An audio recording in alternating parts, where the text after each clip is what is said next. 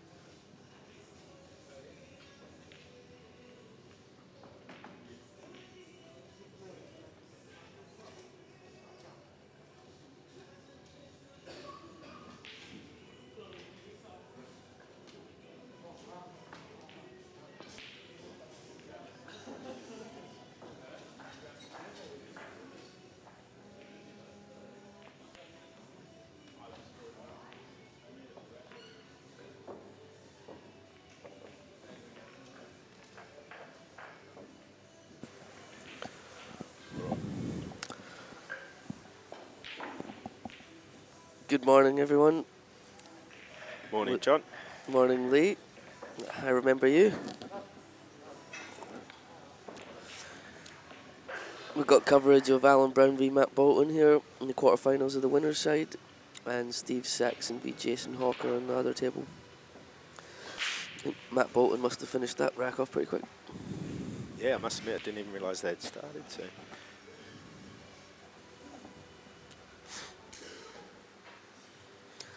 It's got races to 11, quarterfinals of the winner's side. These two matches, the other two matches are Luke Foster v Vince Lawson and Ben Foster v Ben Judge. That's a big game.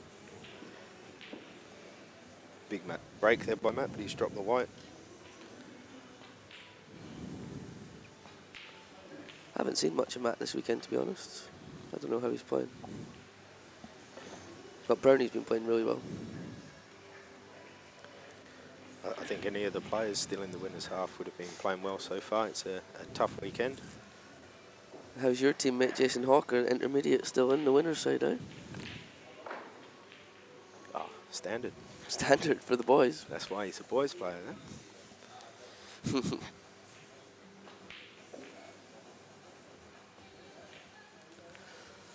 Brownie goes reds. Hasn't had the nicest kick there on the yellows.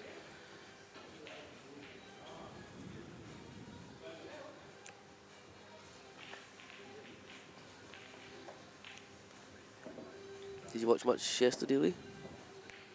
I was actually driving for most of the day, so tuned in when I could, but of course can't really watch whilst driving. Well, that's illegal.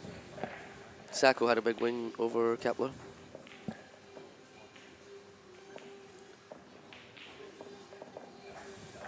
Never looked like this in there with Al. Looks like he's into this. He's going to have a go. He's definitely got his mojo back the last 6 months, you reckon?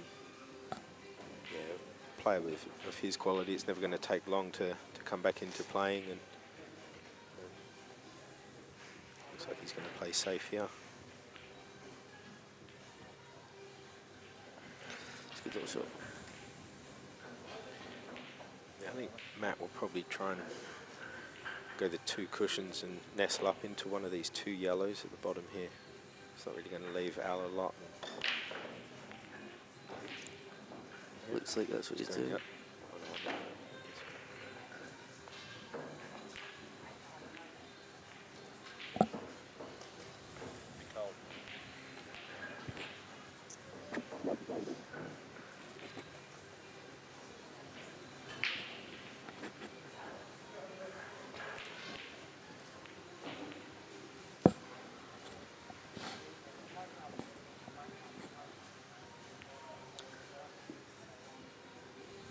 Good shot by Bernie.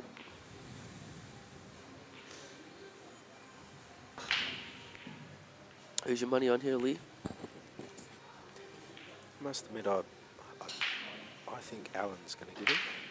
It's going to be an interesting match, having somebody like Matt who's come into the game. He obviously plays mainly snooker and billiards, and that's his background. And Alan's, I think, just a pool player, so to speak. So it's going to be interesting, the contrasting styles between the two. Yeah. But I think we're in for a close match, I think. Yesterday in the last 16, every single match went 11-9 or closer. Even Luke Foster was 8-2 up on Ron Kelly, and Ron brought it back to 9-all from 8-2 down and lost 11-9. Ben Judge beat Neville Levis 11-10. 11-10, yeah. Vince Lawson beat Nathan McMahon 11-9. I think the only one that wasn't close was Rocky and Ben Foster. Ben Foster smacked him 11-4. Yeah, Ben's capable of doing that to probably anybody in the room if he's firing. Yeah. He got on the loser side, just started over there, Rocky v Dan Taylor and Adrian v Neville Levis. That's a toughie. Yeah, I think Neville's going to prove himself to be a tough out for anybody he plays. He's a very astute player.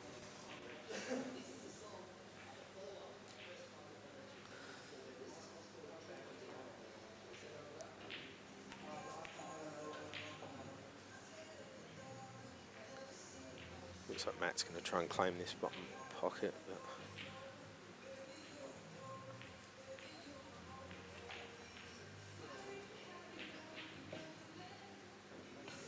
yeah, well played there by Matt.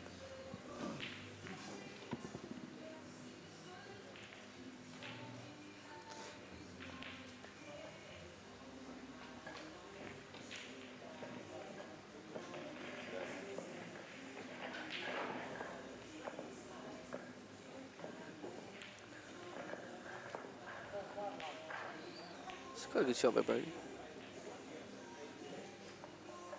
He obviously didn't mind giving away the 2 shots. For having the two dead balls, this other yellow that's bunched with that red is also very hard. And it doesn't look like the black passes to the middle, so it was a good time to give away the 2 and freed up his dead ball straight away.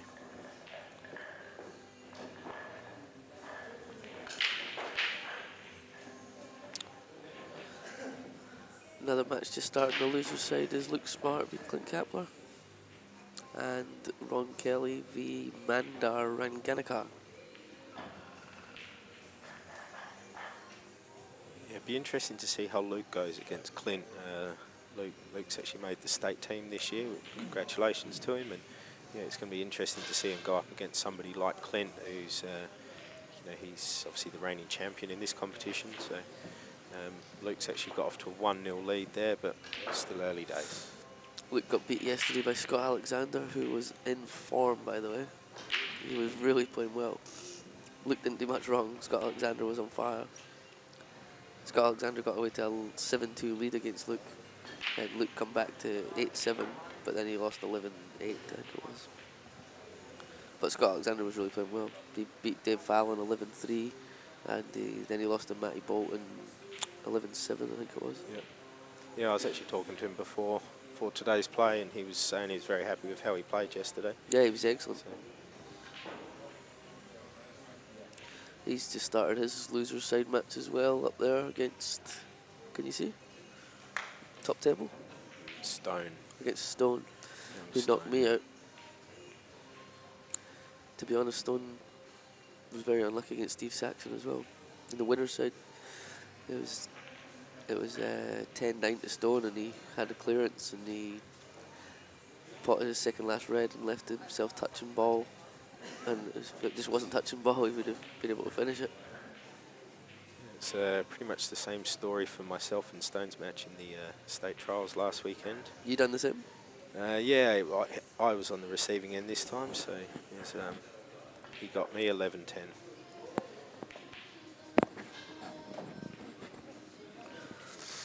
And Stone beat me in the loser side 9-7. Standard. Yeah, I wasn't playing very well. He wasn't playing very well in that match either, to be honest. But Matt's obviously played a containing safety there with the yellow, so he's going to be in for a bit of a tactical battle here still, I think.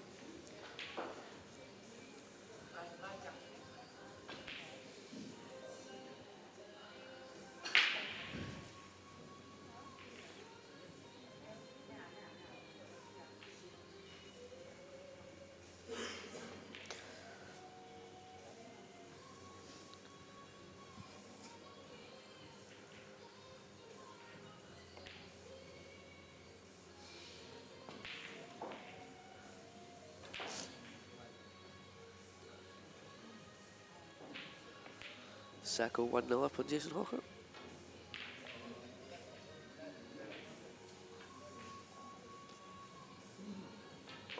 Yeah, obviously Saxon, Steve's, and rightly is the favourite in that match. But if Jason can play well, he's certainly a capable player. He knocked off Carl Williams and Jeremy Bauer yesterday. It's not a bad draw, but still, you've got to be playing well to do that. They're two very tough players. I was quite surprised that Jeremy didn't make the state side this year. I thought he was going to be in. And Carl's always a solid player. So. Carl got quite a tough draw in the state trials, to be honest.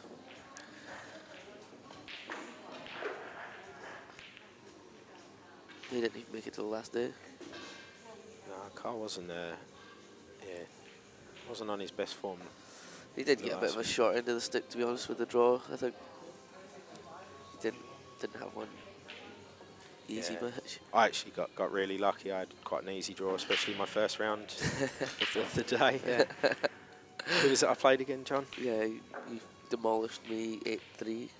Oh, sorry, that's right. I forgot. Congratulations, by the way, making the state team 2nd year in a row. Yeah, no, thanks, John. I was pretty determined. I really enjoyed it last year, and I certainly didn't want to miss out. So it's. I think you played the best pro ever since you've broken your hand. Yeah, maybe I should do it more often. Yeah, I have been told that. Yeah. There's a few of us lining up to break our hands. My surgeon will be happy.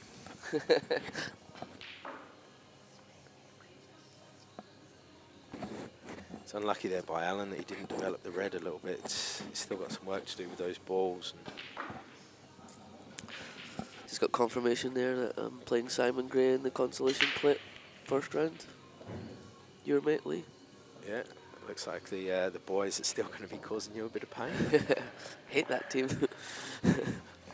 Just because you wish you were one of us. One day, maybe. If my points keep going low enough. we will need you soon.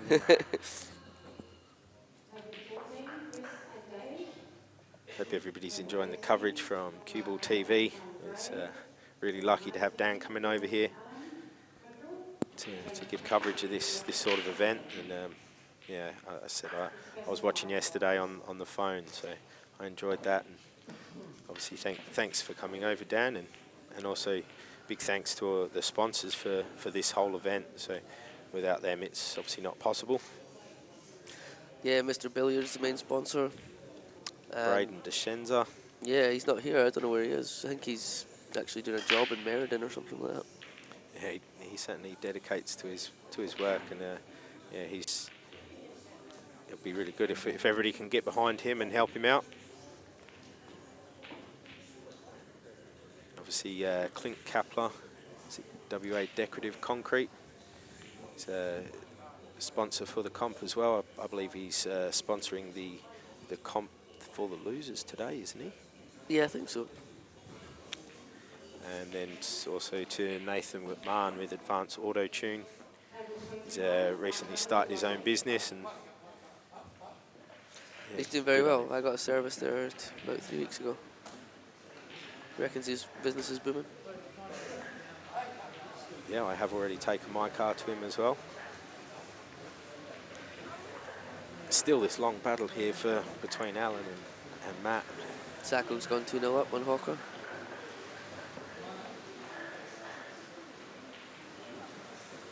I think Alan's got it. He's got a bit of an angle here, so if he wants to be ultra attacking, he can go for the long pot and try and develop it. But it's not really. You've got to get. There's a lot of luck involved in doing that.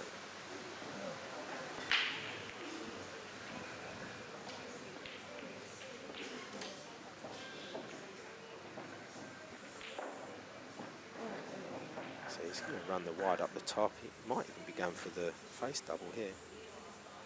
Right. Just developing it a little bit more. Yeah, just trying to make it a bit easier, I suppose. Where it is now, he has got a chance at the double to the opposite middle.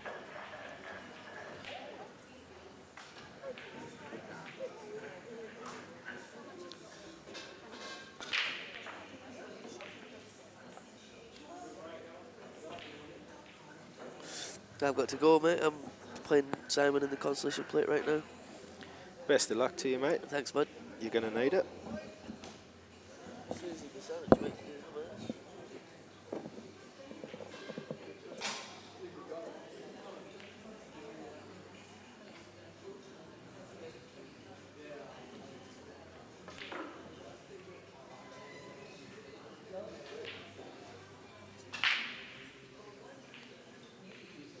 Alan's going to try and concentrate on getting the white safe here. He ideally wouldn't want to leave too much distance between the two reds. So, yeah, good shot there by Alan.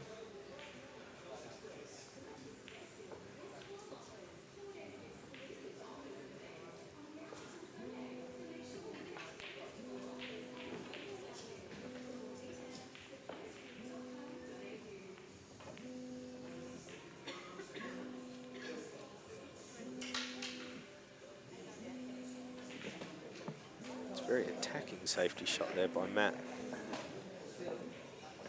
He's obviously opened Allen's reds up, but he has, most importantly, got the snooker, so. But didn't do a whole lot of his balls there.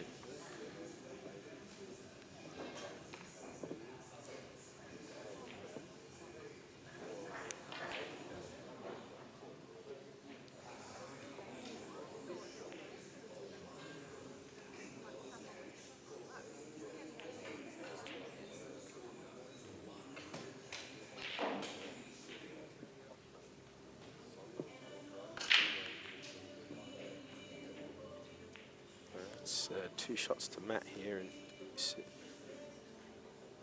a good chance for him to take this second frame.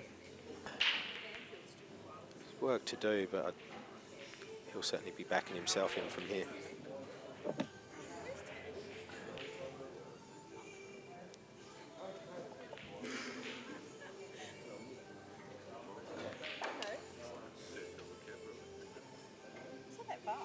It's a good shot. He's developed both balls and most importantly made sure he left himself on one of his other balls.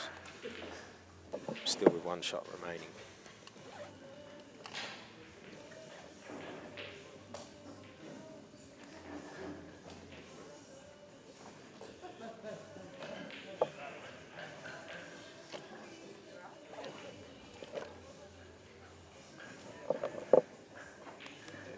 Morning, Sue.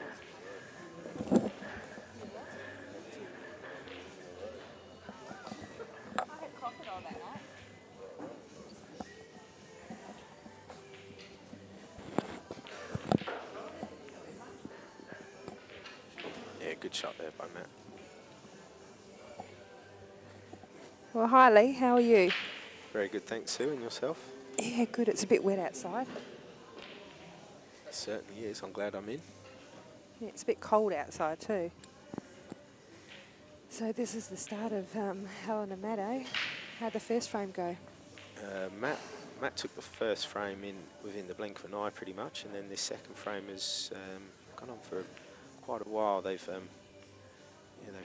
had a few dead balls, and they both played a long tactical match here. So, been watching on CueballTV last night, or even in the afternoon, and I was watching Ron Kelly and Luke Foster last night, and they had a few tactical games too. Yeah, I think Ron was definitely forced into that because Luke getting away with that 5-0 lead that he got off to. Matt kissed that red through there. I don't know if that was intended or not, but it's a well-paced shot, and he's on this yellow. Out. Yeah, well played there by Matt. So 2-0 Matt Bolton. So all the matches have started at 10 o'clock this morning, and I don't know if you've given an update lately, but we'll just go around the tables, and we've got Luke Foster and Vince Lawson. Luke's 2-0 up at the moment. We've got Neville Lovers and Adrian Lancaster, is it? Yep. Nev's up 2-1. On the next table, we've got Dane Taylor and Rocky Hammond, and Rocky's up 2-1. Got Steve Saxon and Jason Hawker. I can't see the score. There's a bit of a glare. Oh, it's on. That's 2-0 to Look, to see, Steve. I'm looking around the room and it's on the table. Yeah, no, that's the other feature match. Steve's got off to a good start, but Jason's got a chance here to peg him back. So just an update for me, Lee. Who won the game against Clint and Steve last night? It was obviously Steve, was it? Yes. Yeah. And what was the end score there, do you know? I believe it was 11-9. It was pretty close when I was watching it, yeah. It was a good match, actually. I really enjoyed watching that. In the other tables, Jeremy Barra is 2-0 up against James Dillon. Clint and Luke Smart.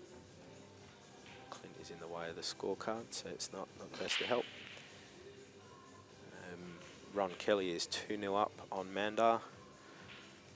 Carl Williams and Luke Anglesey is 1 each.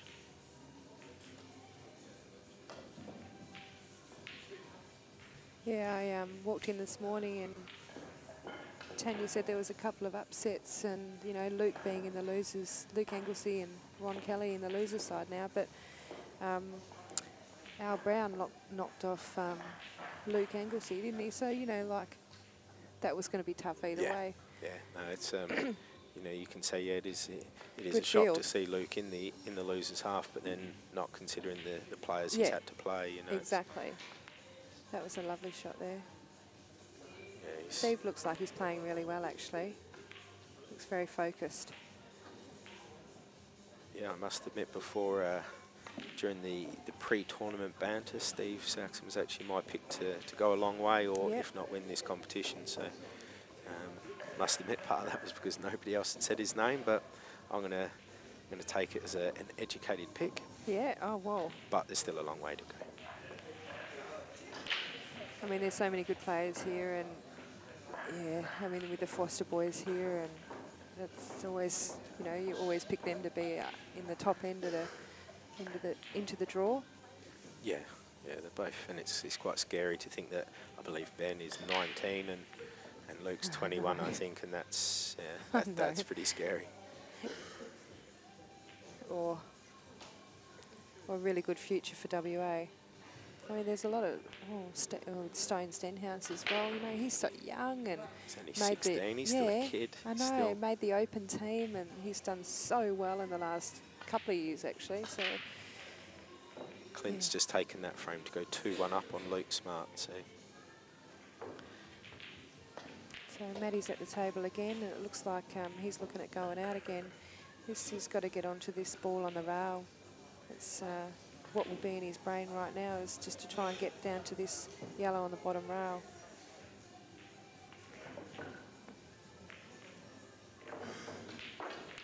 Well, that's a bad miss. yeah, he was really trying to force the screw back on that one, and he's lifted his whole head once he's played the shot. I actually think Matt will leave that. His ideal would have been to left that yellow till last and just concentrate on pot that and then have a go at the long black. I think Matt doesn't struggle with the long pots on these small tables for him, so he would back himself to pot that at the end of the table all day.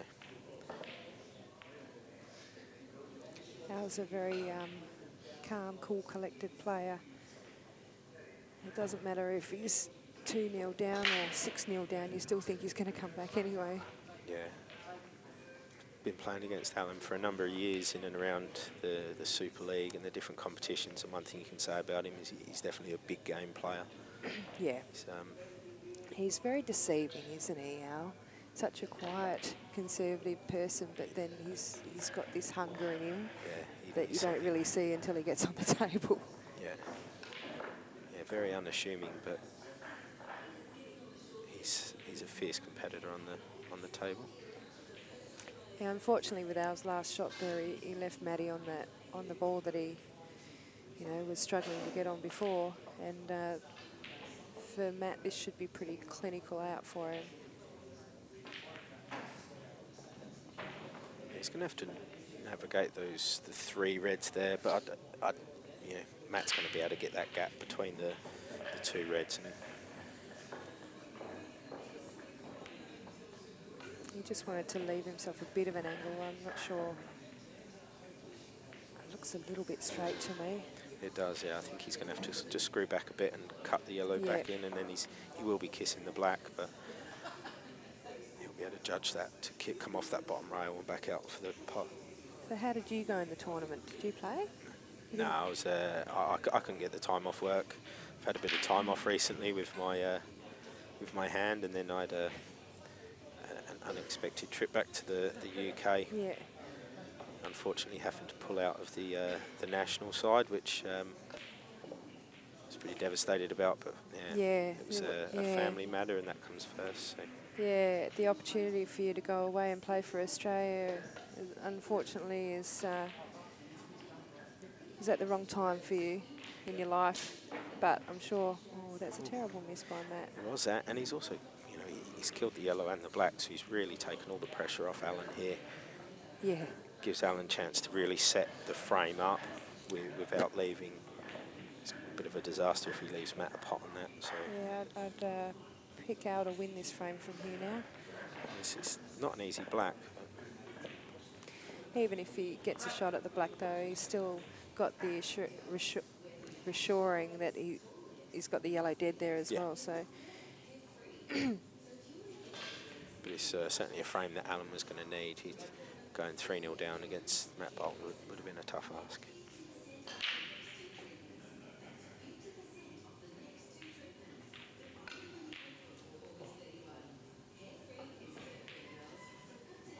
so that's a really good plan from Al. I mean, you know, he probably could have had a go in one there, but why would you when you can get 2 shots? If you can get 2 shots and go out and use your 2 on the black. Yeah, but I can guarantee he was a little bit worried when he first hit that because he did only just reach up to that cushion there. But Yeah. there was a wry smile from Alan to Matt then. So. Take a breath. But it was a well-paced shot.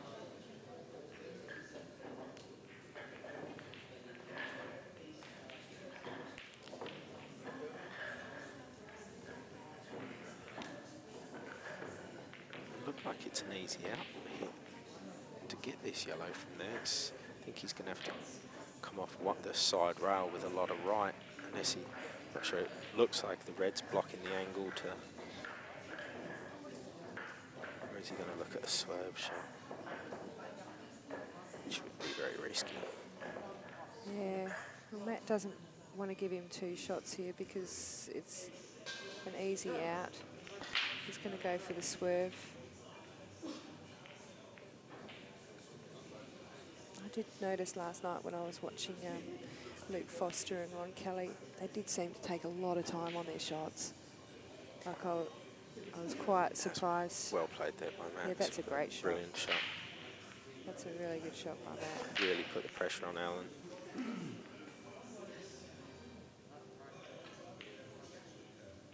Yeah, I must admit that is one of the things that that you see on the different Facebook threads and things. People do talk about some of the time taken in tournaments like this. Obviously, we are supposed to have the 30-second rule and then obviously the 1 minute foul.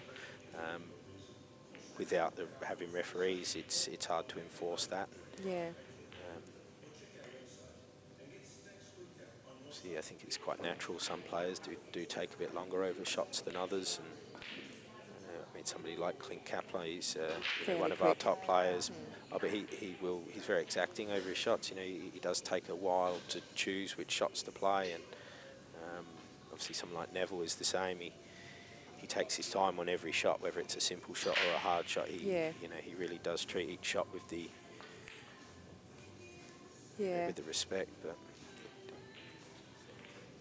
it doesn't make for the most spectator-friendly matches, I think. To be honest, I just enjoy watching good pool. Yeah, I'm just watching Adrian and Neville, 2 oldies having a go at it. Good on them. Yeah, the 2 again. Both of them have made the state side, the open team. Adrian is in the Masters as well. Yep. I'm not sure if Neville tried out, made it, or what there, I must admit.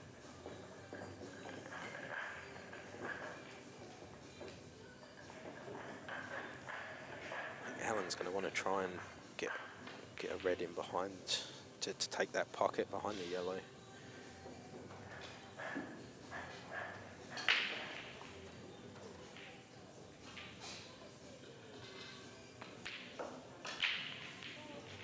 I think he wanted to take it off the yellow then, and he hasn't clipped it out. Just wanted to nick it off the yellow, just to open that pocket up a little bit. That other red will still go in there though. I'm looking at it from this angle on the table, and the red near the yellow will go in. Yeah, I think Alan would back himself to pot that if he can get a good angle on that, just to come in behind the black and then pot the black down the rail. It's not.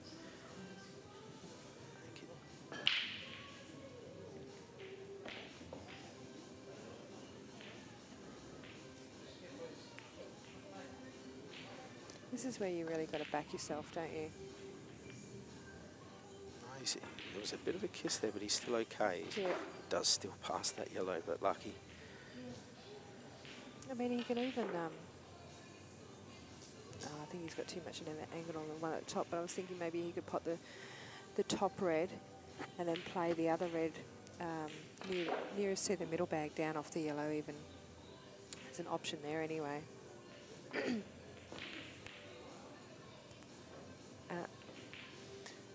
I actually think that's what he was going to do, but yeah, I he was think a bit tentative about his shot there.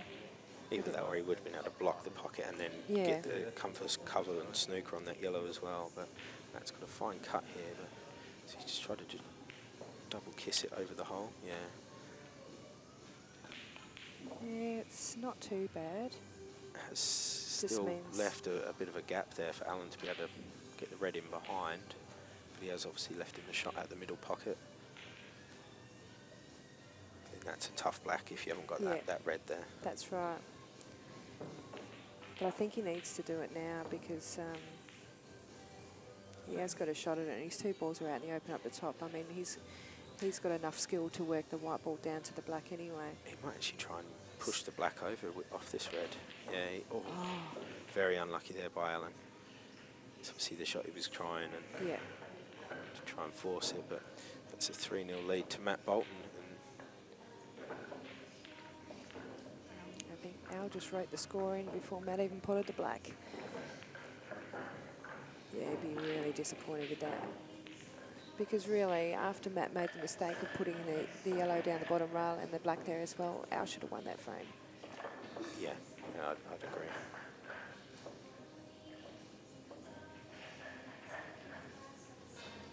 Clint Capper is 3-2 up against Luke Smart. It looks like Jason Hawker is about to take his first frame off Steve Saxon here.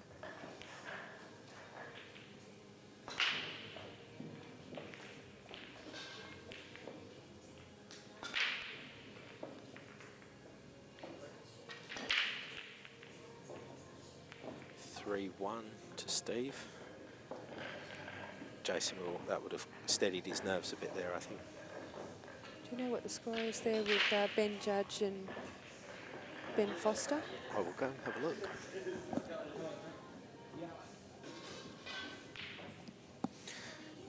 It's 2-0 to Ben.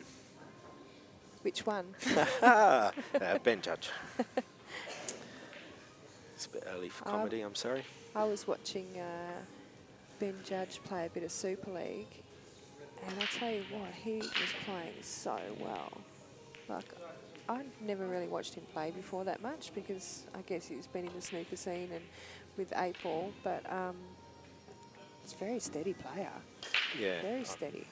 Played against Ben in Super League a few years ago when he was playing for the Fremantle Sharks with Thomas Warren and Darren Morris and that. And, yeah, I mean, he was a very, very good player then, and obviously since then he's been over to, I believe he went over to Q School, didn't he? And he was over there playing snooker, and yeah, so that's certainly going to help his ball game.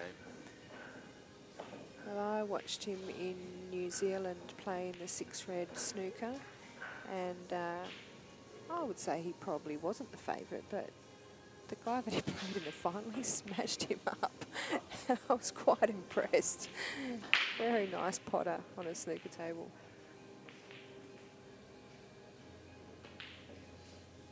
So Matt's at the table again. He's just left a bit of an angle so he can move those yellows away from his two reds. Yeah, I certainly think with the score, Matt's arm is going to be moving a bit freer than what Alan's is at the moment. Yeah. And, his confidence is sky high.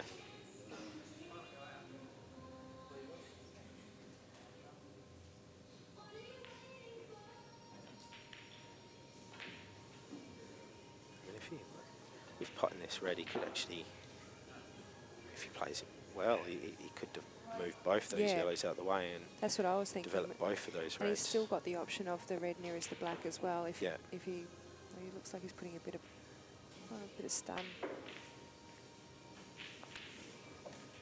He's moved one. I think he should have wanted to end up a little bit squarer on those yellows. Looks like the red nearest the yellow goes into both middle pockets though. Doesn't look it on the screen, but it does actually go past into this middle, so Be very tight. I think he'll Yeah, he'll take the one behind the black and he'll try and come back across for the red in that same pocket. Oh, that's not a good He shot. definitely didn't want that. He'll be sick right now. Rocky is 4-1 up on Dane. I think Dane made a bit of a mistake and only just turning up right before 10 o'clock and not getting here nice and early. But Bit rushed. Yeah, Dane plays in my first division team, and he's a little bit hot and cold sometimes, you know. I think Dane works well under pressure. I think he's better under pressure when he's got something to play for. And when he's playing against a quality player, I think he does step up, but you don't want to come into a match unprepared, I don't think. I like to be prepared all the time. one thing Dane told me a couple of weeks ago is he doesn't play very well if he's playing under emotion, and if somebody has upset him or he's playing against somebody he's not the biggest fan of, he doesn't play very well. So my advice is to call him a couple of names before you play him and see how you go. Get him on the wrong side first, you reckon? But then again, you don't want to do it too bad. He's a big guy. Yeah. Yeah, don't upset him. So Matt's still looking at this. You know, he hasn't got a lot of options here, because if he moves the red near the yellow, then he's leaving Al on, because he can't do anything with it. But he hasn't got a shot at the red in the middle, so... He's trying to come off the back cushion, pop the red in. I think he's... all the white's going close there.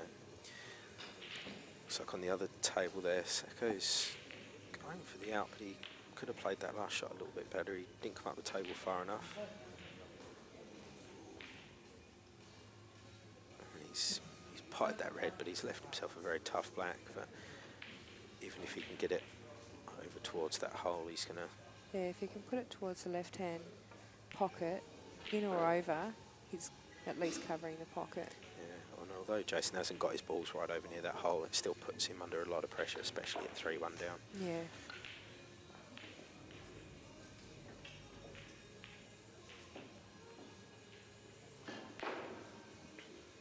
That was an unusual little shot there from Al. I thought he could have put a bit more work on the white ball there.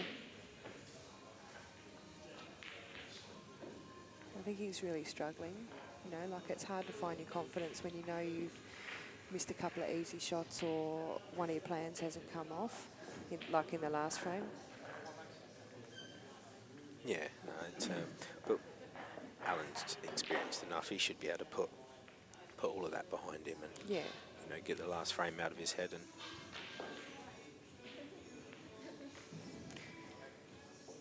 it's not an easy shot here, running across table to try and cut that yellow in. Oh, Yeah, so I he's don't think missed Matty this. was expecting to come back to the table then. Not after that shot. I said he just didn't leave himself easy. You think you might just either just roll this in and get a shot at the red down the rail on the left-hand side, or just stun it across slightly. Yeah. I think he'll probably try and go up the top and then come down the side behind these yellows for the red down the bottom rail. There's a bit of a danger in snookering yourself Or he there. can just come back out to middle table and have a go at the cut. Or Well, you picked the shot, but there was a bit of danger. yeah, I think I think he's even got a bit of an angle there. he couldn't have landed much better, to be honest. Will be breathing a sigh of relief, but he's still got to putt this.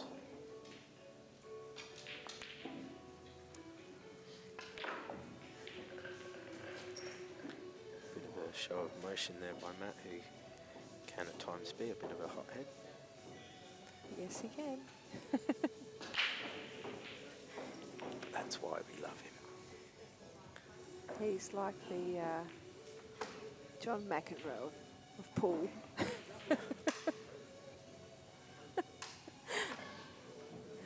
I like giving people little names. I call Ron Kelly the trophy, because when he stands, he looks like the man standing on the trophy. Very ripped and taut. And is that what you mean? No, Is that what you're saying? I don't mean that at all. I mean, he looks like the stance of the guy standing on the trophy. Oh, I see what you mean. Yeah. Ronnie's actually 3-1 up against Mandar in their match. I think the losers half are race to 9, aren't they? Is that correct? I just walked in. I think it is. No. You'd know better than me, Dan. So Race to 9. Luke Foster is 4-0 up against Vince.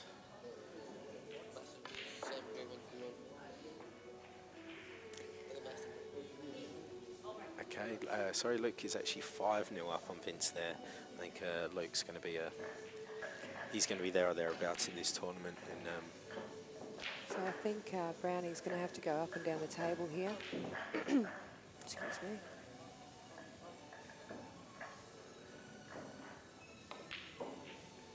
yeah, well judged there by Alan. Just come. Probably didn't want to come that far. Doesn't want it to finish right on the rail like that though. Even an inch off would have been good.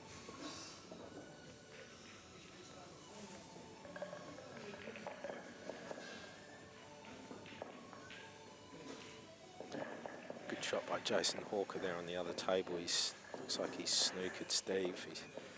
See, Steve had a chance at that black and Jason's fought his way back in. That. Yeah, it's, So this is it, you know, just landing, you know, right on the cushion to 2 inches off the cushion, and the pressure being 3-0 down, it's just made him miss that black. yeah, if Alan was 3-0 up, then he would have potted that every time. But Yep.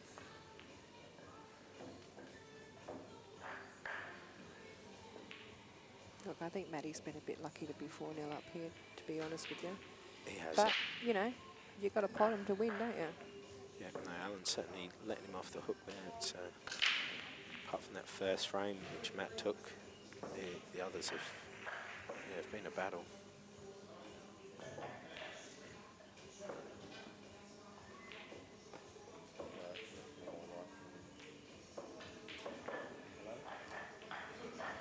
I'm not actually sure if Steve hit the black, so I don't know if he's got one or two. I didn't see it either. I've got a feeling he might have two because it didn't look like the black, but it looked like the black was still in the same position. So He just didn't get hasn't. to that one very well. But still, if he has got two, all he's got to do is get the yellow in or over. He might clip the black. It'll be unlucky if he then snookers himself behind it, but maybe he has only got one. I'm not sure.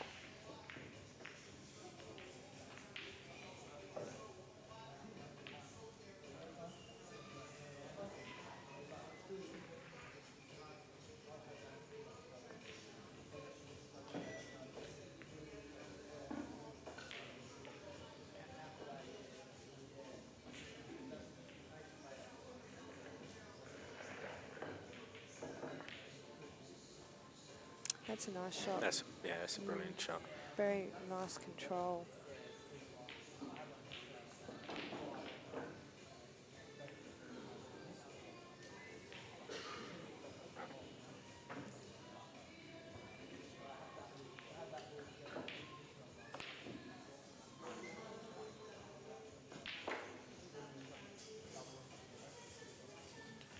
Very nice finish there by Jason. Yeah. To get back to 3-2, and Sako knows he's got a game on his hands here.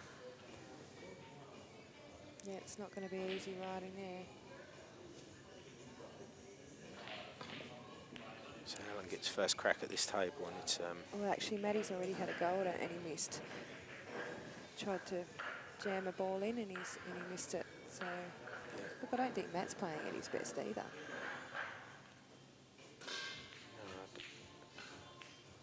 this is a very important frame for Alan, and he's missed that.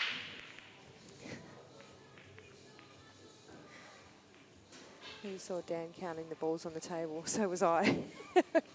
It's an open table.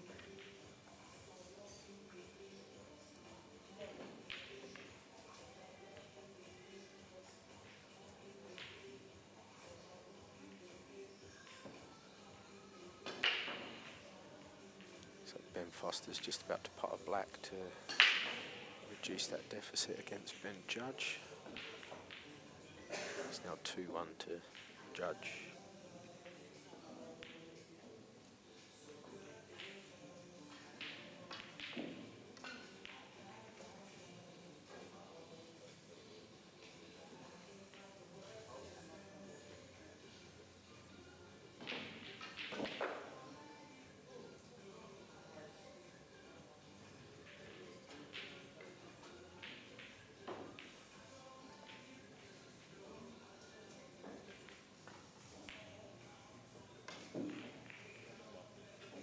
So Matt's just trying to figure out a way to go out. The only trouble ball he's got is the one on the right-hand side near the red, which he can easily knock out when he pots the yellow on the bottom.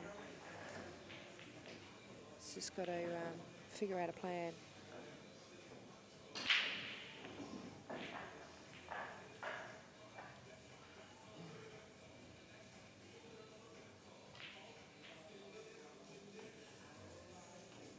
He's going to have to play a good shot here because he's got more angle than what he would like, so he's going to...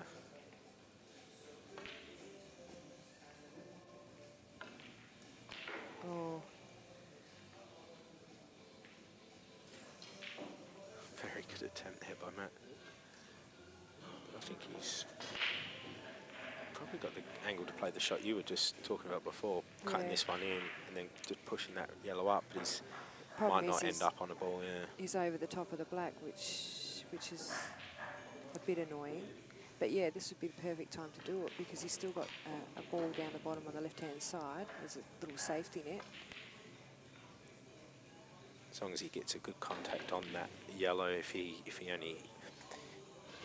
hits it, full ball will be okay, but other than that, the white will push up behind the red.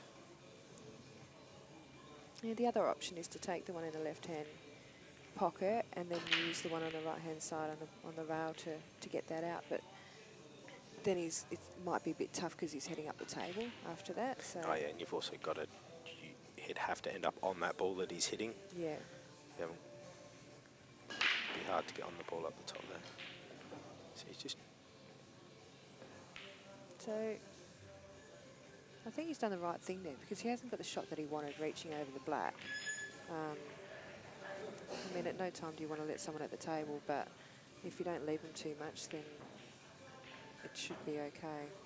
Yeah, I think Matt also realises the pressure that Alan's feeling at the moment, and he's... I think that's his way of saying, you know what, you want to go for it, but if you're good I enough, don't think you'll you're do going to get it. So. Yep.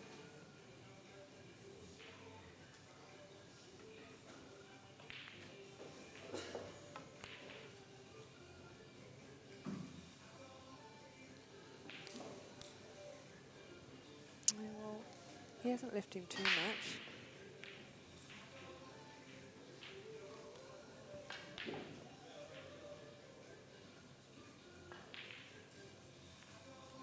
So Matt's looking at a little, playing his yellow into his other yellow and then putting it over the hole. So that's where his experience at billiards will pay off.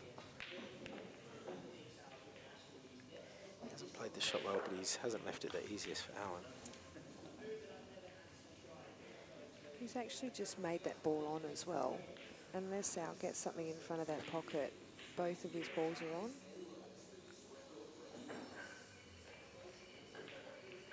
Yeah, but he has also now put Alan's red on as well, so... Yes. One good shot could be out here. Yeah.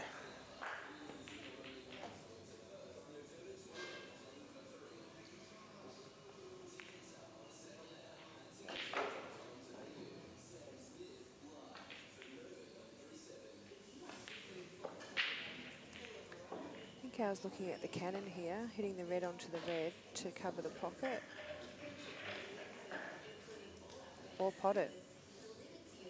So and that is a good shot.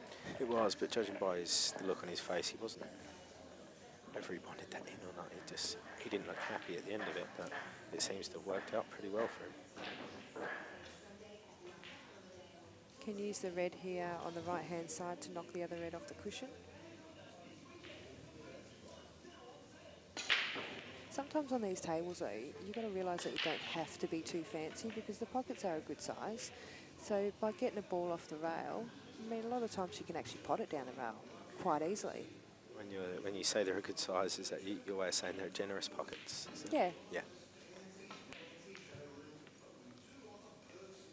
He's got that off.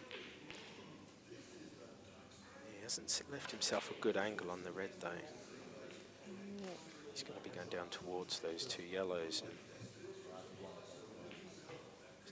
he's going to want to stay away from those. And he's probably going to be forced to take one of the reds up the top of the table, I think. Yep. Get rid of those ones and then work your way down for the black.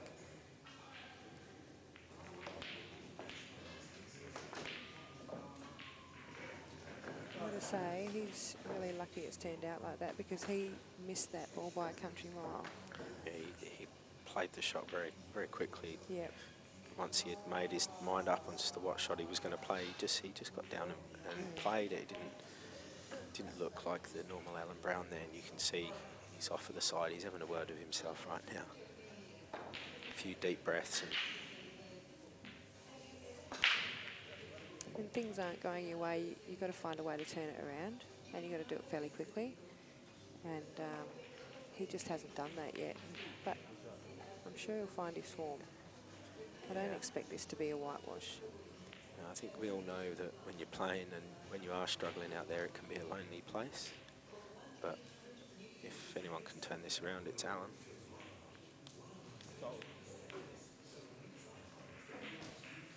Yeah, that's not the desired shot. I think he wanted to try and take that off the red.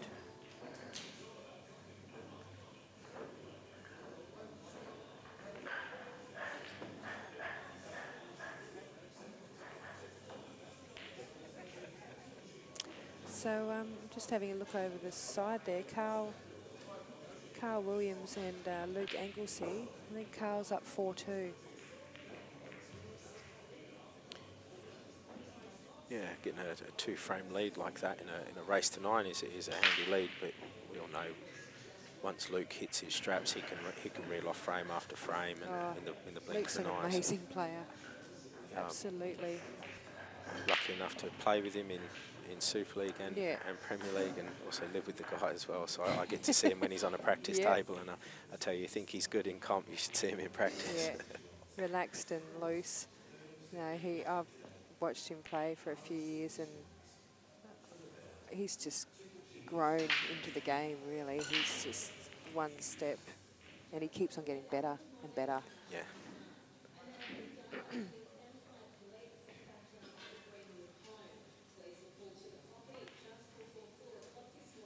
So this game, which could have been an out for both players in the start, is now turning into a bit of a tactics game. Yeah, I think that just shows you that both players perhaps aren't on top form. Even Matt, even though he is the 4-0 up, I don't think he's playing as well as he can. No, It's also, I agree.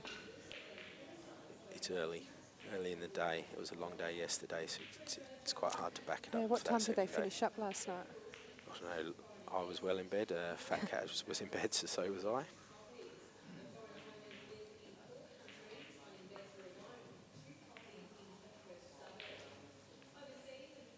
It's not a bad effort there from Matt. The thing with Brownie having his ball in front of the yellows, most people would think he's got the advantage, but he doesn't. He's still got to get that ball. He can't do anything with that ball either. So the only advantage is there the fact that Matt's got 2 balls, whereas Alan's got 1. But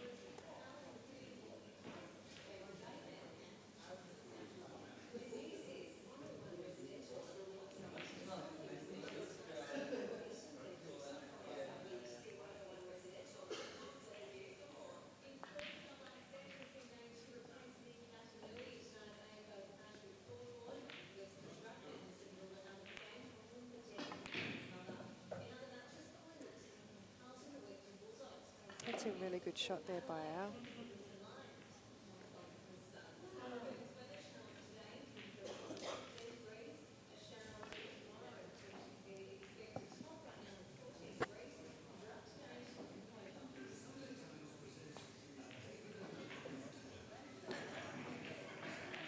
Ben Judge and Ben Foster is currently 3-2 to Ben Judge. Some quick fire games happening there.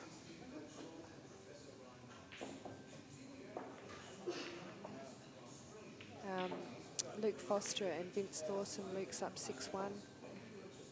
Rocky and Dane is 5-1 to Rocky.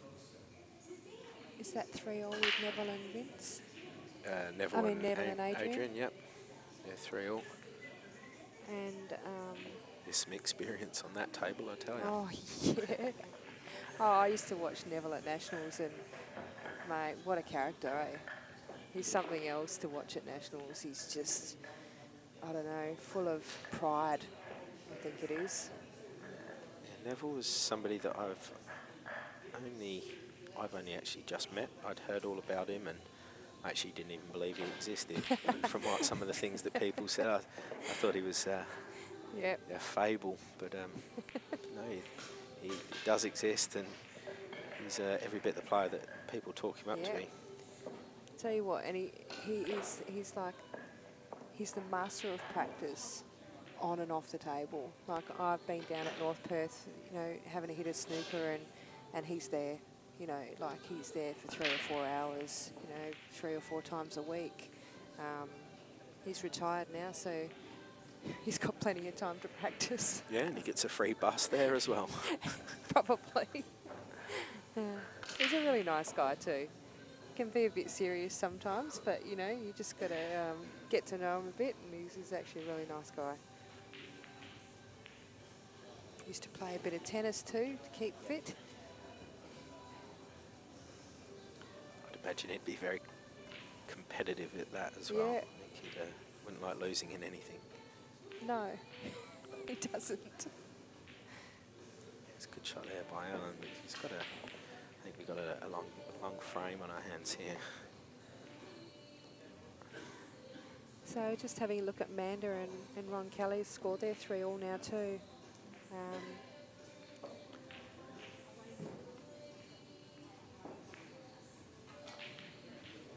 Nice shot there by Matt. I'll be glad that one didn't drop.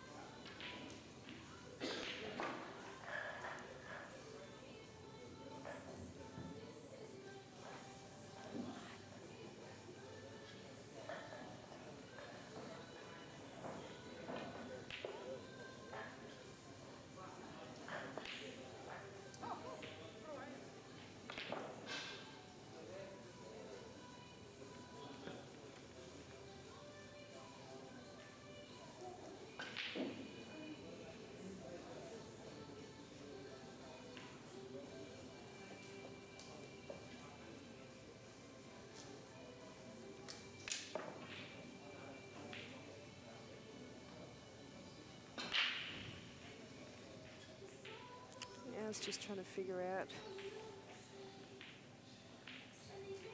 if we can get this yellow out of there, but or pot the yellow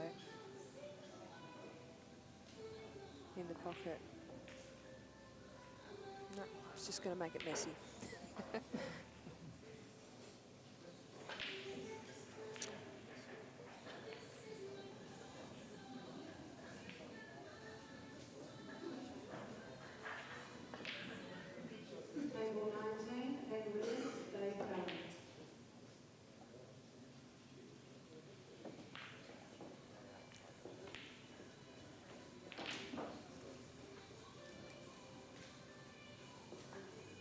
As always, Kerry, the host here from Miss Q's, has this pool hall looking immaculate. This place really is a credit to her and her staff.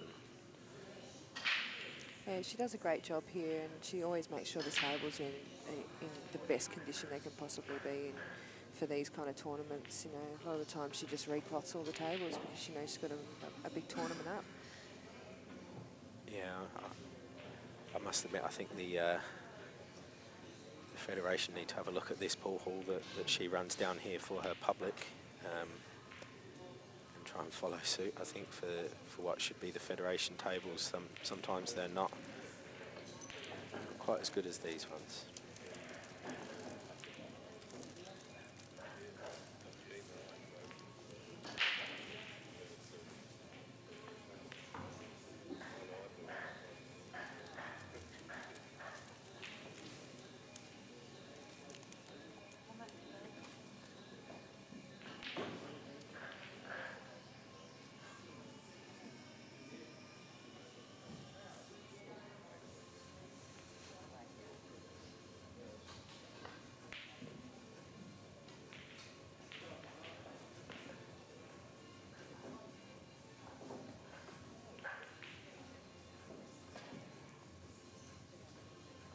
So I think Alan's he's going to try and pot the yellow.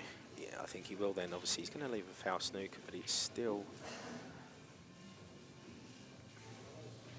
Maybe he's just going to... Or is he going to try and get this red out? Might be going to get a bit messy in a minute. Wow.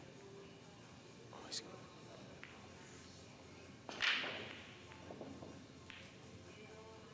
That's... Well, you couldn't be sure of where they were going to end up, but, I mean, they're fairly out in the open. There's definitely a chance here. Yeah, I think the red does go past the yellow in that pocket if need be, but I think he'd prefer to get on there, just the normal pot over to the other side. So he's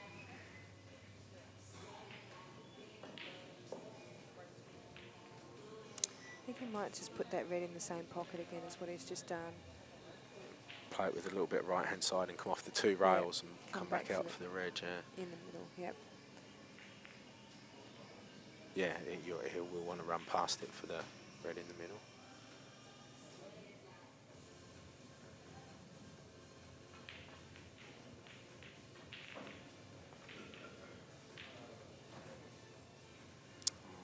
Once again, his potting has let him down, which it's done in the last couple of frames. He's concentrating a lot on position and where he's going to go for his next shot, but you've got to get the pot to be at the table. This is ABC for Matt Bolton now.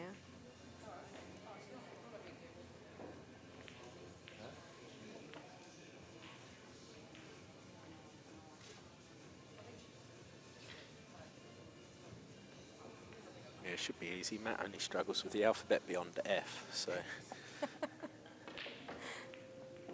Oh, look, he's overhit that. He's finished Only up by it. a little bit, but he should be fine. It's a bit in between there, but he'll still drop this in the middle.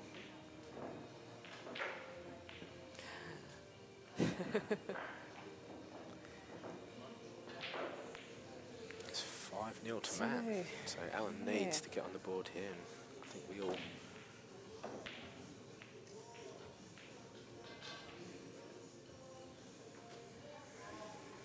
Looks like the black just feathered that yellow on the way through and it's pushed it off, but I mean, still Steve should... I thought that was clearly going to go in. Like, I mean, I thought it was a clear shot for the 8 to go in. I didn't think there was any obstacles in the way.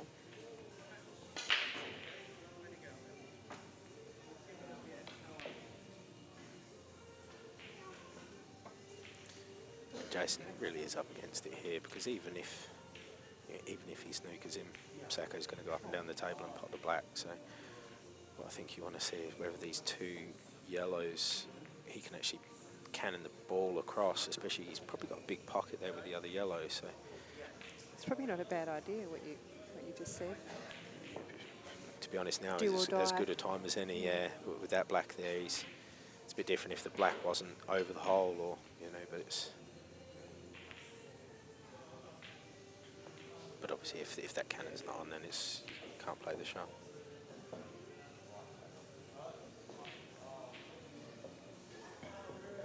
Yeah, second choice snooker. Yeah, so he's going to try and leave him without the one cushion escape. I still think that's a risky shot. If somebody of Steve's qualities.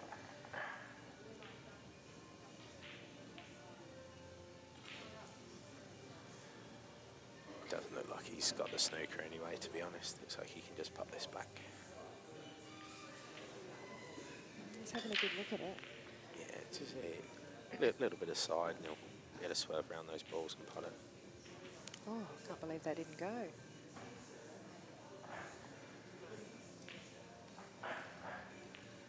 Now can he play the shot I was talking about?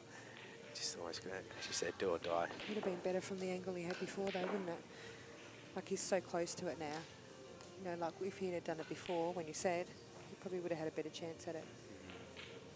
Now he can just sort of drive through it.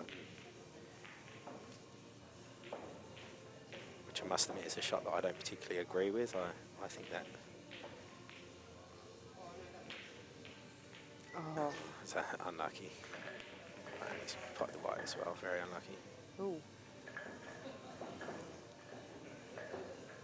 So 5-2 to Steve. Yeah, Update from the other tables, Luke Foster is 7-1 against Vince. Adrian and Neville are 3 each. Rocky is 6-2 up on Dane.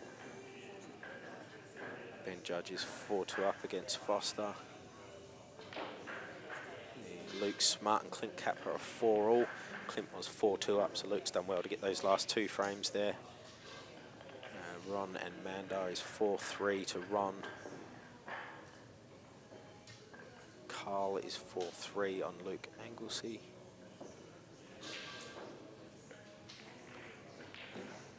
We're going to go and get an update on Nathan and Mark Carroll's.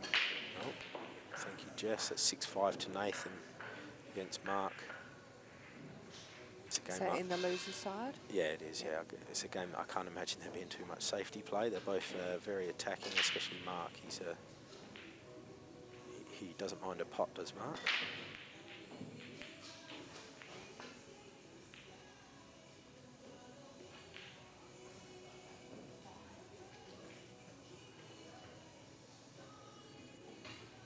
So on both the TV tables at the moment, they've just both taken a break. Yeah, I think Alan's gone to have a quick smoke and try and clear his head a bit. Fill his lungs and clear his head. Get some fresh air, you reckon? Yeah, and I think Matt would have been there, right there with him. Right so. beside him. Just having a quick sort of look through this match, you can see there's been a number of close matches.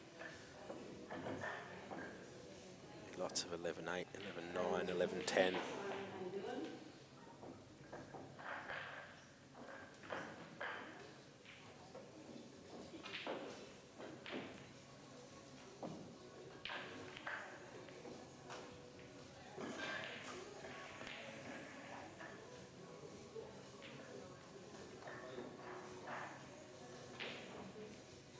Ben Judge has just gone 5-2 up.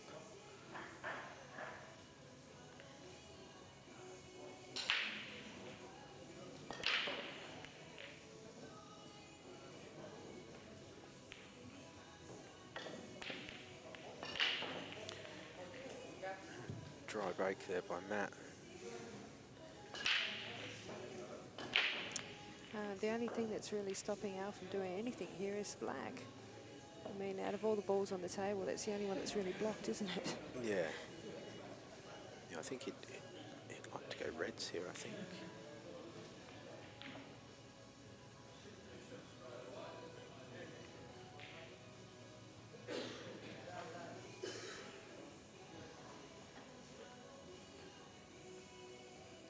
Actually, looks like he's going to have a go at, well, he's lining up this yellow, and I wonder if he's going to have a go at trying to develop that black and yellow in the one shot, but I mean, that's And if he gets an risky. angle on the opposite yellow in the middle, he might have a shot at it. Oh, he's going to take the top first. It seemed to slow up then, didn't it? Yeah, it certainly didn't keep running like he would have wanted.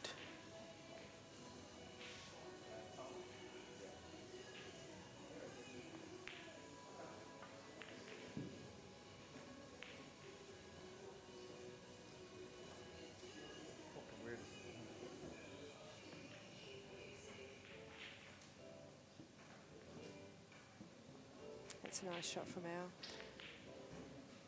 Just push the black over a little bit though.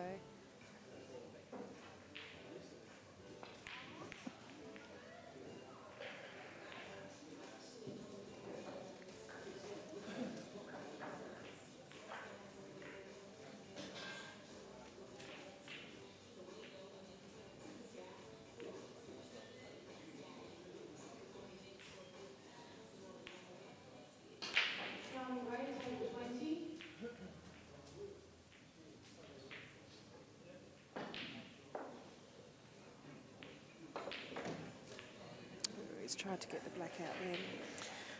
Might have to have another go at it now.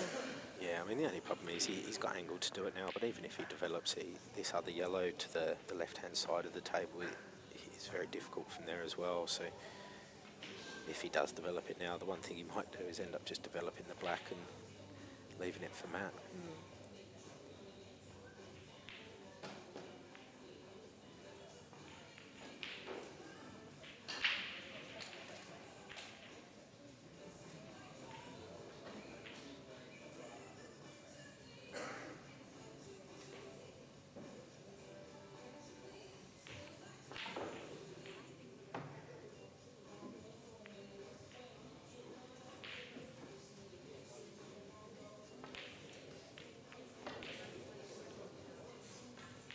Oh, he's brought it out, but he's left himself. Oh, he might go for a little snooker I here. think he'll just feather off the yellow and sit him behind. I mean, it's I mean, he could have a go if he puts the one up the top. Yeah, go for it, but had the scores been and reversed, also- I think he might have. yeah, At and 5-0 down, he won't. that's the thing, you know, like you go into this little bit of negativity. I mean, look, it's an easy snooker to get out of, but you want to leave it safe as well. And with all these 3 yellows on the table that are fairly open. When he's played that shot well, because he hasn't killed the yellow, he has still Yeah. left it so it passes that black. And it looks like he's also stopped Mac just going off the side cushion and hitting it. He's going to have to go off 2 rails unless he straight into the bottom cushion, but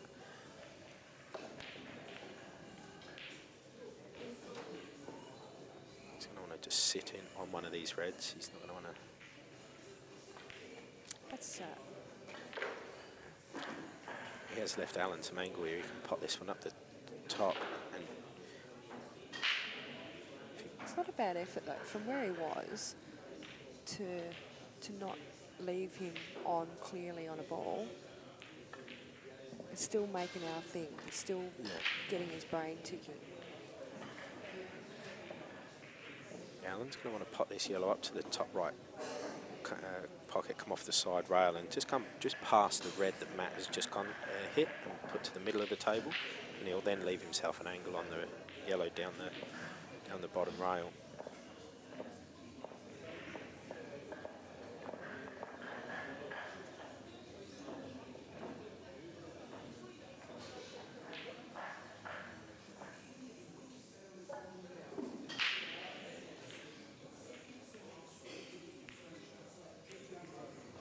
Deceiving. I didn't think he could get past that red to get to that yellow at all. So I thought he could see it. I almost thought he could pot it, but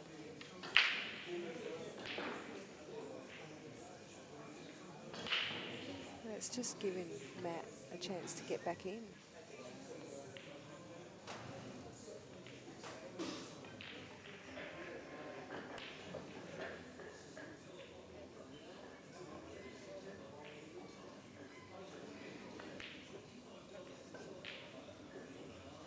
he's having a go at getting this black out right now, I think.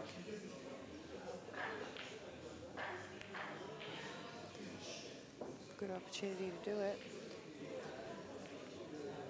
Do or die now.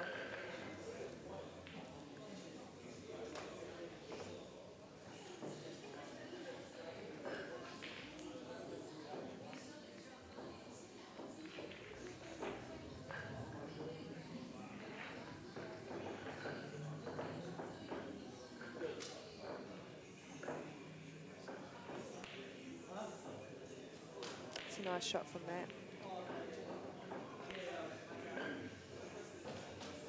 Yeah, you can certainly see in the way that they're playing that Matt's playing with a bit more freedom than what Allen is.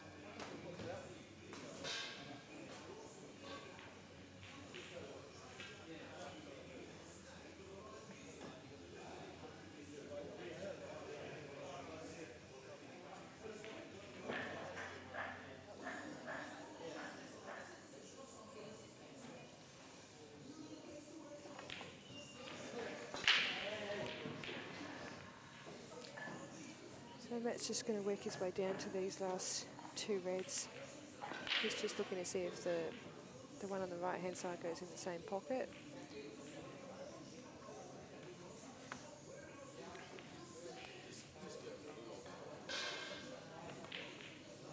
Johnny, whatever. Simon.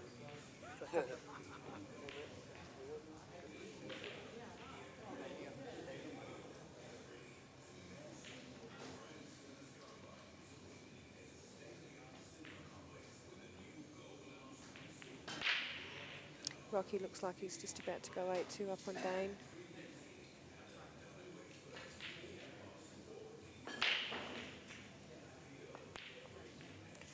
Ooh. It's a couple of pots Matt's missed down into this pocket. Yeah, you're right. It's just jawed it out.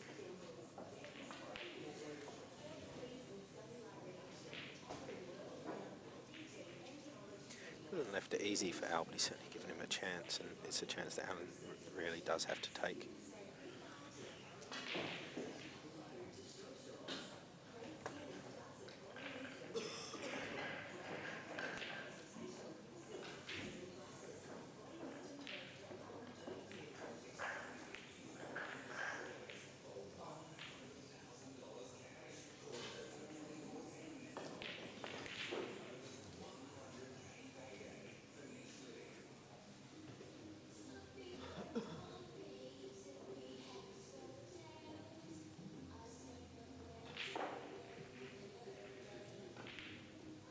trying to see if that yellow goes into the pocket. It's a bit deceiving from here because it's actually in further than what it looks like. But he still needs to get onto the other yellow anyway. Oh, it's an unlucky so kiss on the unlucky there black. by Alan. It's what happens when things aren't going your way. it certainly is, and we all know that feeling. Yeah. Some days you can do no wrong, and some days Yep. you can do no right.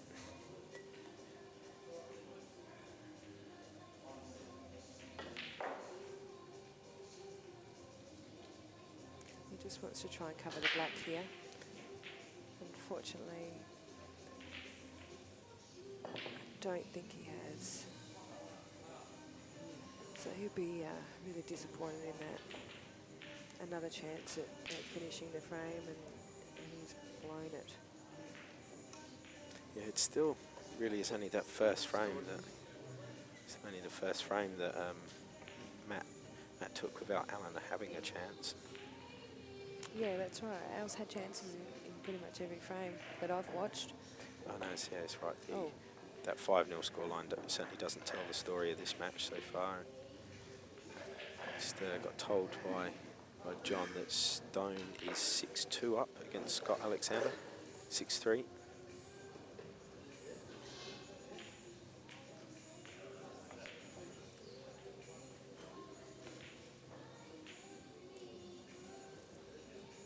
Really looking forward to seeing Stone play at the Nationals, seeing how he goes against the rest of the open teams. And the good thing about him being so young is when they're kids, they've got no fear. You know, when they start to get known and you start going back time and time again, people start to know you, then the fear starts to creep in a little bit. But yeah, being so young, just go out there and show them what you're made of.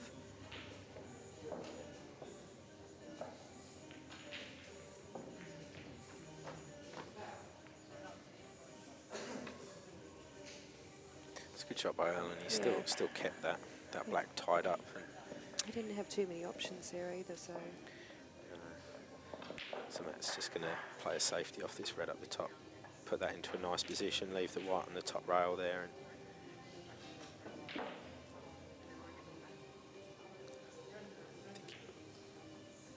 probably want to leave it so it's just not quite total, I would have thought. Ideally.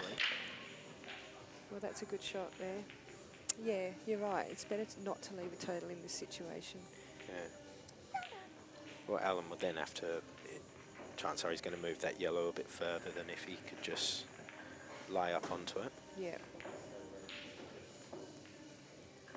Well, we might have to do something pretty special right now.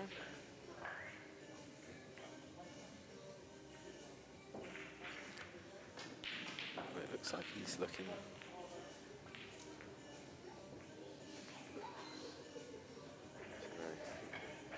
Is he going to go off the bottom rail and then try and push the yellow up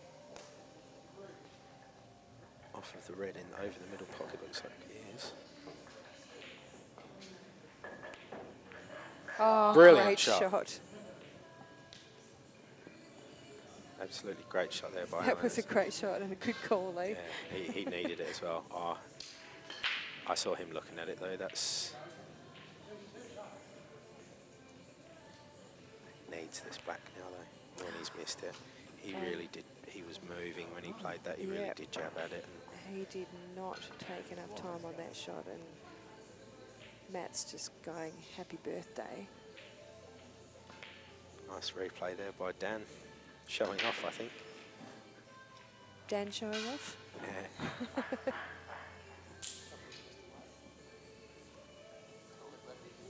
No, it's not like John Barclay standing. He said that's not like Brownie to miss that black, and unfortunately there's been quite a few shots that's not like Brownie.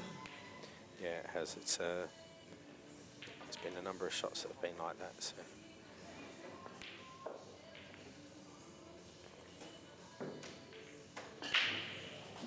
So Al's under the pump here again. You know, what do? You go for it, go for the double, do you? You really see how much he moves on this shot. He Oh, yeah. Yeah, his head was moving. He just, His arm was moving as yeah, well. he wasn't confident on that one, but Alan Brown And he special needed to coming get up. his head right down on the shot and play on the cue.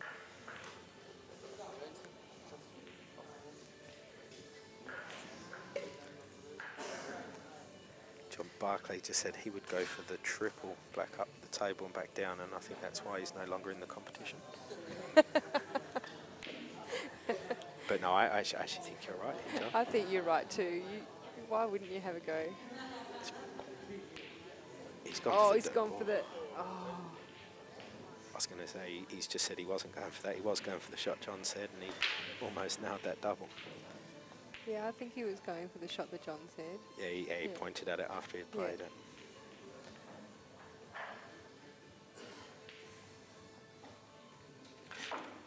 Jason Hawker's got a chance here. He's got the... That red isn't quite as easy as what it looks, and the white is tight on the rail, but I think he's going to get this. Let's go 5-3. There you go, 6-0 to Matt Bolton with several chances from Alan Brown.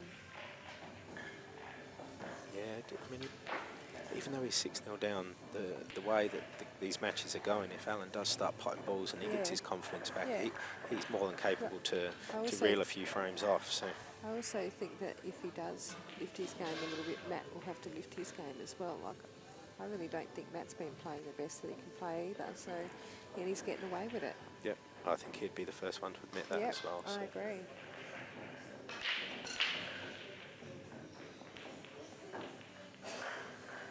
Brown need a break,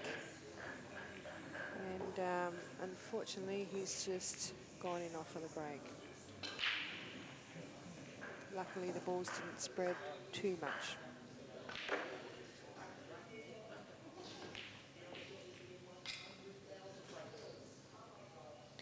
Jeremy Bauer looking very convincing over there against James Dillon. He's also looking very suave in his CueballTV shirt. Yeah, they're pretty good, aren't they, these shirts? Yeah, it's, I'm certainly going to speak to Dan about ordering one for myself. I heard him just say they're $45 each, I believe, with your name on. And on the back? Yeah, I think that's pretty good. I know I got our team shirts made for Super League, had names put on, and they certainly cost me more than $45 each, so that's not bad. And if that helps Dan provide the service that he's doing, then I would suggest everybody getting behind and getting your orders in. I heard they make you play at least 5% better as well. Good, because I'm going to put one on. 15, Dan said, yeah. 15% better? Okay, I'm wearing one. Yeah, WA Women's side have just released it as the national shirt. Our colours are black and yellow, so we might have to add some yellow somewhere. Let me do the washing, I'll change that for you.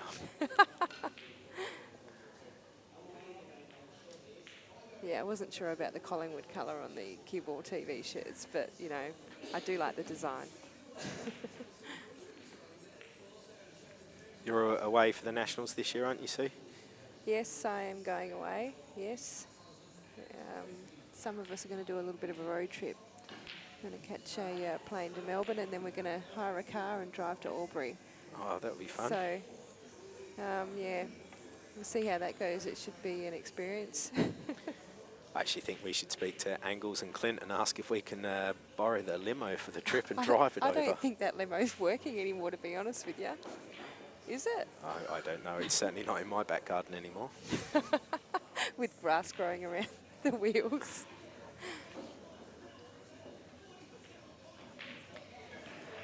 Well, Maddie's still at the table here, and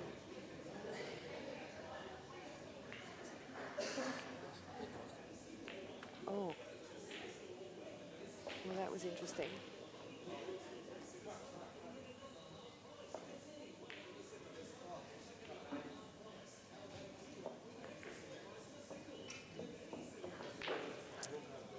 For Steve and Jason, looks like they're having a couple of long games there. I mean, it's 5-3 to Steve, but he's definitely got a bit of a match there. I don't think Steve's thinking he's going to run away with that too easy.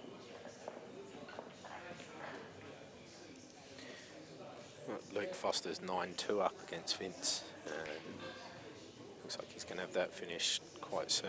And yeah, I think Luke's really proven himself as the person to beat in this tournament. Yeah, I agree. He's a very, very good player.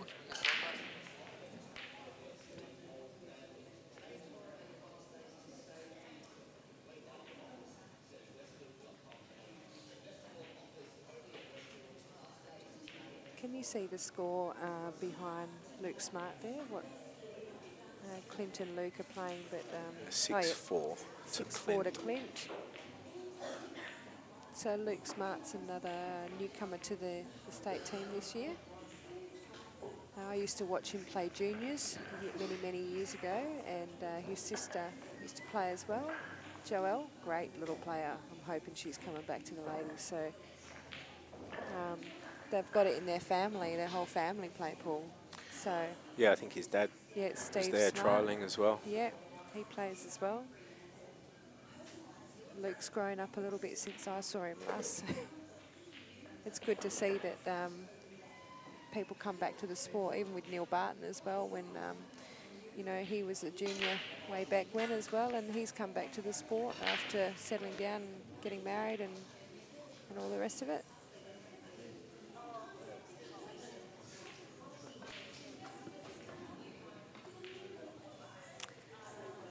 So Brownie's at the table now.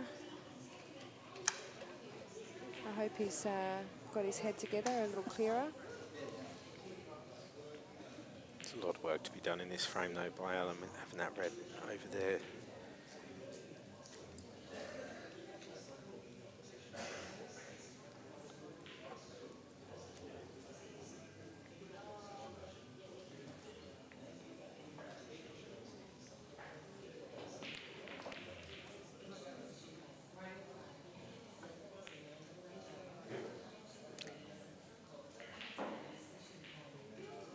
Not sure what he's planning on doing here. I'm guessing he wants to get a red over there just to cause a bit of pain.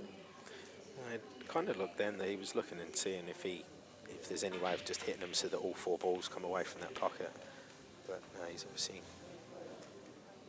not.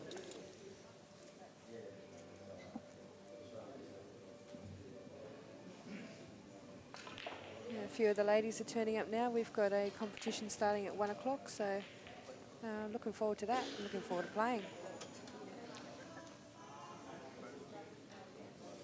Played in the Darwin Open a couple of weeks ago. That was a really good, fun event. Everyone should try and support that. Dan was there too, and yeah, it was good fun, and a couple of other interstate players were there from out of Darwin. James Delahunty ended up winning it over Justin Sage, but it was like a mini nationals on the weekend. I think there was some good prize money on offer. And there was some very good prize money offered for the amount of people that were there. I think they got 49 people there, and yeah, for 49 people, there was a substantial amount of prize money to be had. So yeah, next year, you hear the Darwin Open, get there. Certainly a nice place to visit as well.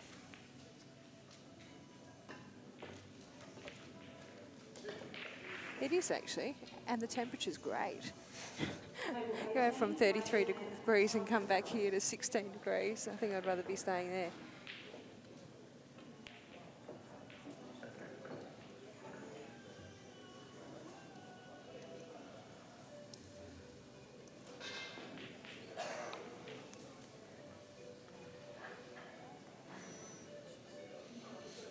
Yeah, it's just Alan's really struggling. He's just not getting a good run here. And yeah, it is a cool day, but I think Al's feeling the heat right now.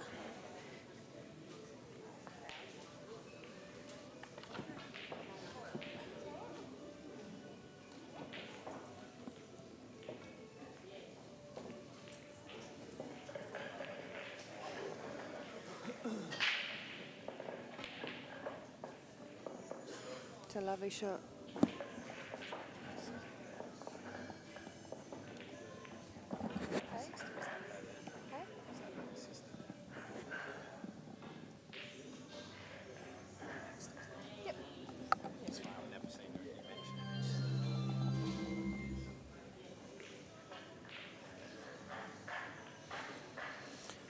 It's a nice pot there by Allen, and he's... It's hard to tell from here I don't think it will go off the and I think he's going to try and get the black out a bit, because I don't think it will go, and I don't even think it will go in front, even if he takes it off the other yellow. So there's no point at. But yeah, he might I try think he and has to try to move it out. hit into the bottom rail with side to then spin into the black. Just have to be really careful not to pot the yellow nearest the black into the right-hand pocket. And He's almost caught yeah, it he's in not there. potted the yellow, but he hasn't left himself on, so. No, that's-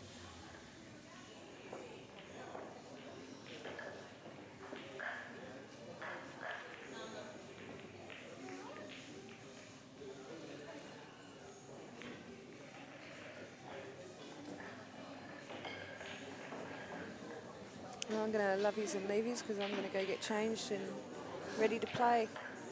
Here's John Barclay. Good luck, Sue. I'll speak to you later on. Welcome back, Ernie. Or Thanks, are you Bert? No, you're Bert, aren't you? Thanks, Sus. Again, Brownie's in control of the frame and just not managing to win it. Jason Hawker's mate having a good fight up here with Saka. He's certainly making him work hard for the frames. He's got a chance here to bring this back to 5-4.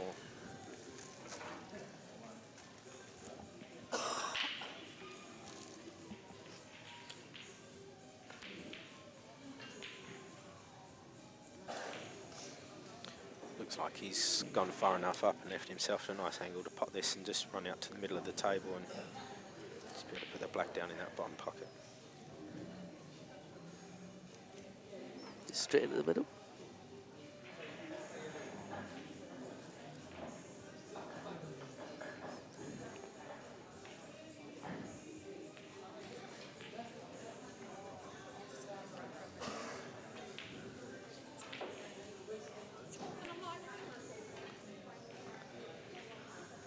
Hawker got that, did he? I was going to say we've all seen them before. But you know what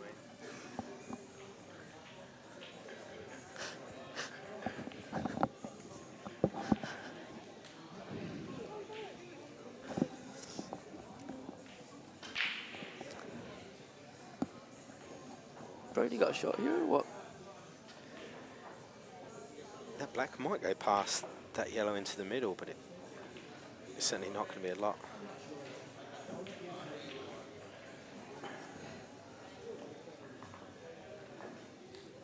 Doesn't look like there's no margin for error here.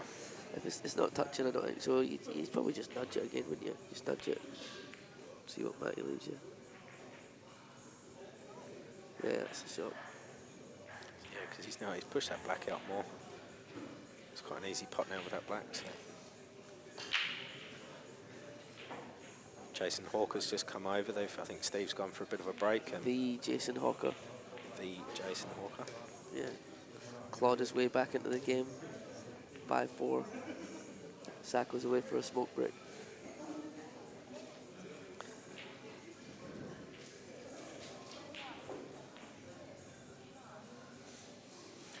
Ben Judge is 6-4 up against Ben Foster.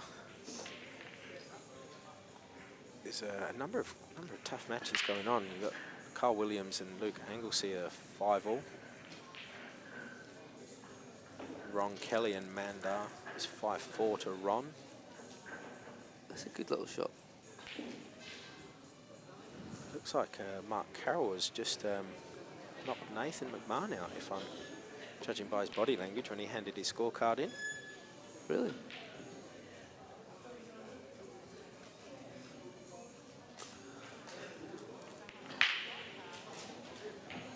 I think he did. I think you're right. Yeah, it's given it the fist pump, so he obviously did get up in that one. And it was a 9-7 win to Mark. Nathan McMahon won't be happy with himself. He doesn't want to talk about the match, he said, on his way past. So We might see if we can get him in for a chat then. yeah, we'll probably see if he'll come and talk about it now.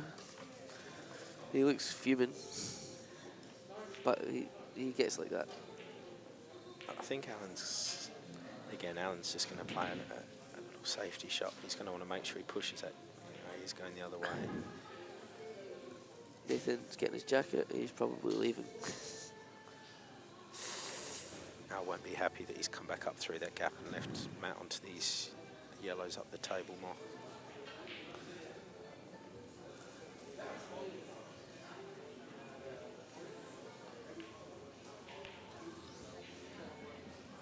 Jeremy Bauer has just potted the black to win his match against James Dillon 9-3. James is a relative newcomer to the sport and to the Perth scene here, so it's good to see him getting down and having a go in a comp like this, and he's picked up a couple of wins, and yeah, I'm sure it'll be good for his game.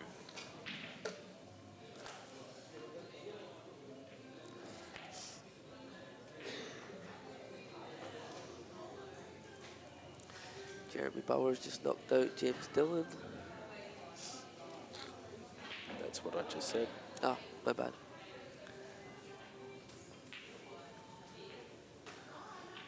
Rocky Hammond's 8-3 up on Dan Taylor. Luke Foster's about to pot the black to win, beat Vince Lawson 11-2. And he's nailed it. He's nailed it. He's definitely the man to beat. Alan Brown's got his... Alan Brown is on the board. Come on, Alan Brown. What happened there? I missed that. He potted the black, mate. Yeah, but did Matty miss an easy pot? Nah, Matt didn't leave himself good angle on the red, so he had, on the yellow, so he had to try and cannon the ball that was on the rail over the hole, and he hit it just a bit too thick, and the ball came out and left the gap there for the black. So Matt was just trying to claim that pocket where the black was, but that's Alan Brown on the board at 6-1, and as I said, 6-1. It really doesn't show the story of the match. It's Brownie's been playing well, but missing some crucial pots that you wouldn't expect him to. Yeah, well, we sort of said that both players haven't hit their straps, but yeah, Brownie's just missed too many shots at critical times. And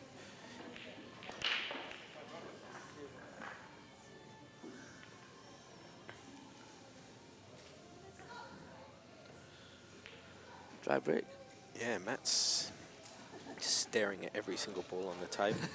Very angry that none of them decided they wanted to go in, and he's had a number of dry breaks.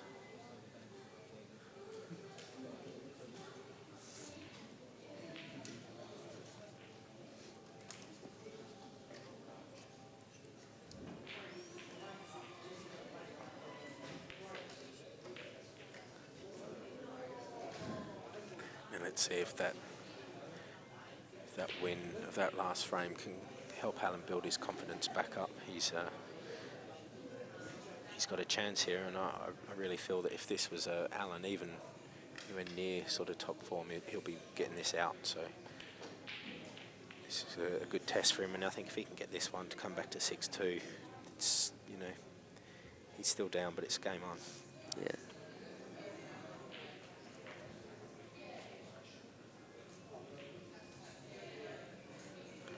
Jason Hawker is still standing here because Steve Saxon is still on a break, and Jason's just called 30 seconds.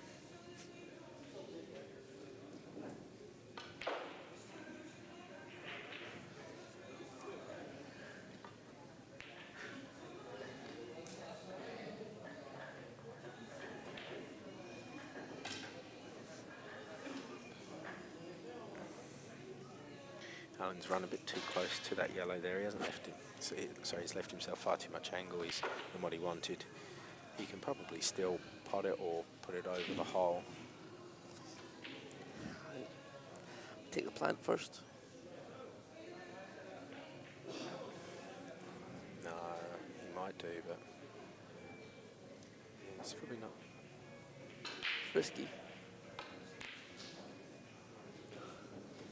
Brownie. He's making it harder for himself. Although he can probably cut that yellow that he's just pushed over there and then use the red to stop the white there. But he needs to get good angle on that yellow to be able to pot it and then get down for the yellow at the bottom of the table. He is the best cutter I've ever seen play pool, probably, but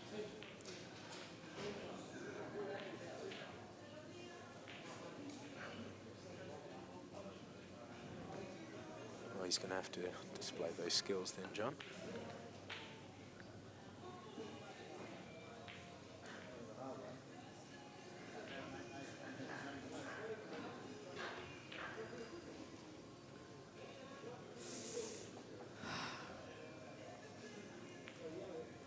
he left a gap there too.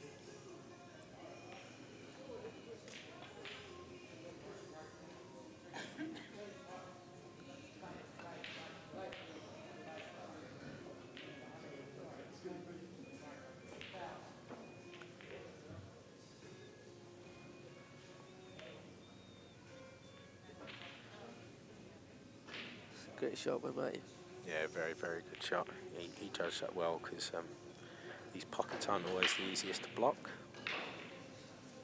especially not from straight on like that. So it's a good shot.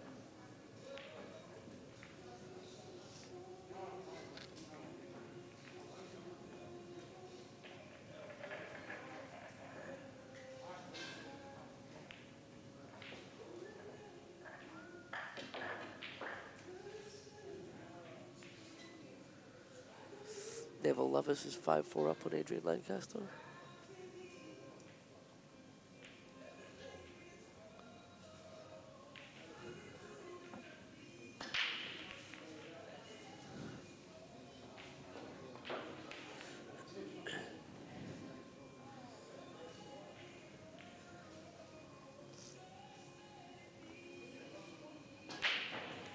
Yeah, it was a good shot there by Al, getting both his yellow and the black away from that red. Yeah, I think Matty will back himself to go for the out here, but I think he will. I just don't think Alan really had much other option.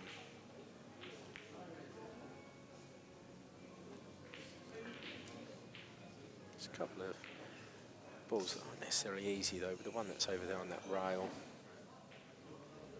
and then also the red nearest to Alan's yellow. do we know who Luke Foster plays in the semi-final?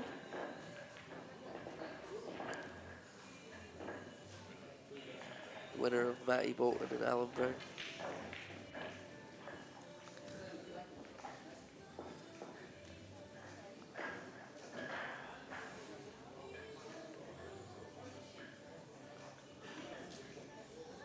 I don't think Luke would be too phased about who he plays out of the two. Either way, you're in for a tough match, but I think Luke would back himself. Probably rightly so.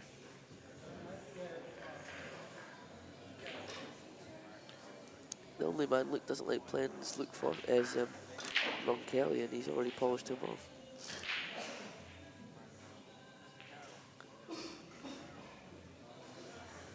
Ron Kelly is playing Mandar right now, and the score is 6-4 to Ron. 6-4 Ron.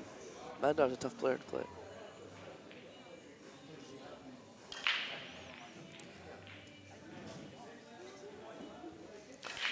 For Sacco.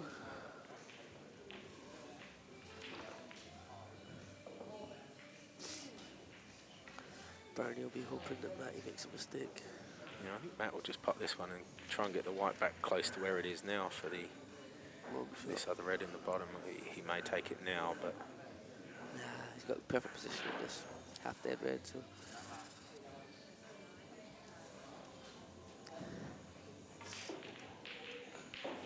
Again, but it was Brownie that was in control of the match.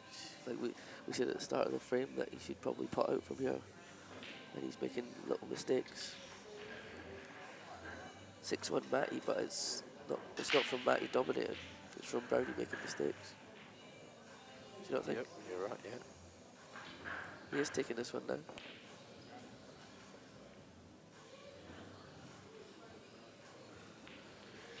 He left himself more angle than what he wanted there, but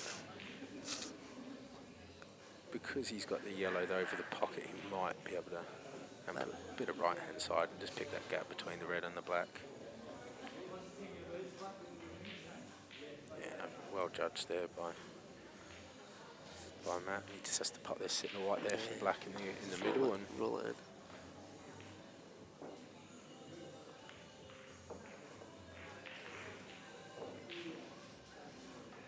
so I think that's going to be 7-1 to Matt Bolton. Yep, 7-1 bolts.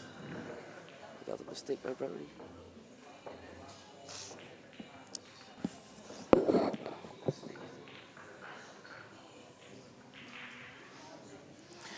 Saxon here with a chance to go 7-4, and with the balls of position they're in, he certainly should be doing it.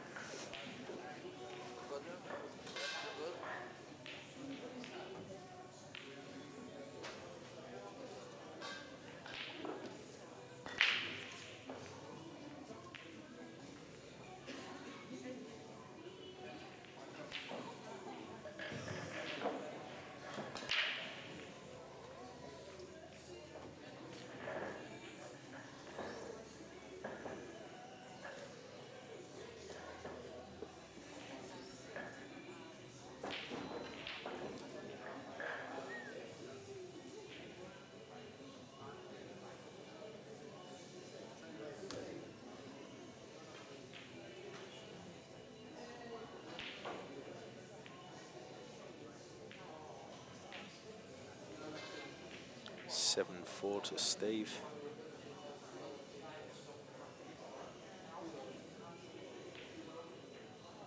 And this one, Alan broke this but potted the white.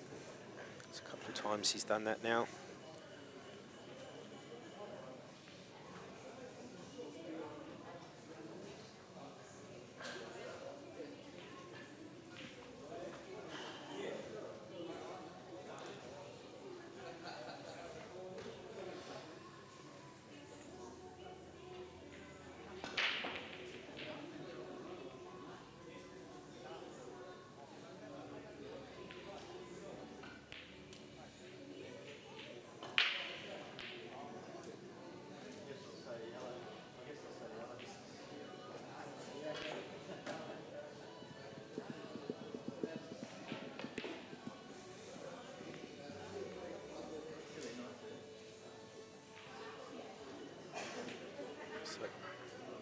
Ben Foster has just brought his match against Ben Judge back to 6-all.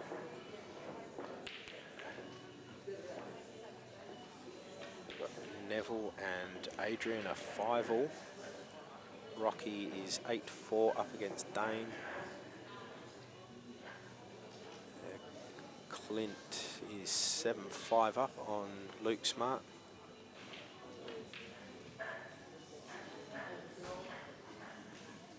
Nice shot there by Matt. He's playing with some confidence at 7-1 up as he should.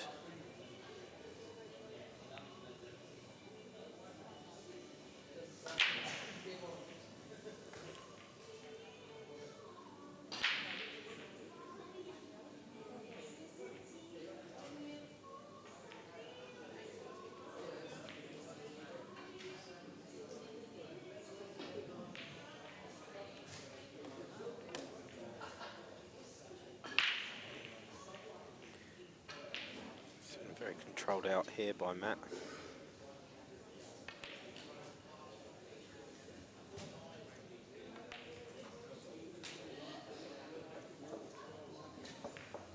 And it's now 8-1.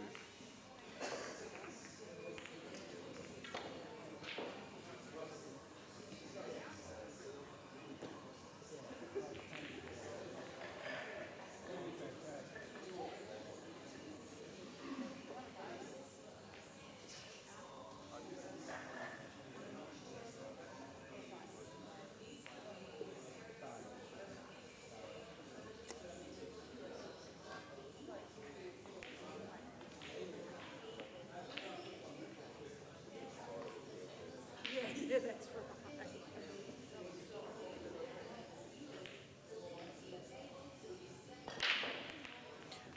That shot by Jason, it seemed to work out pretty well, but it almost looked like he had the angle to pot this red, to take this ball last shot instead. But if that has worked out well for him, then it's a bit of luck, but he's...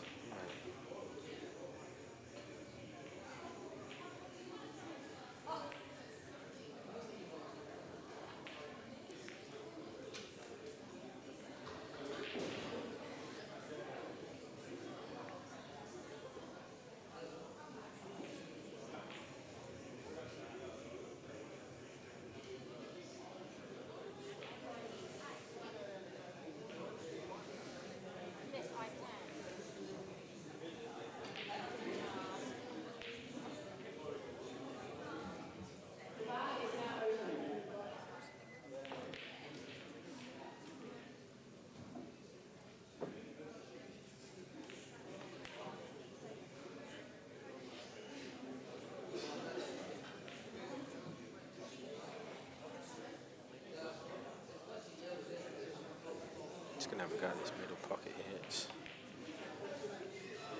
Looks like he's gone in off as well. Oh, very, very lucky there by Steve. If you ask him, he'll tell you he aimed to leave it there, but we all know the truth.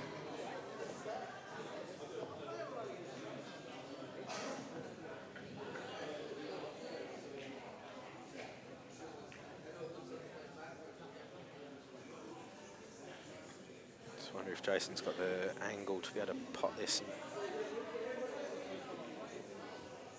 come across the table as much as he can for the red into the middle.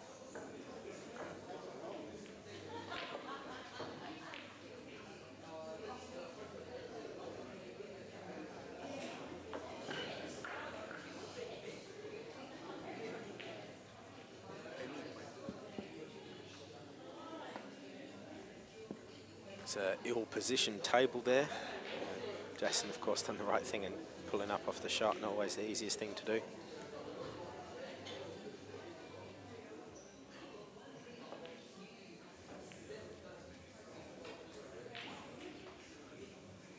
Yeah, very, very good shot there by Jason. That would have been quite easy to have hit that a bit straight and followed the white in, and so he's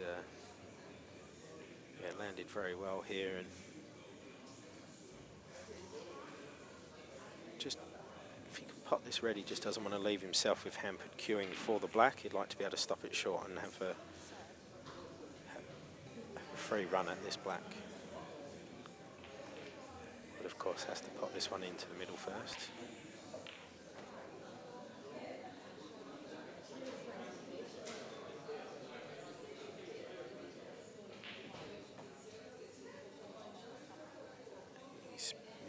Do exactly as he would have wanted.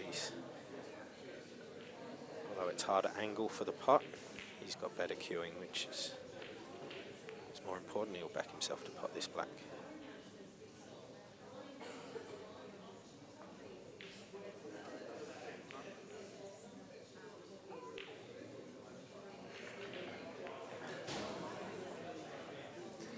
Nice finish and 7-5 to Steve Saxon.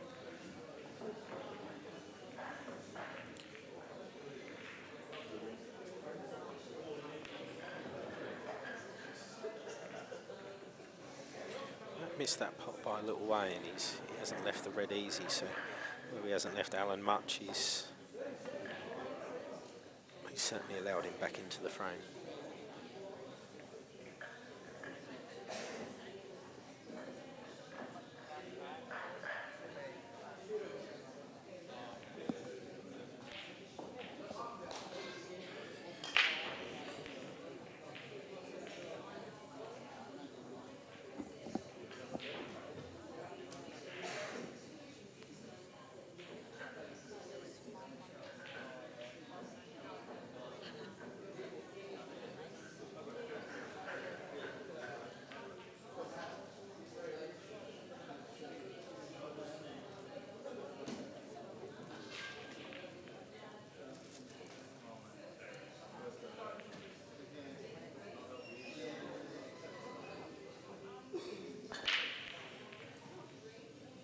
I think Matt will just double this red out over towards the other hole, and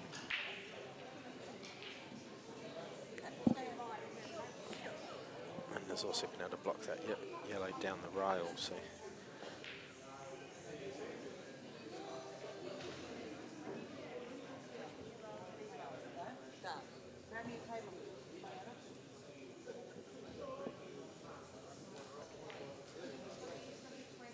Rocky Hammond has just won 9-4 against Dane Taylor.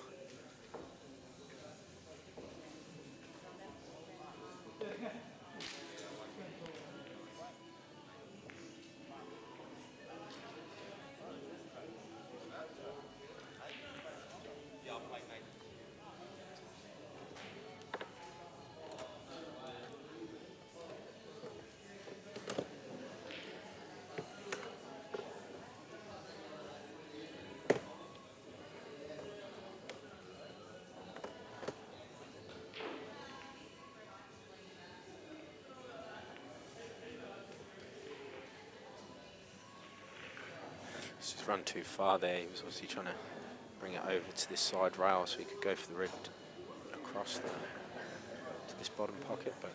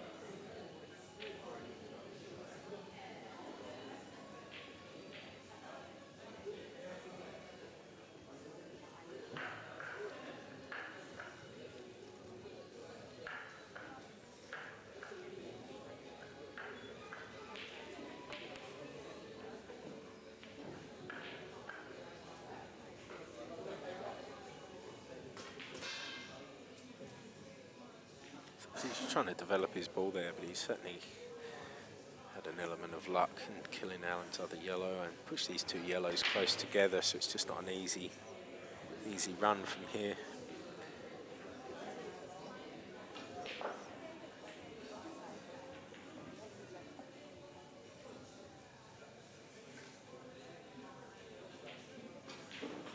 Just been handed the scorecard there for Rocky and Dane, which I said was 9-5 to Rocky.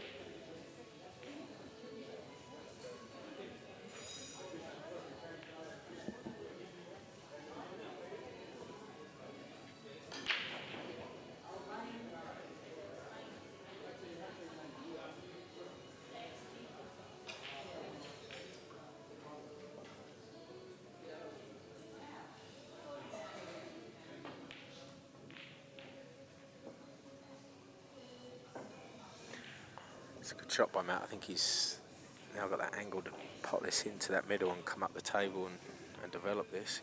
He's going to want a good kiss off these two balls. It's a big target to hit. Oh, very, very fine there.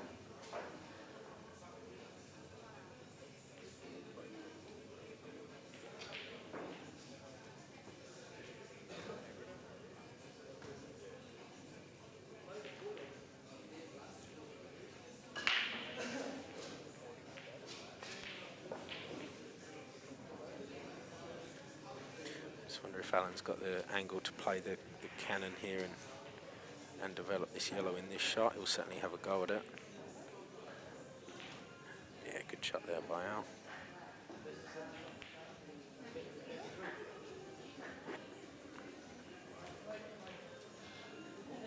He's played that shot just at a nice pace, didn't hit it too hard, as a lot of players, they tend to make the mistake when they're trying to develop a ball. They feel they need to really hit it hard, and you don't.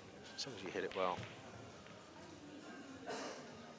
It should just be a simple finish here for Al.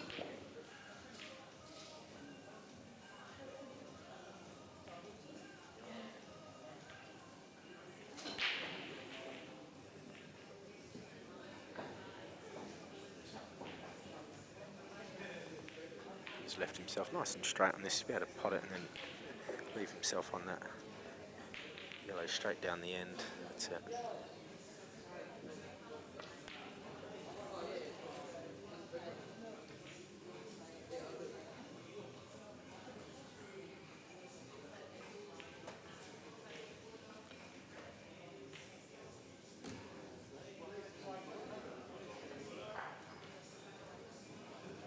Just going to want to stun the white. Oh, he's ran it right on.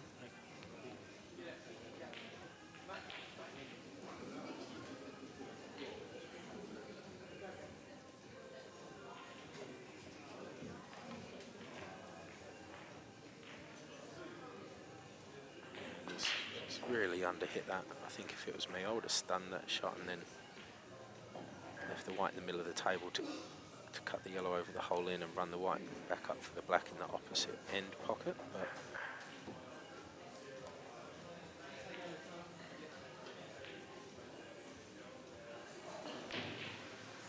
he's left himself, I think he can go for the cut here and leave the white relatively safe down the bottom. He's just nailed the pot, and that was a pressure black there to bring it back to 8-2.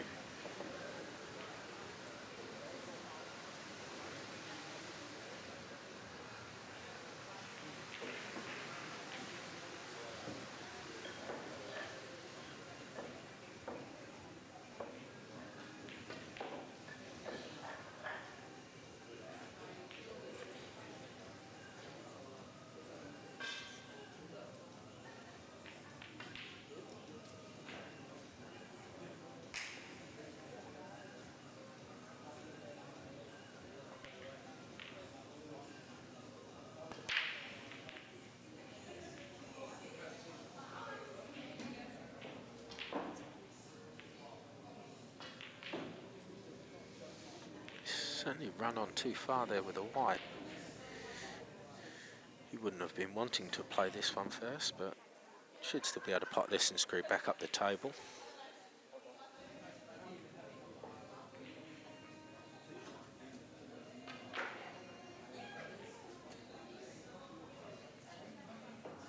Yeah, very well played there by Steve, and he'll pot this, and I think he'll come off the 3 rails for the black down the end. No, he's come over for the middle, so he's definitely overrun that. He won't be happy with that at all. I think he's just tried to do too much there. He really didn't need to. He's going for the cut into the middle pocket.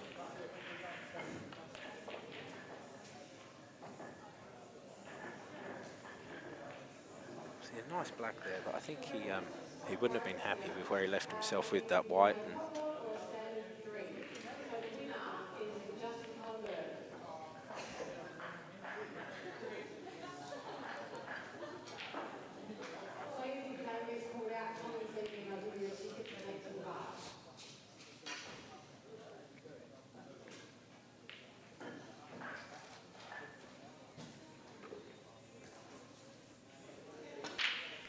looks like Matt's got quite a simple run out here.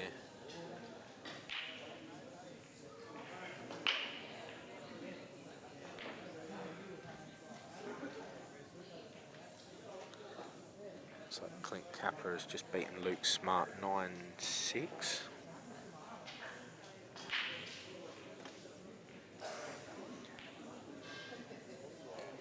Clint's going to be battling to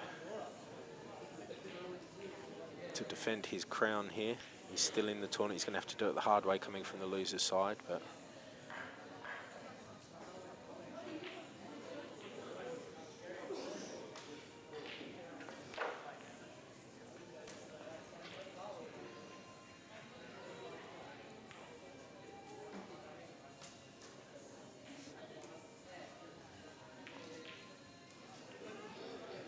Matt's going to play a simple shot here off that yellow. See if black doesn't pass, but nice easy shot anyway.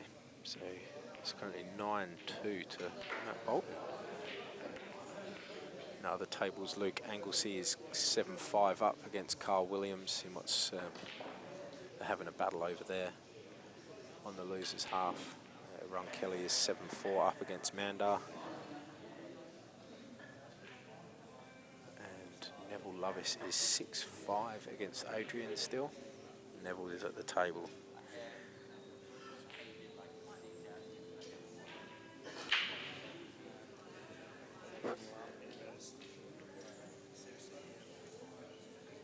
Just been given one of the earlier scorecards from Stone and Scott Alexander, and Stone got up 9-5. I think Scott can still be quite happy with the way he's performed over this weekend. So.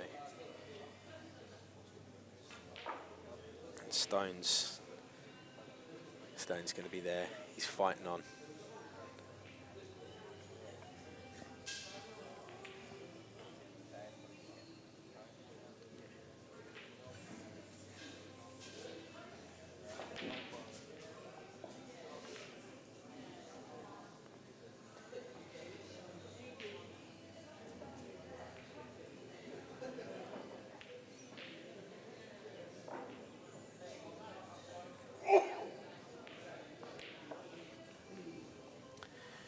Judge is currently 7-6 up against Ben Foster. He's just got one ball left and then the black for a chance at going 8-6, which at this time of the match, a two-frame lead is very handy, and he's finished very well on the black, so I think he's going to get that, and that's going to be 8-6 to Ben Judge.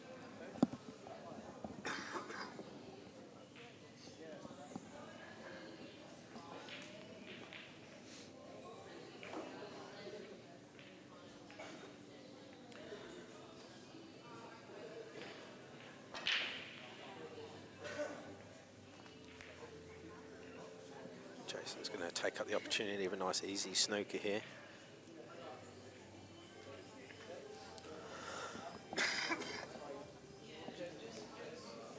Not a good shot there by Jason.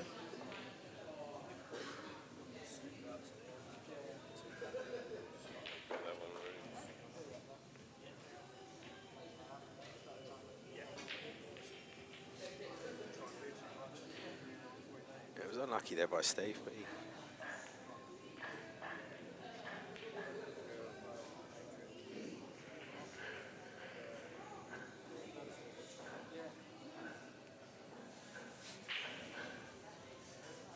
so Jason with two shots here, and certainly a good chance to peg Steve back again.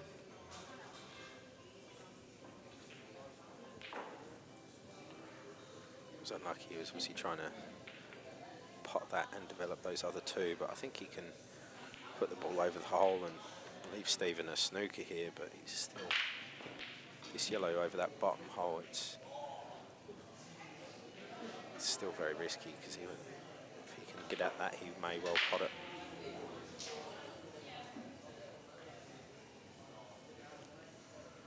Much better snooker that time from Jason.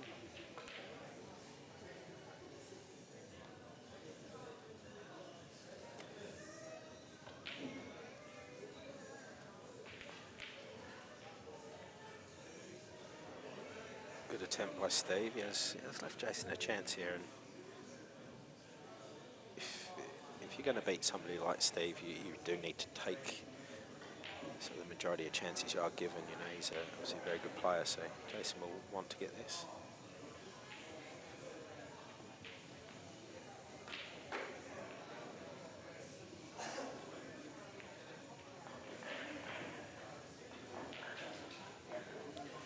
Likewise, Allen's left himself a long yellow. He's going to back himself to pot this, and he's going to have to control the pace well to be able to get to that black.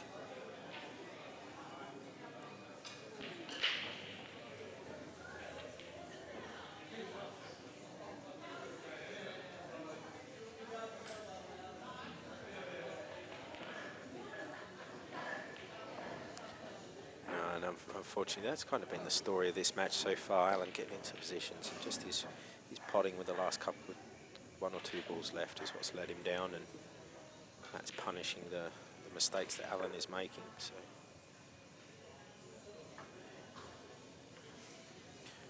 Jason's left himself a nice angle to be able to pot this and just run out past middle table, and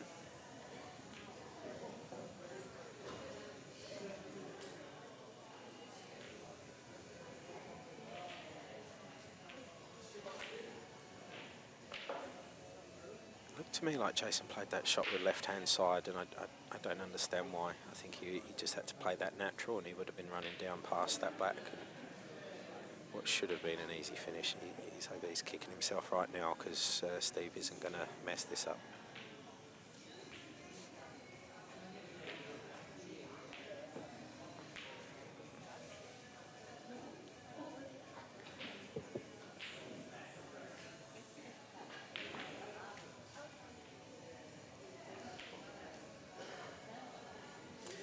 Steve with two shots here to go 9-5 up.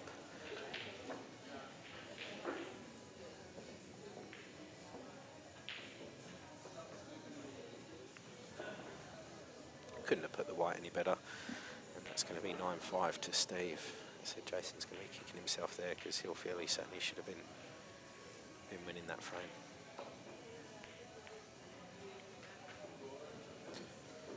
shot there by Allen to get out of the snooker.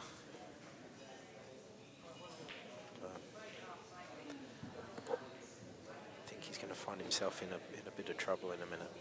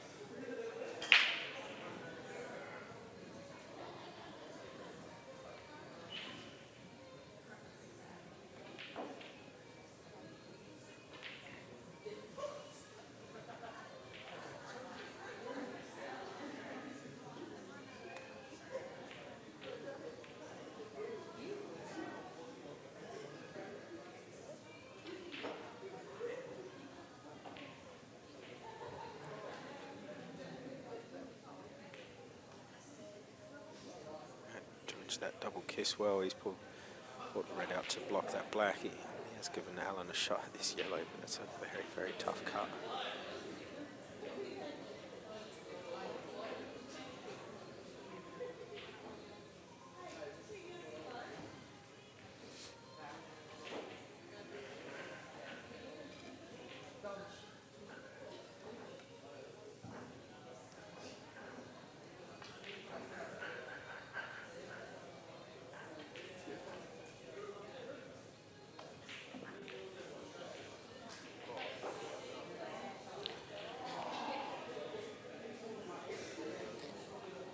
Unfortunately, when your luck's just not on, it's not on. That was a great cut by Allen. Obviously, cutting it like that, he was going to always send the white travelling, but that white could have gone anywhere. And to be honest, I think if Matt had played that shot, the white wouldn't have been going in, and that's just the luck that they're having. You know, it's really has sort of gone against Allen in this match. And at 9-2, he was already fighting uphill, but I can't see him coming back from now.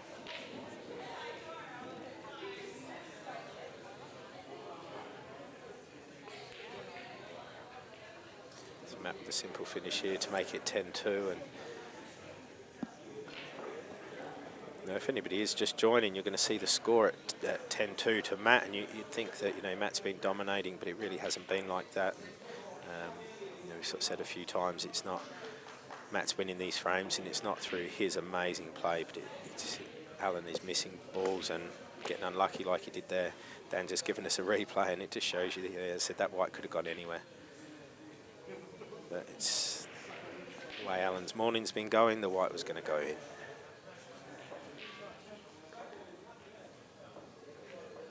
But Neville Lovis and Adrian Lancaster at 7-6 to Neville.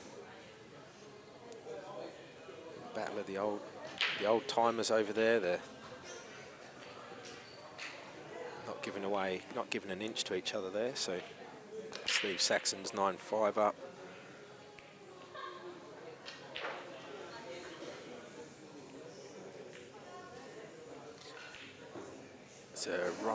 Ron Kelly is 8-5 up against. Oh, so no, sorry, I was looking at the wrong score. 7-4 up against Manda. Luke Anglesey is 8-5 up against Carl, so Luke's just one frame away from the spot in the next round.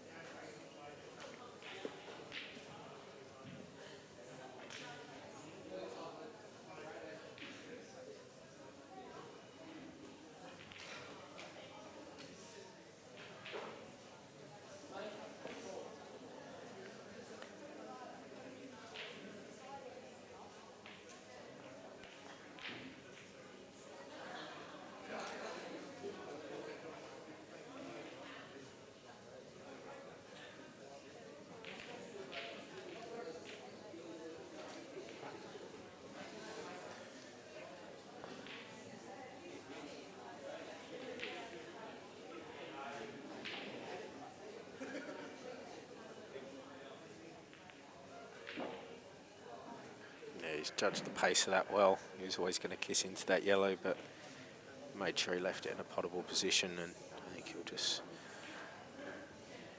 get into this white screw off that bottom rail for the black past the red into the middle, what Matt was just looking at.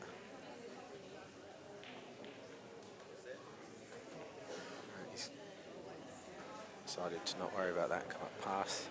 It's gone a bit far, but I still think the score it is, he'll pop this black.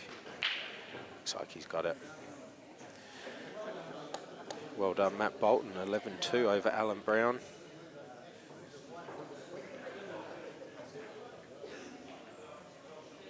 I think even if you ask Matt, and I will try and get Matt over here for a chat with us, I think he'll even say that he feels he can go up another couple of gears from there. So if he's dispatched of somebody like Alan at that, then it's sent out a message to the rest of the comp.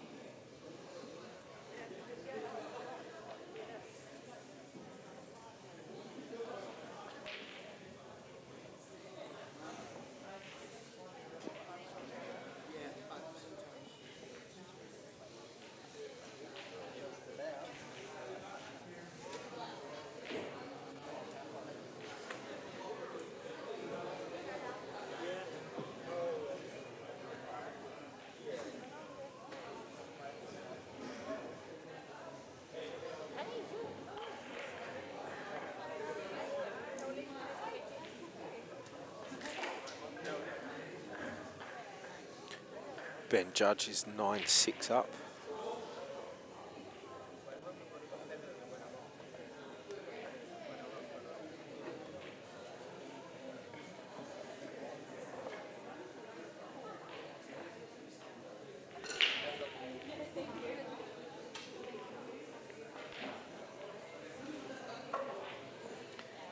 Looks like he's just about run far enough. No, maybe not.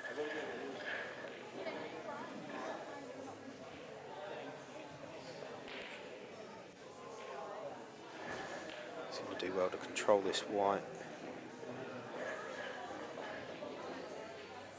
Yeah, it was always a fine cut like that. You saw always quite easy to hit it too thick because you are trying to still the pocket and slow that white down.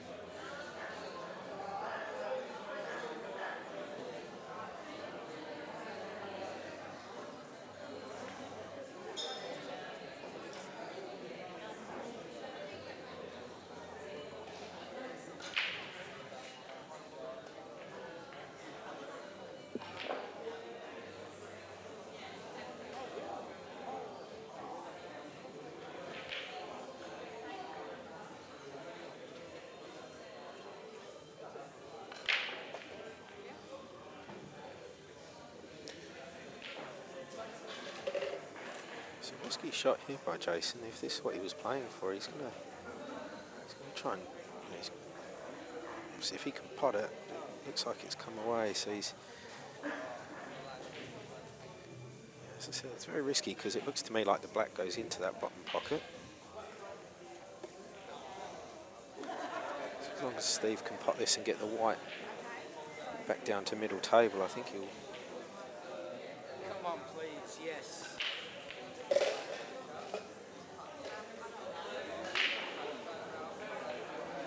So he's run a bit further than what he'd like, but I still think he can.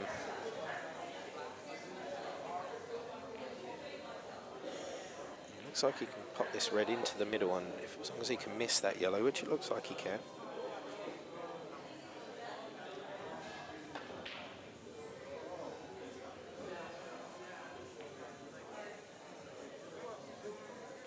the winner of this match is playing the winner of Ben Foster and Ben Judge.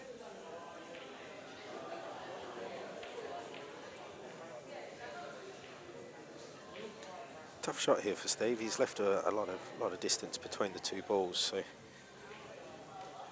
obviously just trying to get that yellow away from the pocket. But Jason's going to want to make sure he can.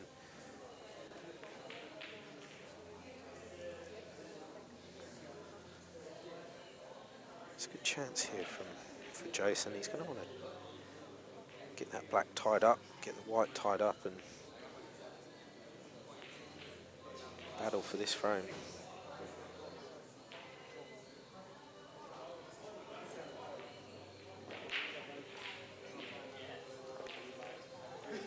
He would have liked that to have stayed, even though he was trying to pot it. Luke Anglesea's coming back victorious, 9-5 over Carl Williams.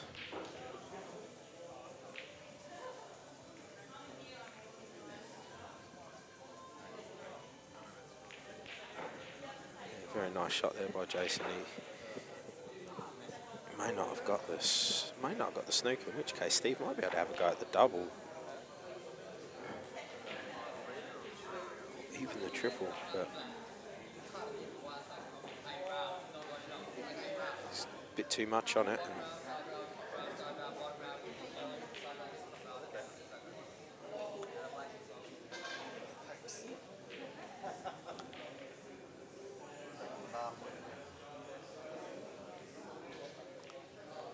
Mr. Kapler on the beer. Is that your breakfast, mate? Oh, just a relaxer. Just a relaxer, he says.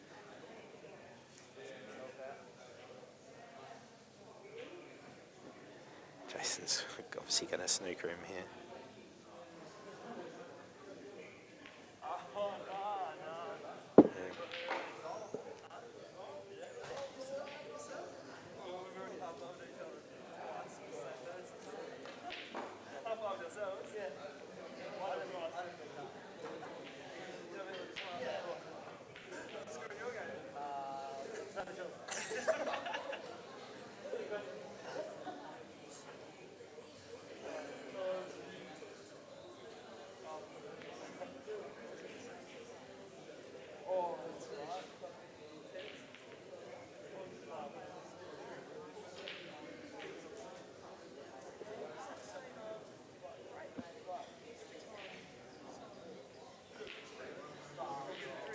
Good shot there by Jason, and again he's going to leave Steve snookered here, or he's certainly going to try to.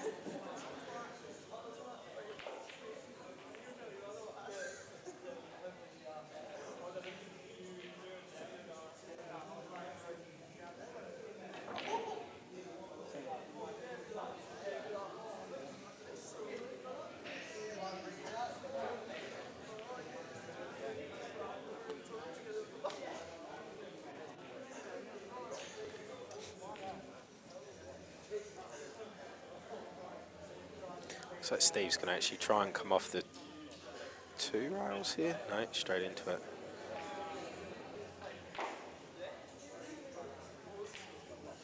He's left Jason a really good chance here.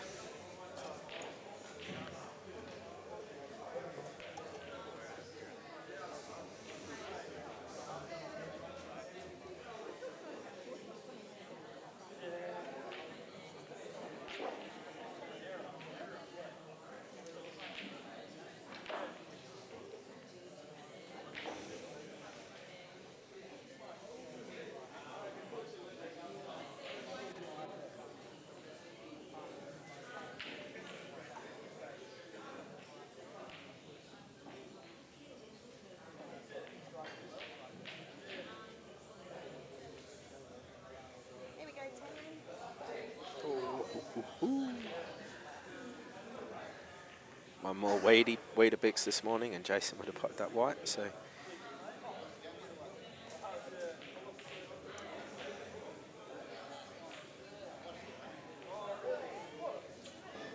yeah, nice finish there. They were all on, but he's done it well. So this for 9-7, and Hawkeye's hanging in.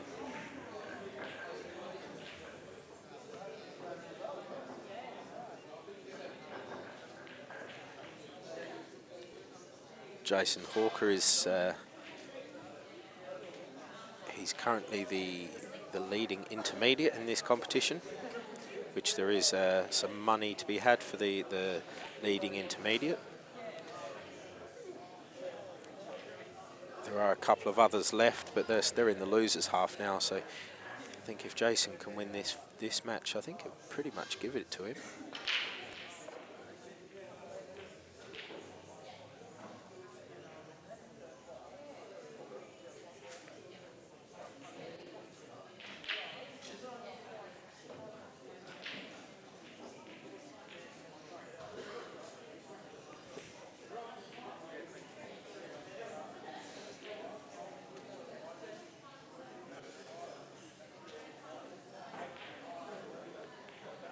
As you can see, the sponsors for the events are up on the screen, so if you're watching, please note down the names of these sponsors and try and help get behind these guys. These are 3 guys that are all local to the Perth, the pool scene, and you know the guys that we play against or play with, and it'd be really good if they've helped to get behind a competition like this, and it'd be good if we can help get behind them as well.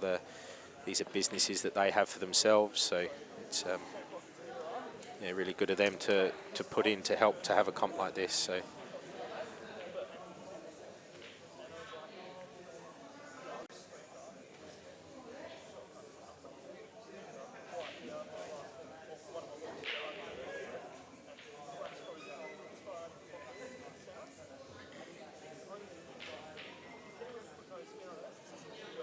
can see Adrian there at the bottom of the screen.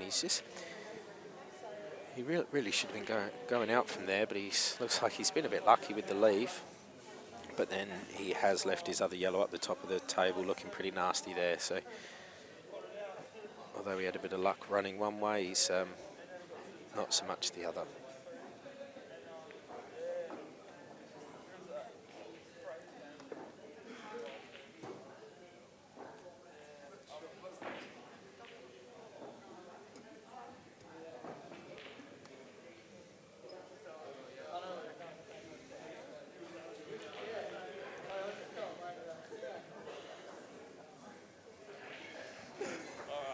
It's 10-6 to Ben Judge. And he's, I believe that was at 6-all, so he's really put his foot down and he's taken 4 frames in a row. In what looks quite ominous for the rest of the comp, because he's doing this against Ben Foster, who's been playing really well.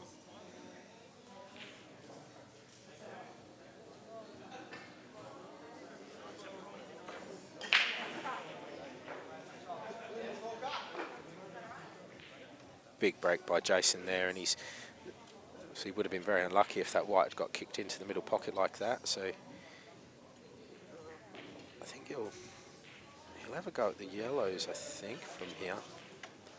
It's just that black ball's not the easiest, so.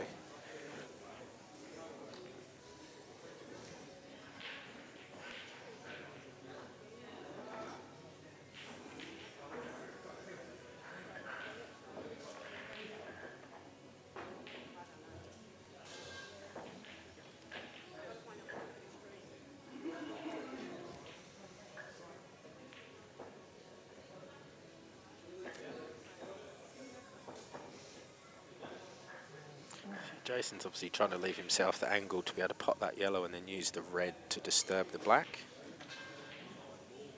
But it looks like he's got a little bit too much angle than what he'd like here, so he's going to be running close to that yellow. He's going to have to judge this pace well. Yeah, and that was always going to be the problem there, just with the amount of angle he had.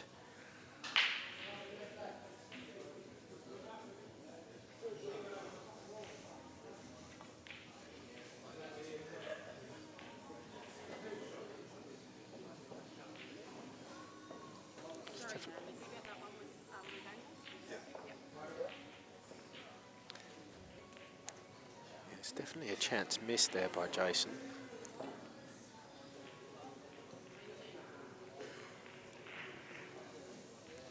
And it's going to be very hard to get to cover from here as well, so he's probably going to try and just feather off the yellow and run the white right back up to it to not leave Steve the red at over the pocket at the top left. yeah, so he's just concentrated on killing that other red.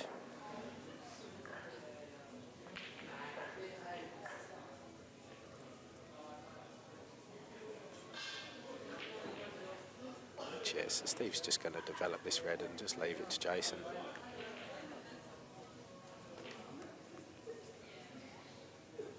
I think you'll find Jason just flick off this and leave the white in there behind the red, but his balls aren't looking as the good position that they were in just before.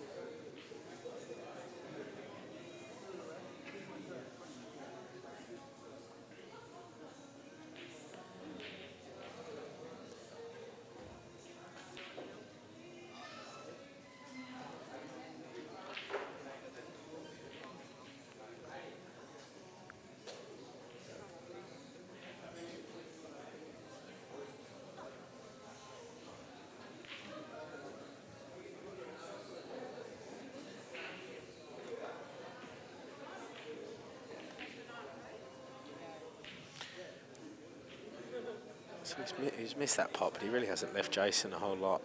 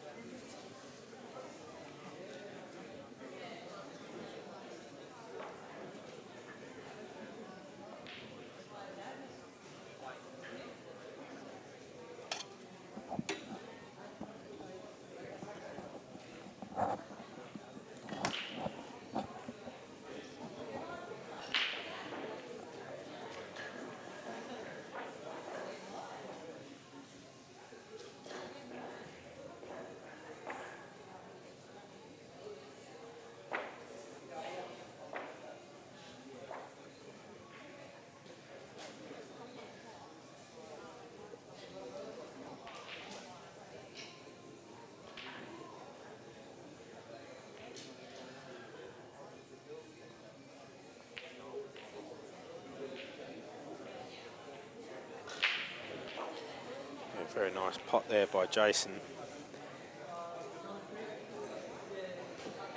Just wonder what he can do. He's obviously going to pot this and run the white up the table, but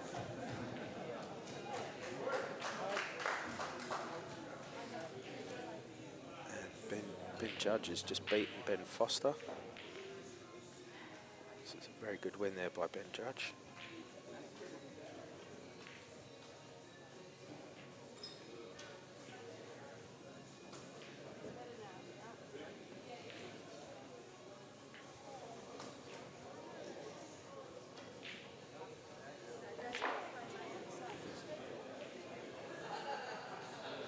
Jason's going to have to pull off some magic here.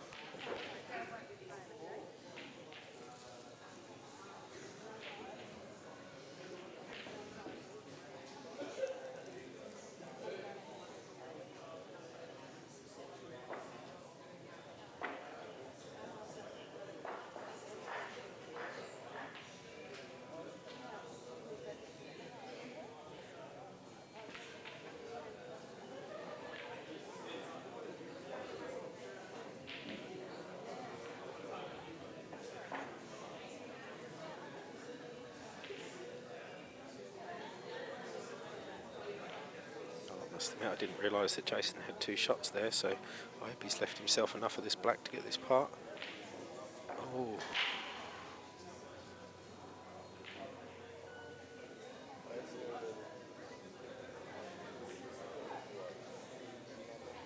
And that's It's just the problem where he just left it so close to that red. He was, I think, worried about hitting that. But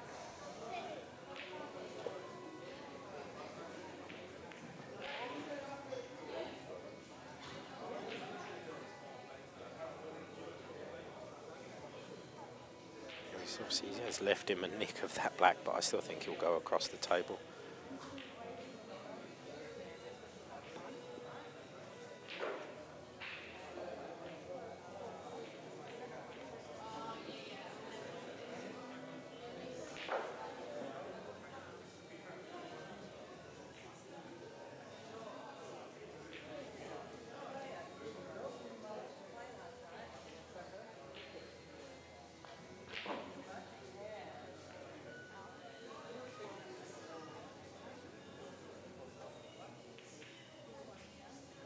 Very unlucky there by Jason. It's been very hard to not still be thinking about that, the 2 shots he just had on that black.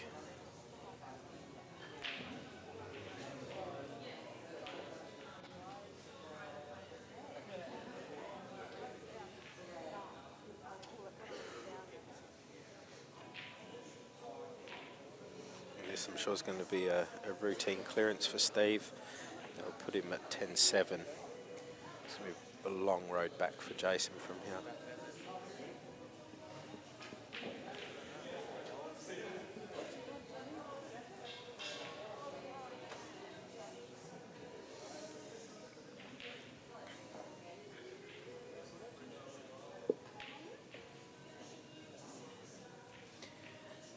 Mandar is currently 6-7 down against Ron Kelly, but he's certainly pushing him all the way.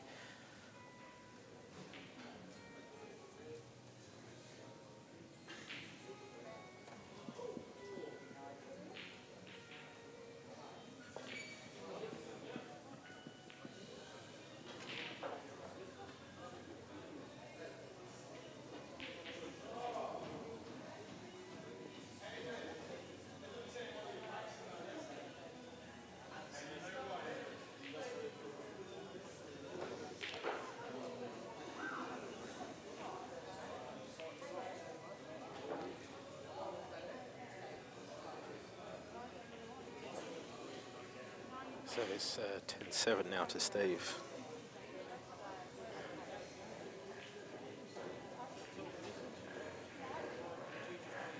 Neville and Adrian, it's 7 each over there.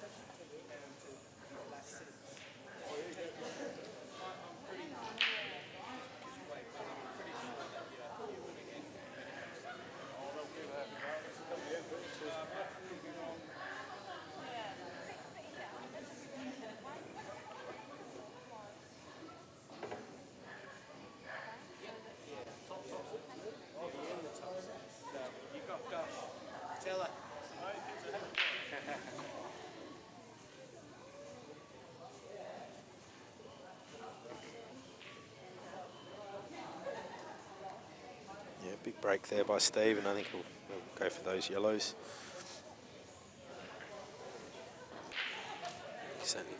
He's gonna have a go from here.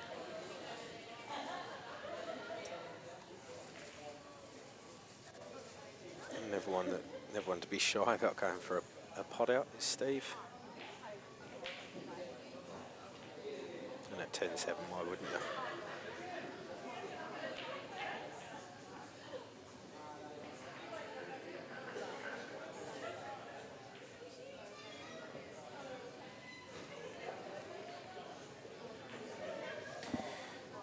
He didn't get that. He's got the pocket, and he's got Jason in a lot of trouble now. This is certainly Steve's game to lose from here.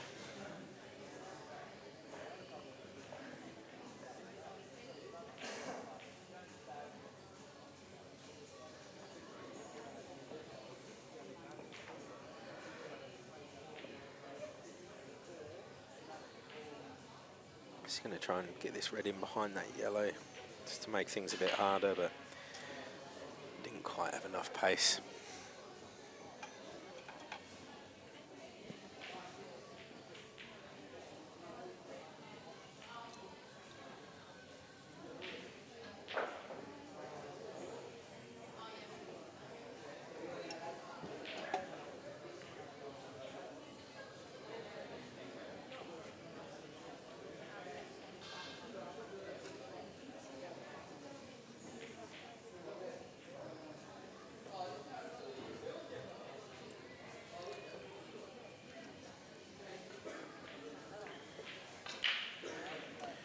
So he'll just put this one into the middle and run the wide on for the yellow at the top of the table.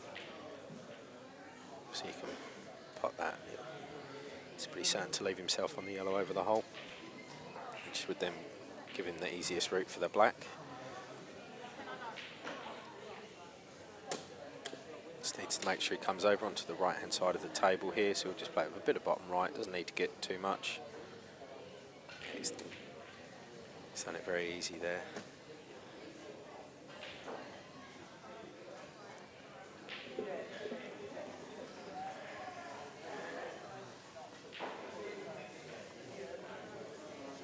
He's left himself a little bit more angle, more distance there than what he wanted. He's still going to back himself to pot it, but I thought he would have just run that wide up another foot. And he's missed it. See, that just shows you he took it too easy on that last shot, because he really just should have run that wide up closer to the black to take an all doubt out. But because he left so much distance, he did make the pot that much harder.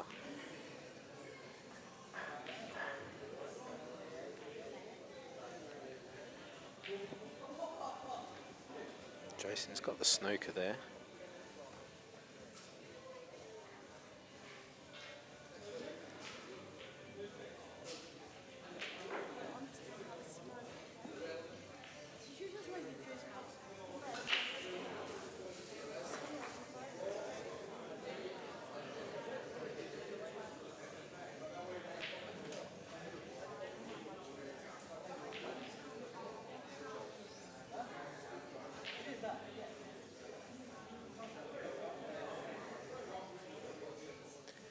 Good hit on the black there. He just made sure he didn't give two shots, and we'll leave it to Jason now.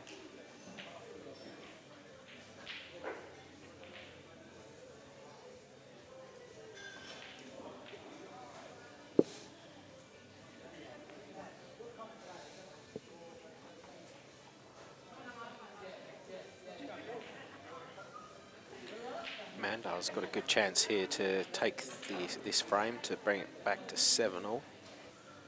He's been playing catch up for most of the match, so if he can get it back to even.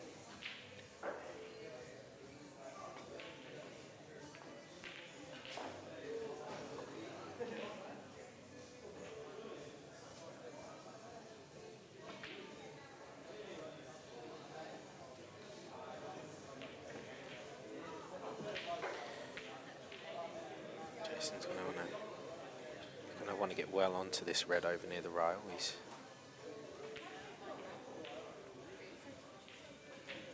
Yeah, very bad shot there by Jason. He really jabbed at it.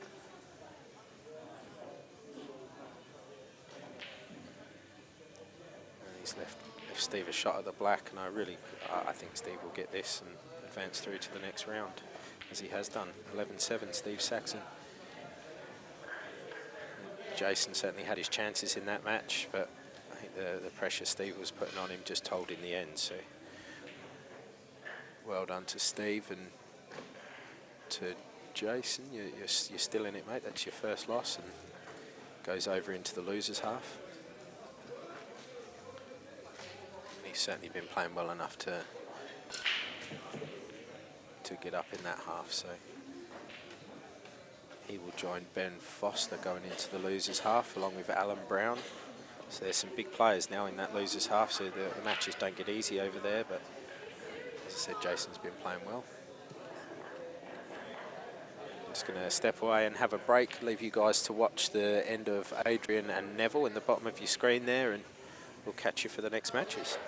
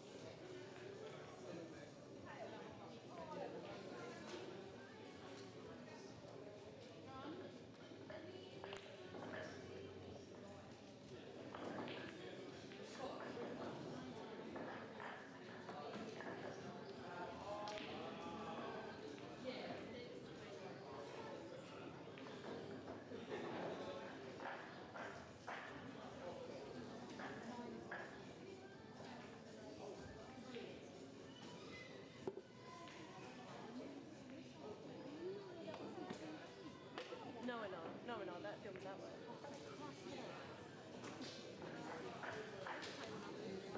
It was on that sheet. Oh no, but I just got it here.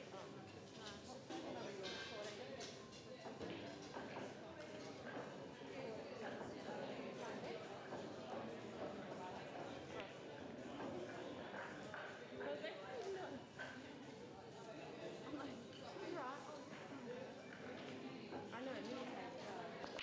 That would have fun. Yeah. No, yeah, I know, but the whole time, maybe.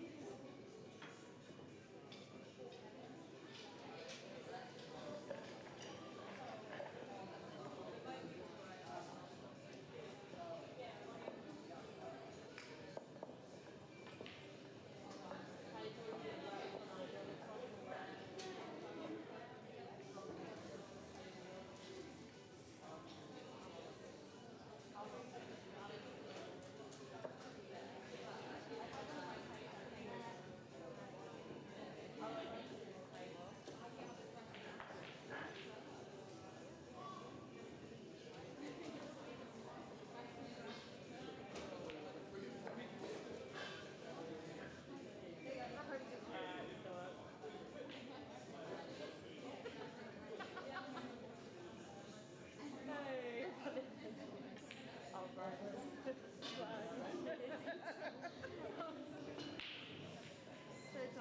I know.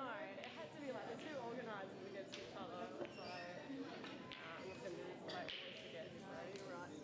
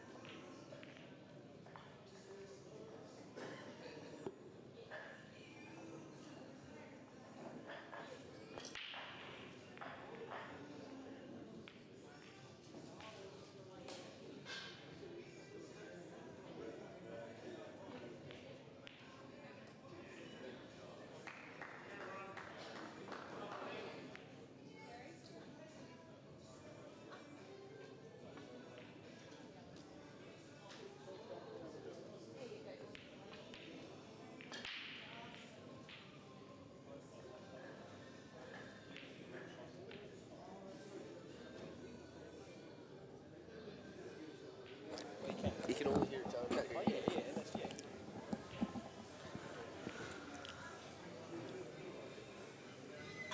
Hi guys, back here doing Jeremy Bauer v Clint Kapler's game in the loser's side. And Luke Angley v Stenhouse. Two potting machines. Should be a good game, I think. Luke Angley and Stenhouse. Or Jeremy Bauer. I reckon I'll caps you there. Kapler should polish Jeremy off, definitely. But Jeremy's in the best form of his life, so. But I'd still put a lot of money on Kapler to win this. Yeah, definitely. Jeremy Bauer, he's got bronze in the Super League. Yeah, bronze in Super League, which is huge because he's an 82-point player. Like, it's pretty massive. He'll go up about 16 points or something.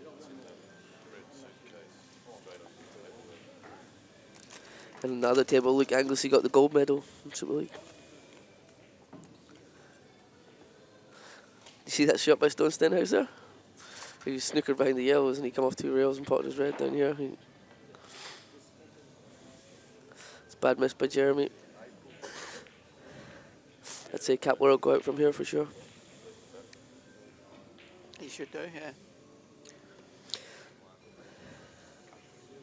Teammates in Super League. Jeremy and Clint. They play together, eh? Yeah. Clint's Jeremy's captain Yep. for the Hot Shots. They were runners up this year.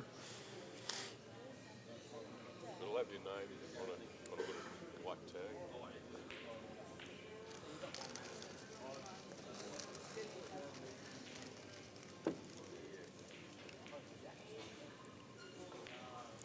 Let's go here, you reckon, Johnny? I think he might go for the plant. I think that's what he's trying to decide right now. You reckon he'll knock that yellow out? Go. Bottom of the red there. Yeah, I don't know if he's just going to pot the one over the pocket first and screw back or not. Ron Kelly has just beaten Mandar 9-8, which is Great a match. massive That's a effort great from match. Mandar, who's had the year off, to be honest. He hasn't been playing. He's moved away and had the year off, and he's had a good tournament. So Ron Kelly goes through to the next round to take on Mark Carroll. Doesn't get much easier for Mark Carroll. He just knocked Nathan McMahon off. Now he's got Ron Kelly.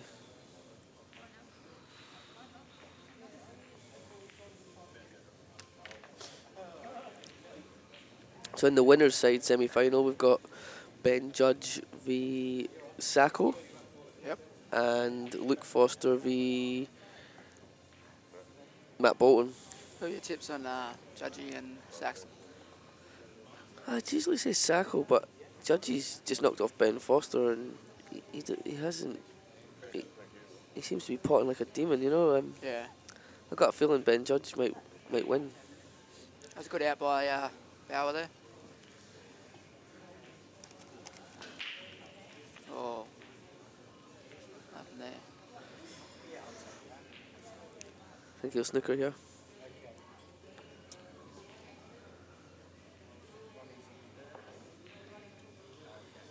Oh, it's a great double. Good double. Confident.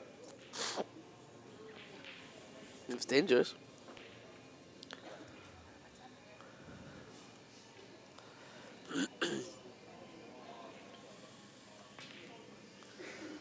It's pretty risky going for the plant here. It's a good shot. Oh. Oh. Caps. And he's snookered. Jaw snooker there. It's pretty risky going for the plant. I don't know why he didn't need to. It's a little bit too hard.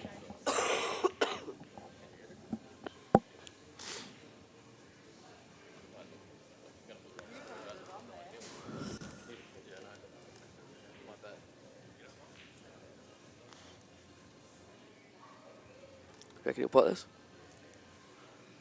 Even if he doesn't, I hope it sits over the hole. But, yep, Perfect. it's a good shot.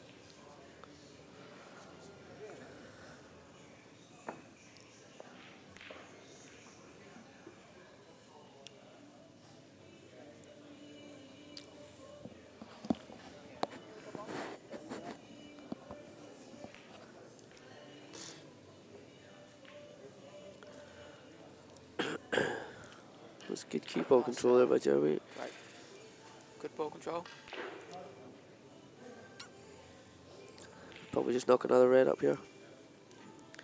What about running the black up? What do you reckon about that? Yeah, but then he's probably going to leave Jeremy on the pot if he runs the black up. So he'll be able to clear the table and still have two to knock the black and red out the same shot.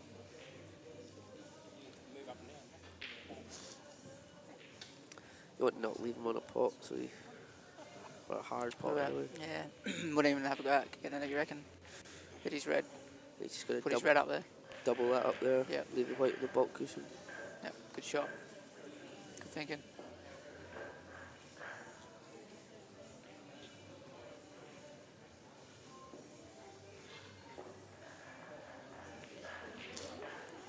He's looking at a gap, is he?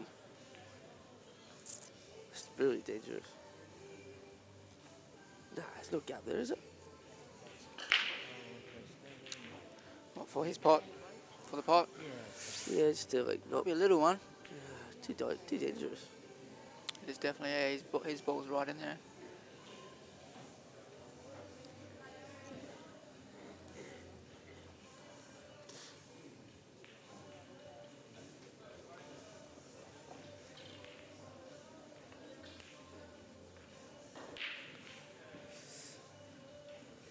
probably wanted to get that one. Yeah, we'll play a snooker again here, because even though it's quite easy to get out of, it's the black's hard still, you know.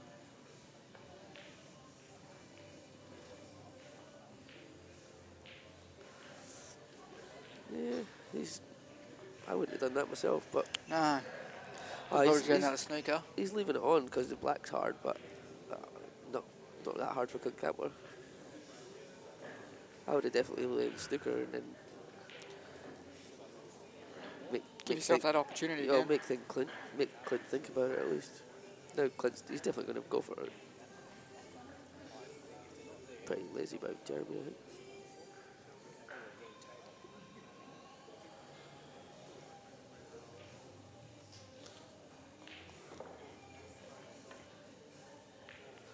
Oh, Clapper.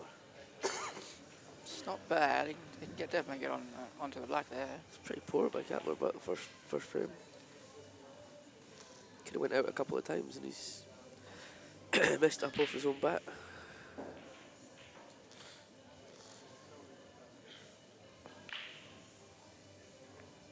Go for the swerve.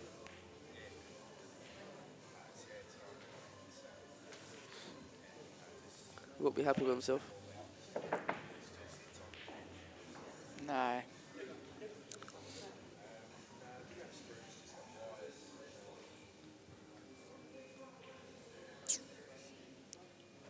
Perhaps should go out from here, I reckon.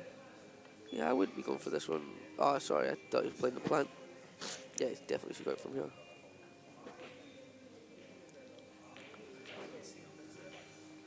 See, it's worked out for Bauer, but I think the shot Bauer played before was really quite poor, but Well, maybe just a bit, yeah. Kepler messed up.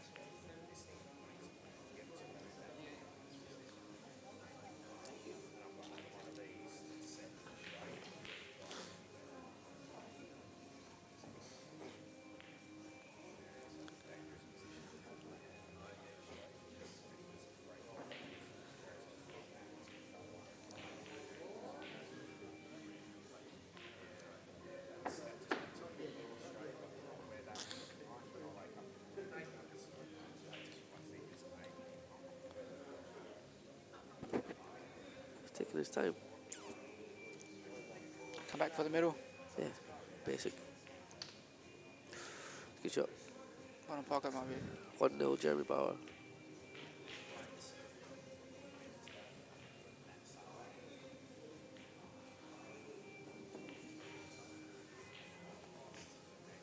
Yep.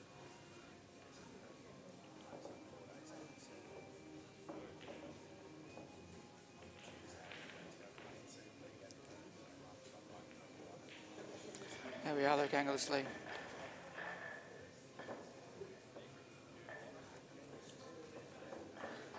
Who's that?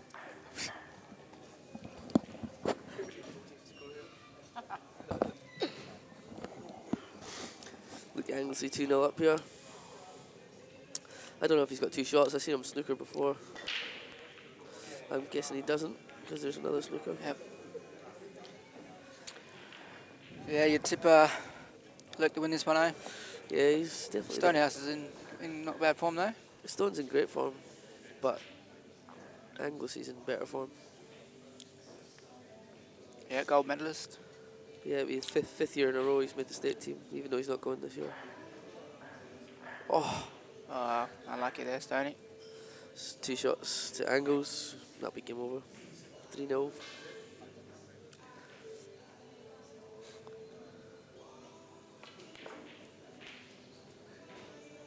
Whoa. There's no need for Angles to do that. It's a little bit too hard. Nah, there's no need to even go for it. He's got 2 shots, yeah? Yeah. 2 shots. You think he'd go out from here? Yeah. Not if he goes for another crazy shot like he's done.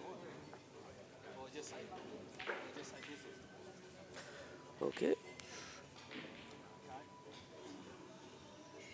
He's got other ideas, I think. Yeah. Probably just get this one off the cushion, just set him up for it.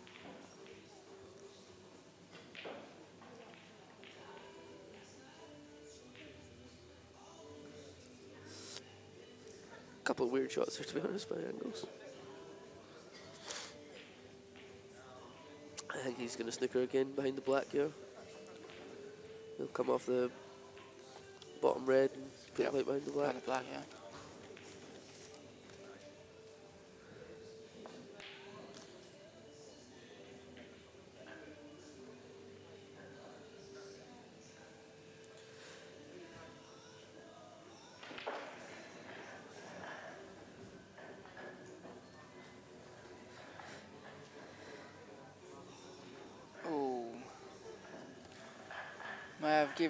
Might be on here, Stenhouse.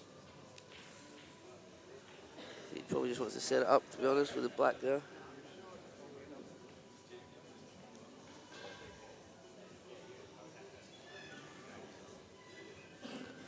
Can you see it? Can he? Yeah, he must be able Yeah, to. I think there's a little bit there.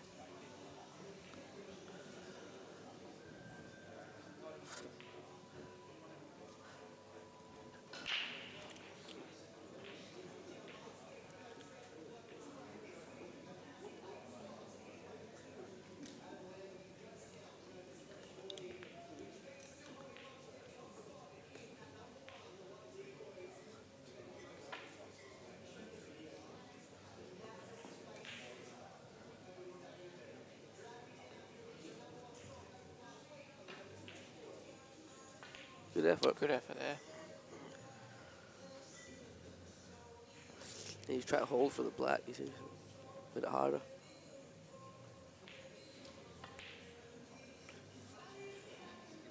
Campbell just missed the black. Yeah, we're just in that, yeah.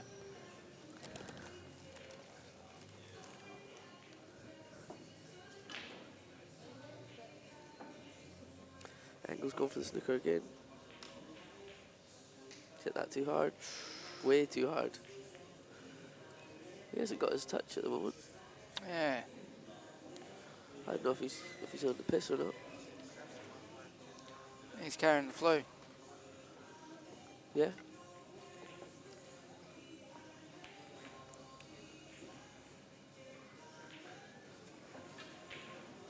Oh, Stoney. He's Stenhouse. flicked it.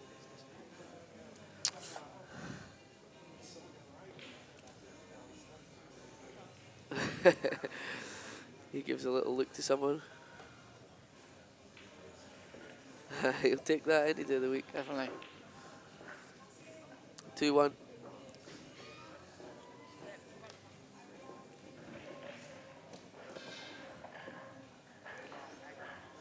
What's that?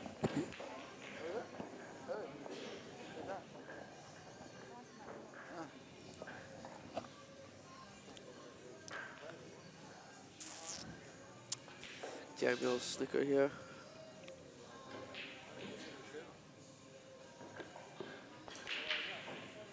Nope, he's gone for the double. It's a great pot. It was, but he's still got a dead So ball. You just- see the snooker doing. He goes for it a lot, Jeremy. Goes for it out 95% of the time.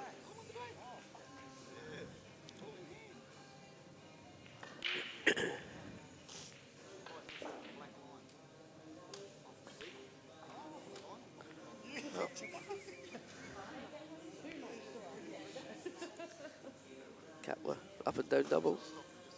In or over the pocket that Jeremy just missed the red in. Yeah, you'd think it'd slide it up, eh?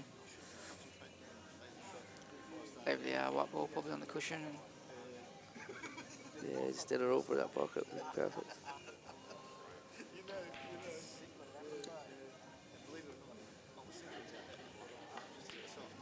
Oh, he just goes for it. He's flicked it. He's flicked that's it. an unbelievable That's leave. Unbelievable flick.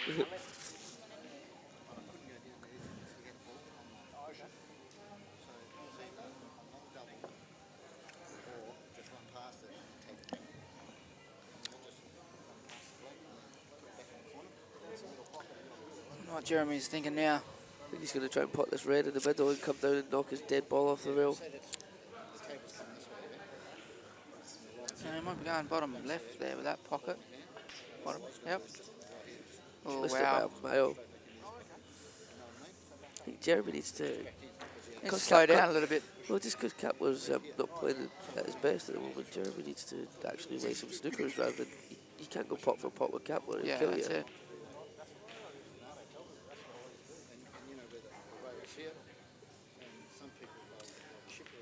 Yeah, it would have been great if he got that, but that's a hard shot with the black over the pocket. Like, look at it playing a safety. But you tell him.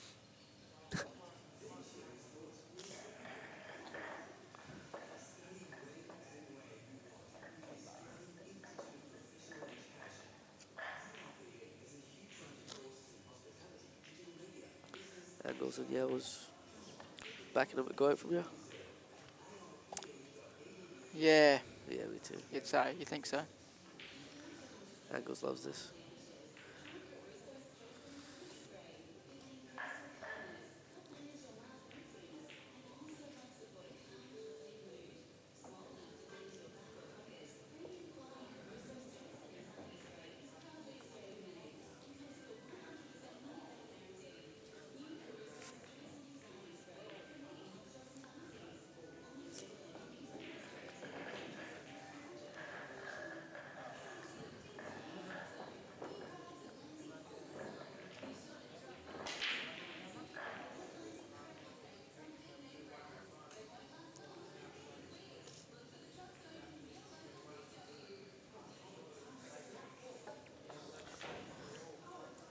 Angles definitely looking to go out. He's in some good position here, and it was bread and butter for him.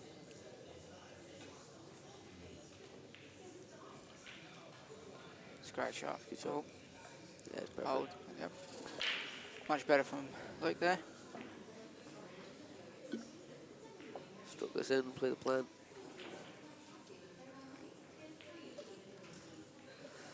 Straight plan. Plays very quick, doesn't he? Very quick. It's a great shot.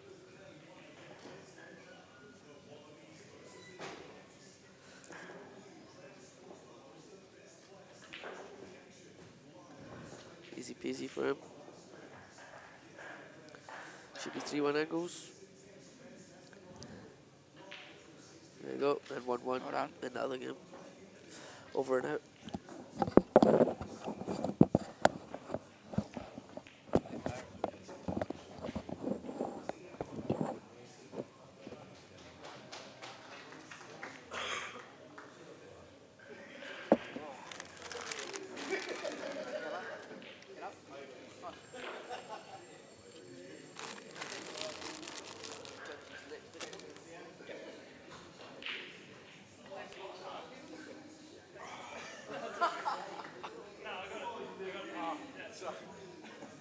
She never actually came back.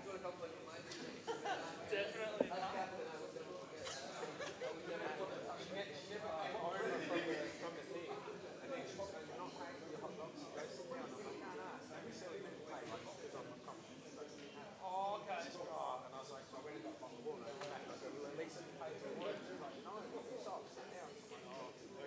So I just walked off.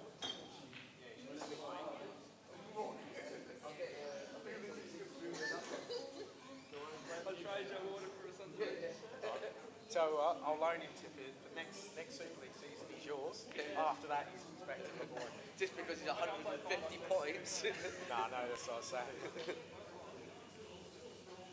What are you going to do next year? Well, I don't think Angles is playing. Are you going to have a year off? Yeah, week's going to be around. Oh, he's going to 6 weeks or something.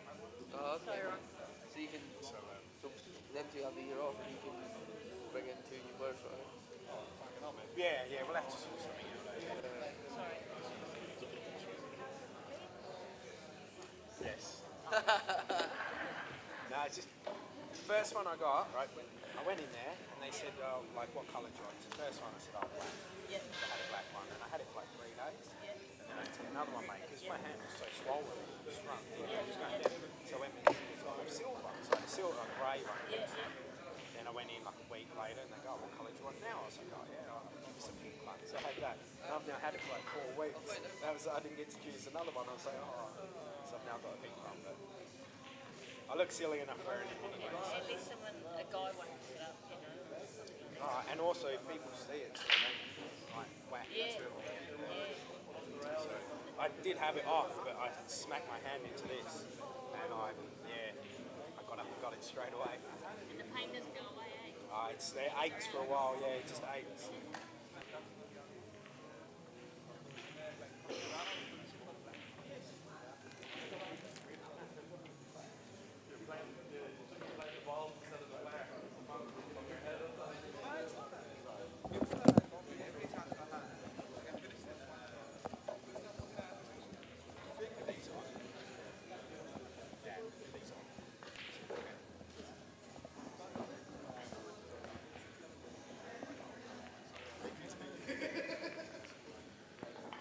Just had Neville Lovis has just won the deciding frame against Adrian Lancaster to win 9-8 in what was an absolute marathon of a match. Even just the last frame alone would have taken close to 40 minutes, I would have thought. So well done to Neville to stay in the competition, and I'd luck to Adrian. So on the matches we've got at the moment, we've got Luke Anglesey and Stone Stenhouse in the round 4 of the losers half. Luke's got out to a 3-1 lead early, and both of these guys are very, very good potters, very attacking players, and this should be an exciting match to watch. On the other table, we've got Clint Kapler and Jeremy Bauer, two teammates in Super League. So the two hot shots playing off against each other. So these two like to practice together as well, so it'd be an interesting grudge match there as well.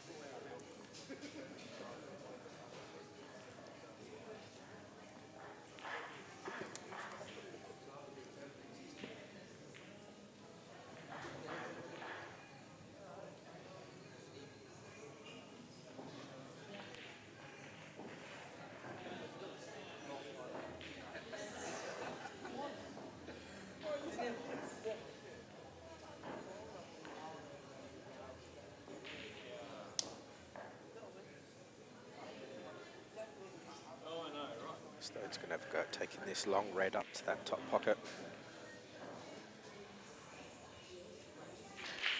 Stone's a local, a Mandurah local, so these are his home tables, so he'll feel very comfortable on these.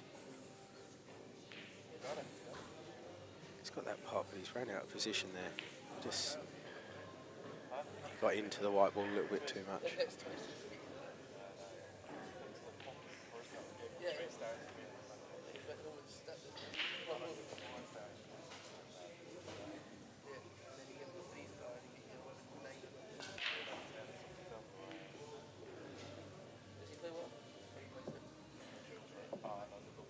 So containing safety there by Stone, making things a bit harder for Luke.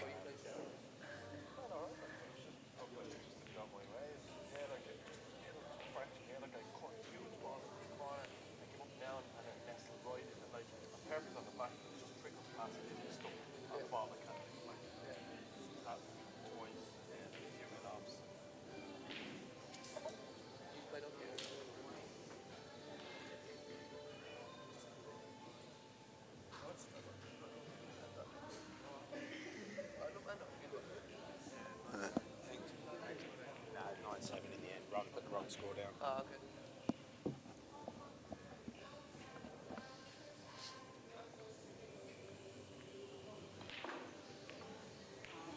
Luke's going to try and just develop this yellow and take cover behind probably the two yellows bunched together in the middle.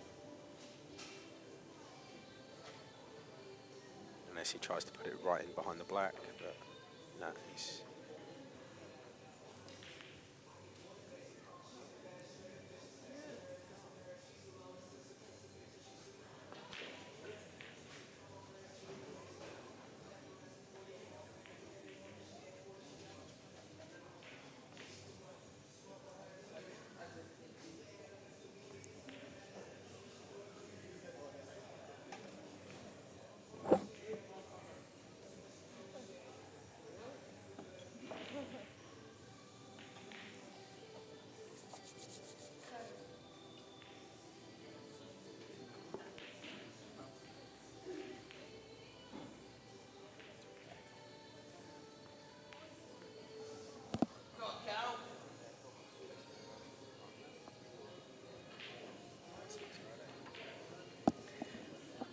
Luke's left Stone a shot at this. He might be able to use the yellow to slow the white as well. Jeez. Whoa. Was unlucky. Probably would have been better off just running the white up the table a little bit more and leaving himself a bit more angle. But then that's hindsight.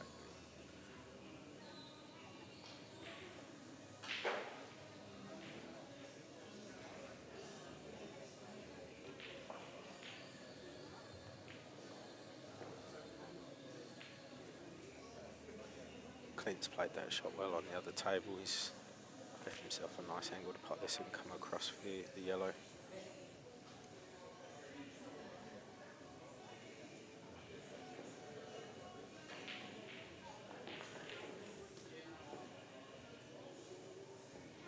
He's ran on a little bit too far on that, but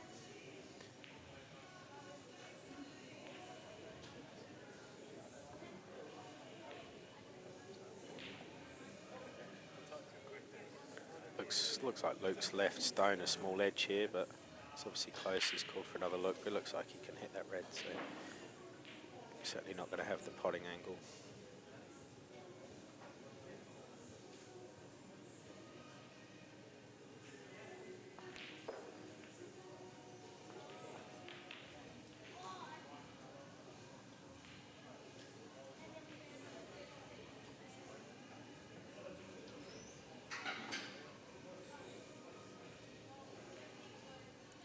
Luke's going to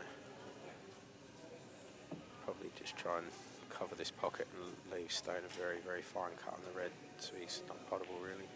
And he's decided to go for it.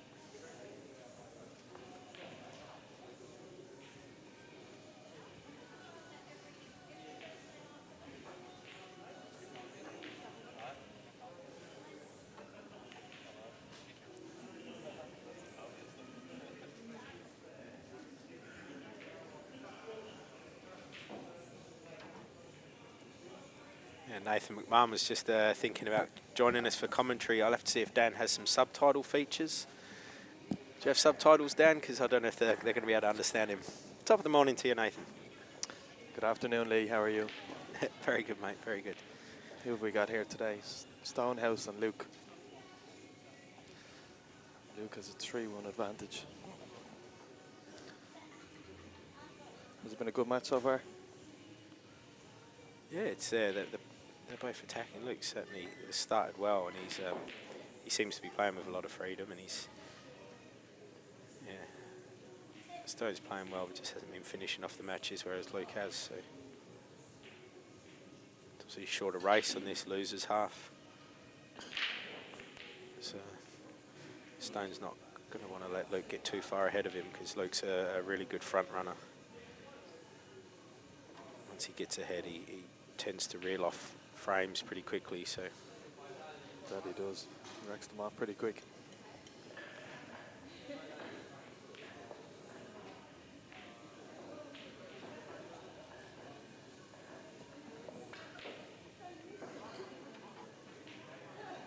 Jeremy's played a very nice shot there. He's well judged to screw it back across the table for the red into the middle.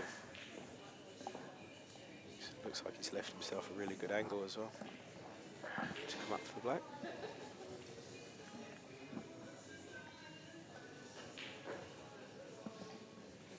Yeah, that's a good positional shot from Luke.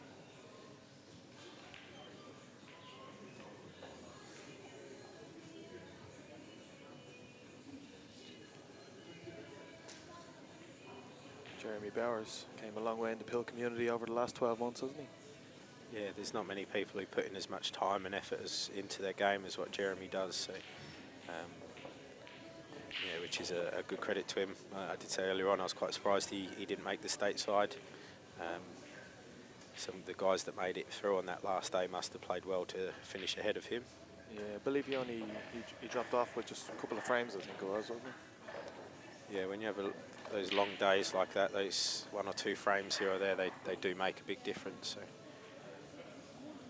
So you once again, Lee, made to see him second time round. Yep. Pretty happy.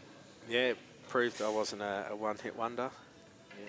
Just that I hope I can perform like I did last year. I was very happy with the way I played and set my bar a little bit higher for this year. Yeah, the team's looking pretty steady now as well. It's turned out to be quite a good team. Yeah. I mean, this year we had a few players, yourself included, that couldn't travel for varying reasons. So, but I think the team that's come together is still going to be a very handy side, and yeah, we're going to be no easy beats, that's for sure. Yeah, you've got some good depth and good experience there as well, with Neville Lovis been around the game for a long time, and Sacco's been several state teams, yourself last year, and young Stonehouse hitting the ball very well as well. Stonehouse, changing his name for him. Oh, Stonehouse, yeah.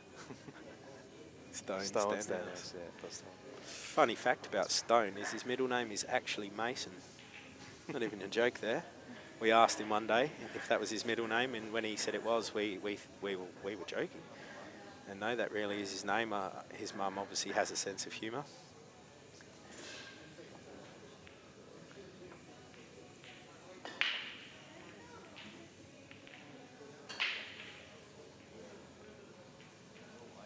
I was saying before, with Jeremy and Clint, they're both teammates in Super League, so, and they do often practice together. So sometimes it can be strange to them play in a serious competition against each other. It can sometimes be hard to really switch on the way you should do, because you're so familiar to playing this person. But generally in practice, Clint seems to smash Jeremy quite often. I actually don't think Jeremy's beaten him in practice just yet.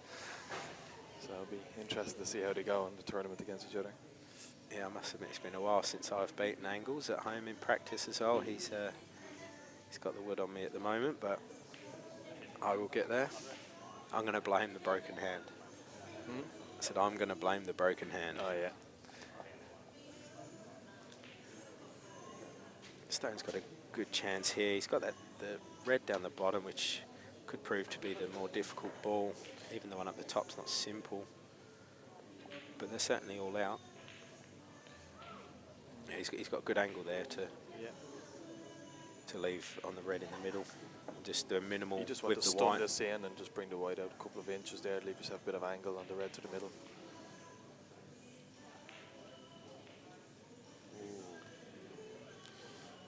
Yeah, you won't be happy about that miss, because these are all can open. be quite generous pockets. So I'd favour Luke to go out here at this visit, yellow into the middle and cannon into the yellow in the middle of the table to hold. Slip past it, that's okay. just not sure if the top yellow of those two looks like it goes past to that bottom corner, but sometimes the angle on the screen can be a bit deceptive.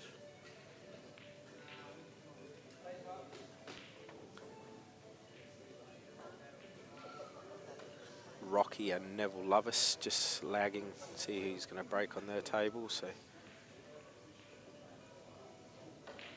that could be another long match there, because Rocky doesn't mind the defensive battle, and Neville's already shown in his last match that he's prepared to go the duration.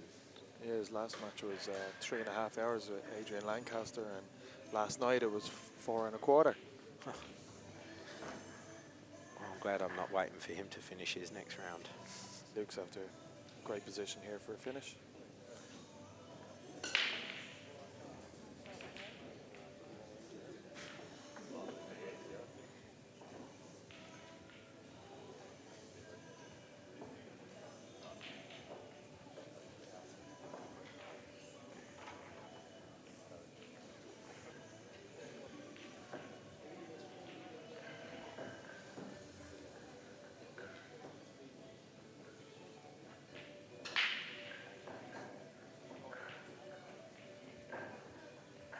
Didn't worry about doing too much with the white, because he's just going to back himself to pot this, and it's a long shot, it's pretty straight, he should get it. Yeah, he's done it easy. This is looking pretty ominous here for Stone. I know it's still some way to go, but as I said earlier, once Luke does get in the lead, he's pretty ruthless with it.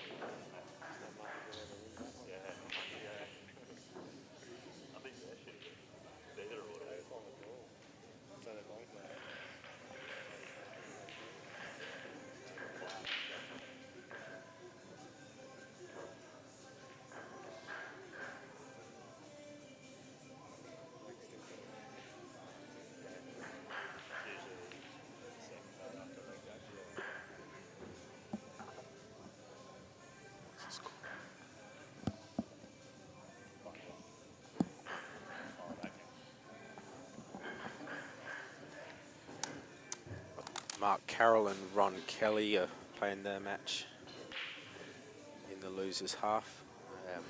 That's currently 1-1, early stages.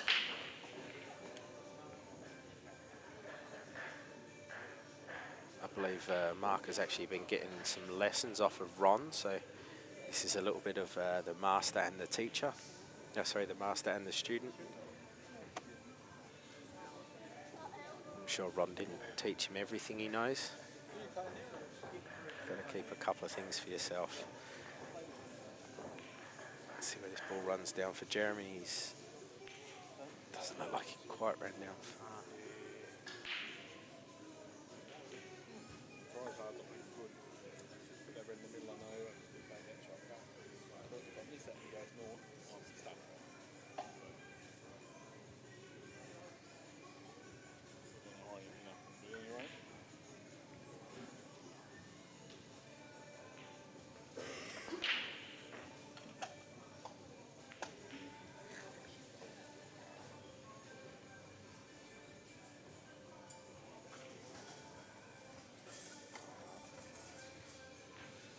He's really taking his time over this shot. I think he's a bit not sure what he wants to do.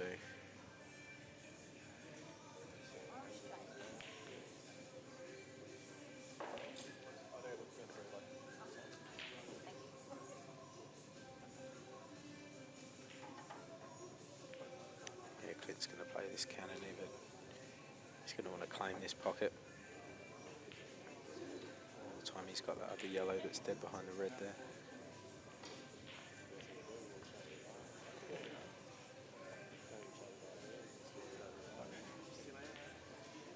Well played.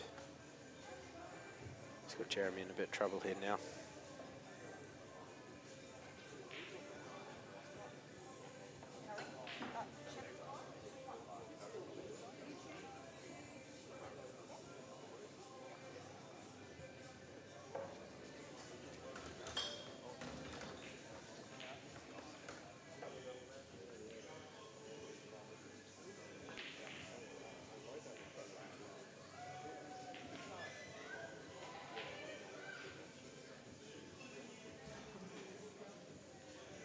Shot by Stone there on the other table. He's just left himself nicely on the black to clean up there, 5-2.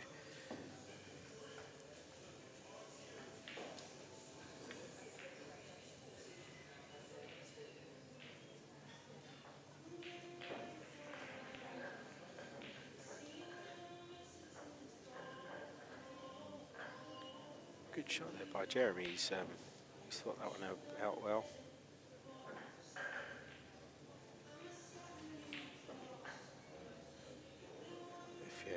Having the two shots, if Clint can get this yellow out.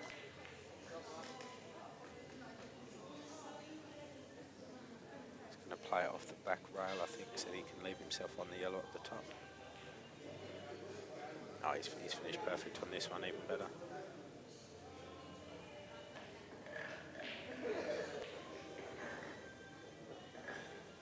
He's going to take these two and then take the ball at the top last, I would have thought.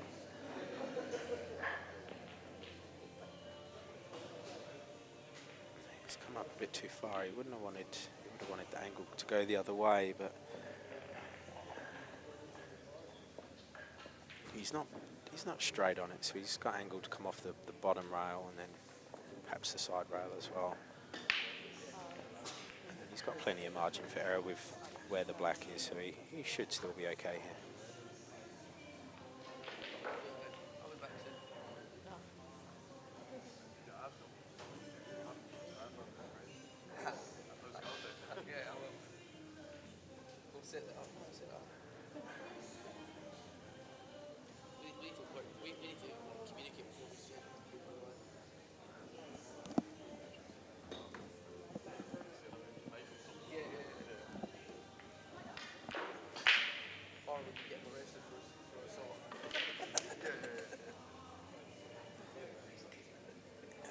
Well played there by Clint. Made sure he stayed away from that middle pocket. It's probably a little bit closer than what he would have liked, but it's 3-2.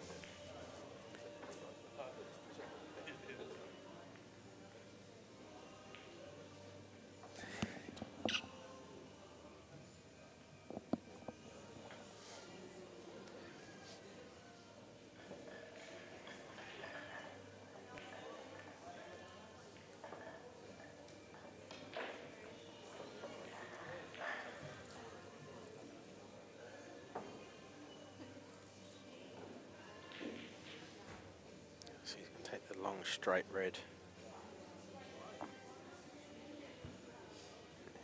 Just cue this one well. Stop the right straight there, and he's on. Yeah, he's done that very well.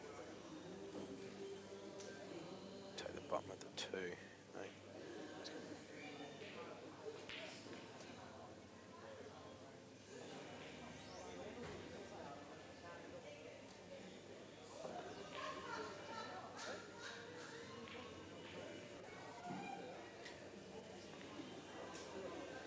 's left himself enough angle there. Yeah, Stone's playing with a bit more confidence now as well, and looks like he's going to get this one back to 5-3. And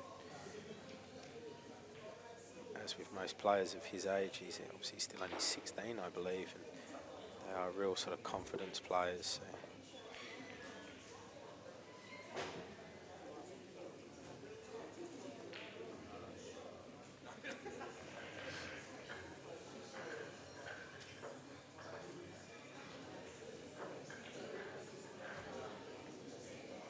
5-3, game on.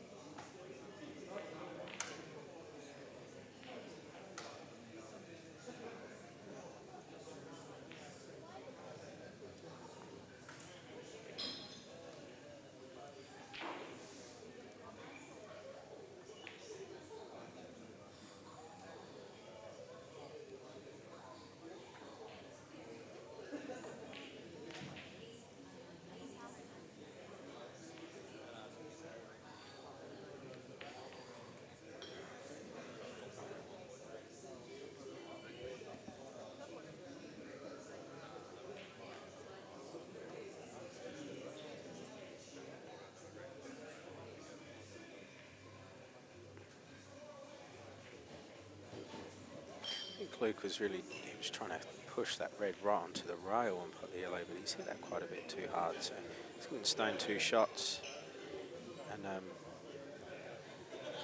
he's got the opportunity to get the tough ball out sort of straight away. So not a good shot there by Luke.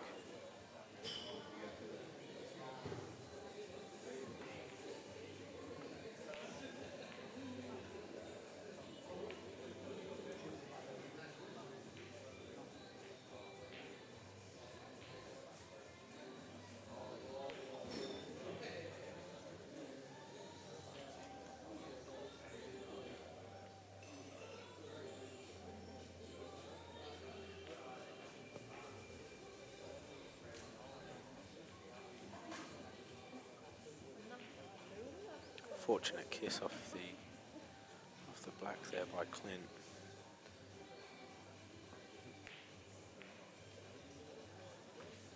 His 3 balls out, and the black is all pretty open, so there's a good chance there to go 4-2 up on the other table.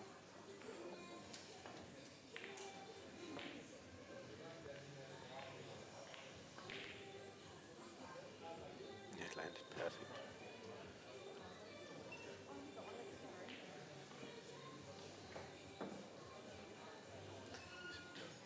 Grabbing the rest rather than stretching, which is a good idea.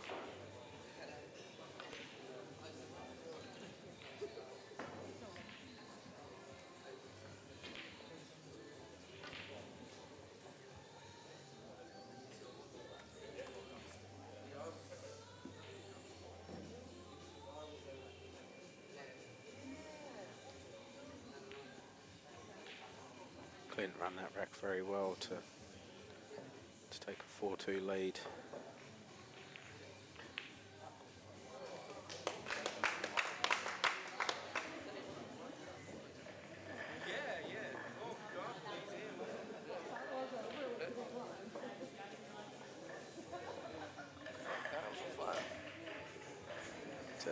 2-1 or 3-1? 3-1. Mark Carroll's 3-1 up against Ron Kelly, and he's not missing much. So he's got Ron a bit worried over there, but as we know, Ron won't be showing it. He'll know he's good enough to get back into this.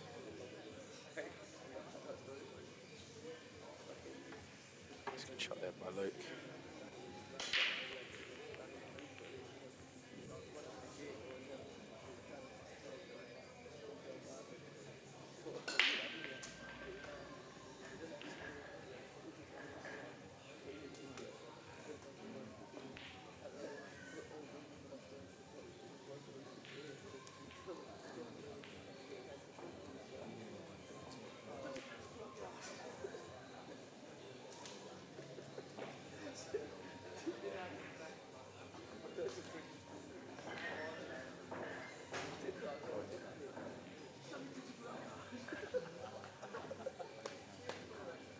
He's giving Luke a chance here. There's a few of the balls, they're in the way of each other, but he should be able to navigate through this, and he'll certainly be going for this out.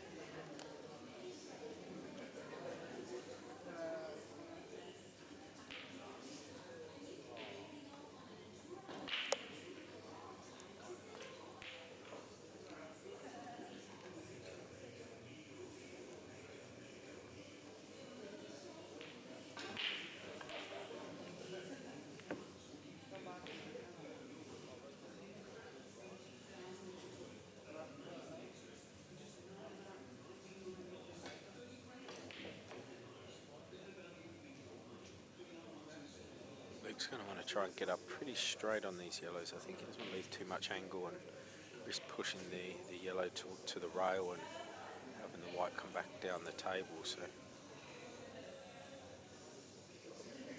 in essence, that yellow might go in behind that red. Didn't look it from here, but it must do.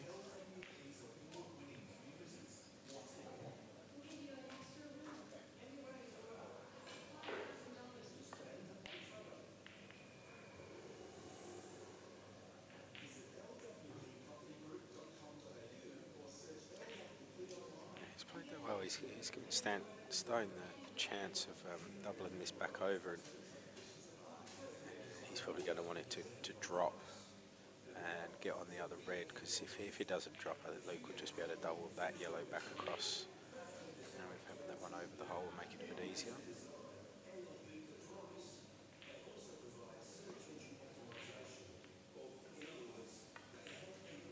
He's played that well, because I think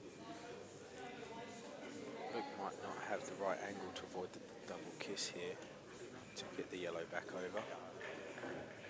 I think Luke's going to have to try and just push off the edge of this yellow and get the white in between the jaw and the red, and sort of leave Stone nothing. It's a very good shot there by Stone.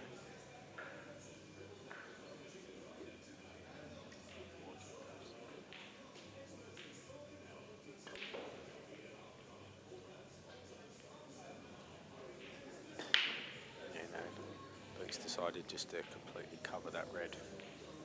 Stone would just want this down towards his bottom pocket.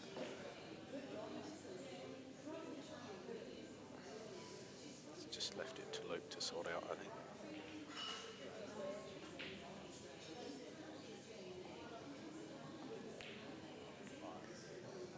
It looks like Luke's going to look at pushing the black up towards that yellow. He's not going to want to put the red in yet, but he's going to want to leave it up there so he can do it in a minute, I think.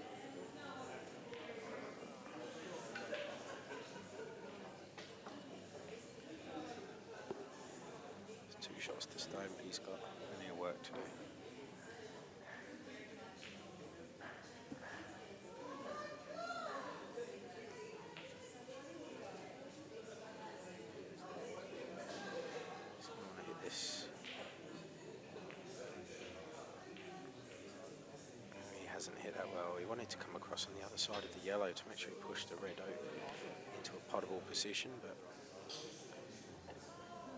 he surrendered that pocket where perhaps didn't need to do that, and he tried to push it too early.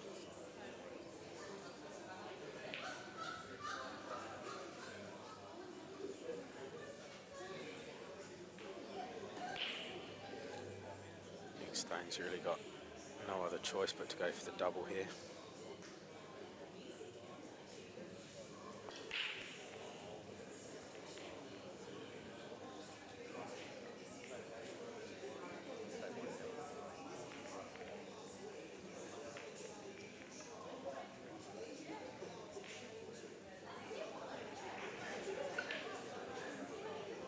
Mr. Bolton stood here behind me.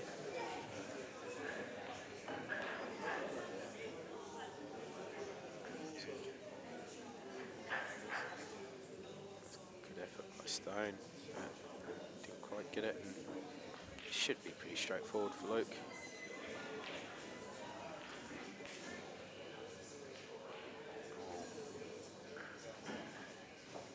He's obviously trying to hit into that black too. I'm surprised I would have thought he would have just got good position on the yellow and backed himself to pop that black from there, but just screw back across anyway.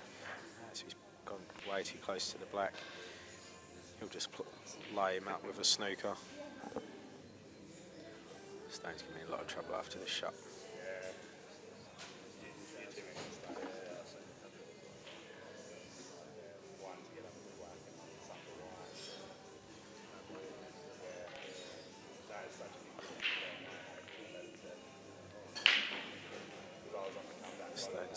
He's just got to make sure he hits this red and hope he can just get a bit lucky. Just hitting is obviously very important because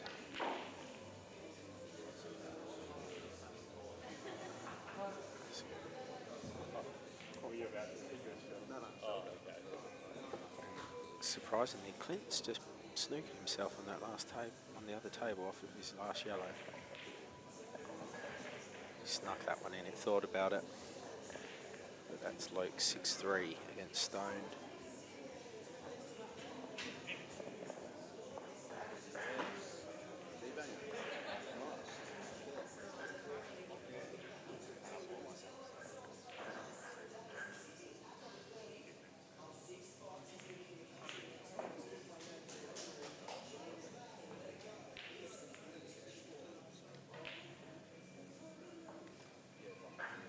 Nice double there by Clint.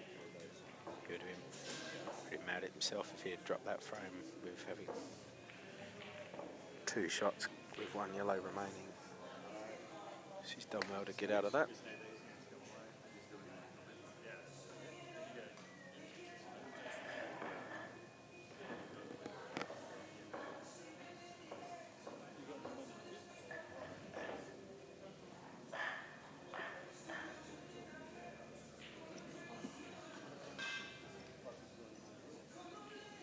See all the action today is coming from Miss Q's pool room in Mandurah.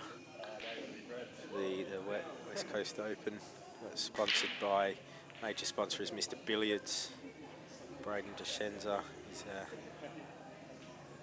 for your pool table, your cues and accessories, anything you need, Braden's got it.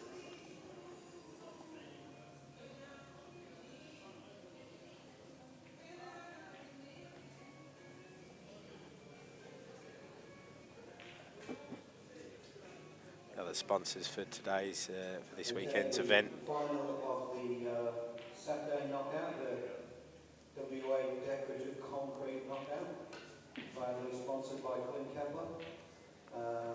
It's Simon Gray and Mike Allen on table 5. And it's race to 5 as well. That's all I've got. Just had the announcement of the final of the Saturday, the comp for those guys that are already out of the main comp, and sponsored by Clint Kepler and his WA Decorative Concrete. So thanks very much, Clint, for sponsoring that.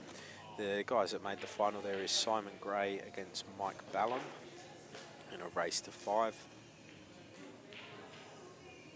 It's going to be an interesting match.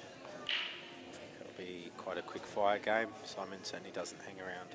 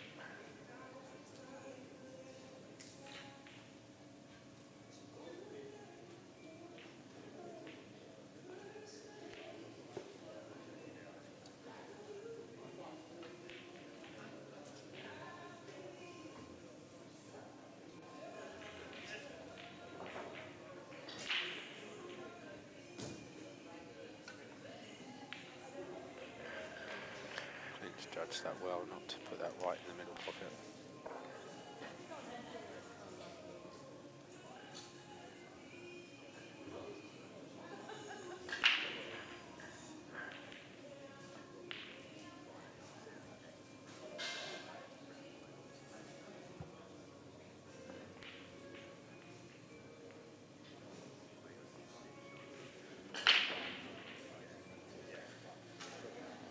Unfortunate here for Jeremy to put that ball, but might not be the worst thing actually. Clint's got a couple of, probably 3 difficult reds there, unless that red at the top goes past the yellow. I can't quite see from here.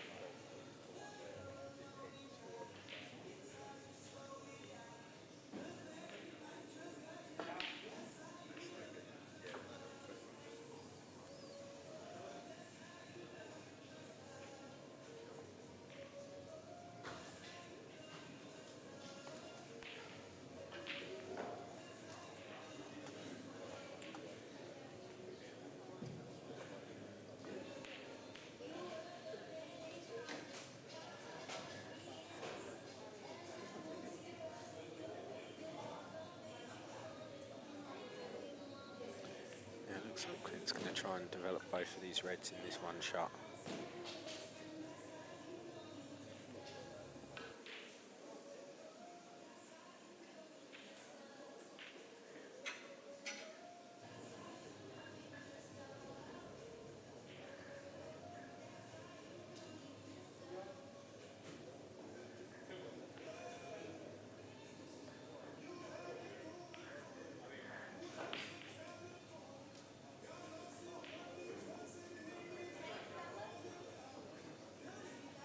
Worked out too bad, but he would have liked to have gotten the other red out as well. So now that he hasn't, I think he'll push this red over that bottom pocket over there.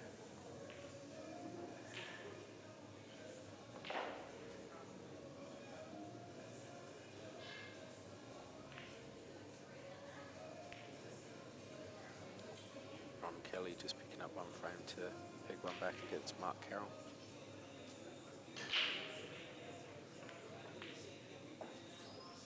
It's now 3-2 to Mark. Neville is 1-0 up against Rocky.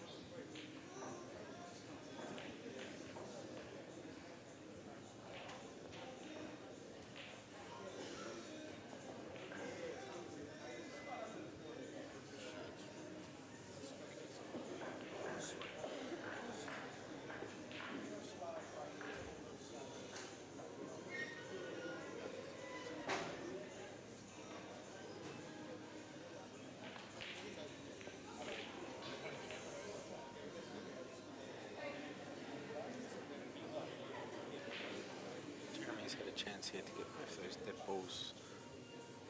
Obviously both in if you can get this one, which he's missed it.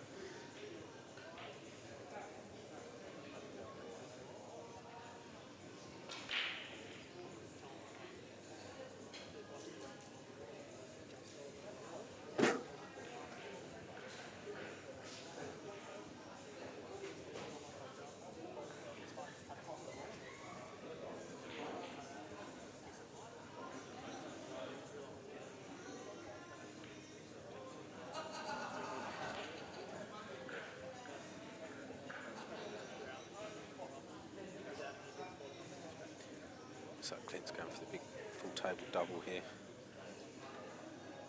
He's got that big pocket with the yellow, but he's still ahead of goal. Oh no, I thought he was lining up the double. He's obviously looking at the cut.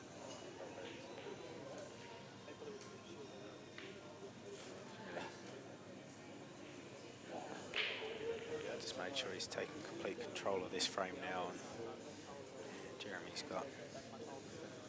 Can't see many ways back into this frame for him. He's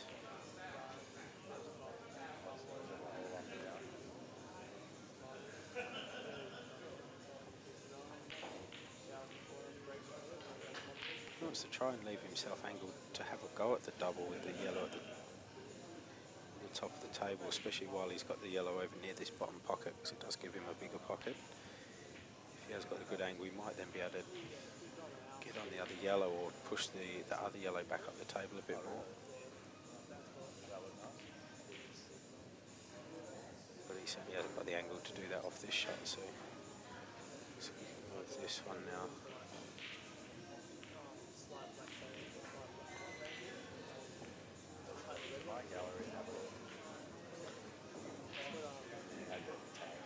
Not a good shot there by Jeremy. I think he's I think he would have left a foul draw snooker.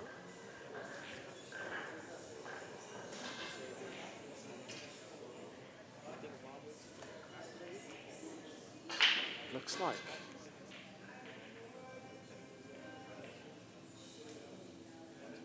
Clint's just called foul snooker there, but he's made the mistake of not calling a foul draw snooker. So Jeremy is in fact right to say that it's not a foul snooker.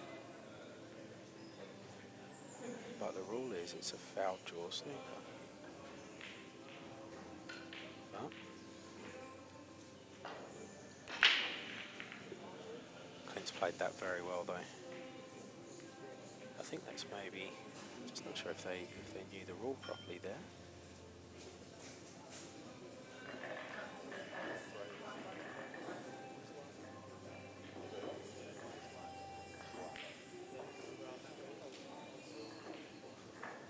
So Clint's just going to lay this one up with the first shot.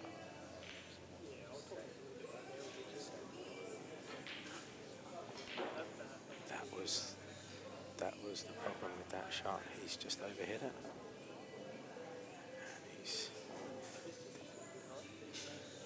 I think he's probably going to try and create the angle with some side on this shot.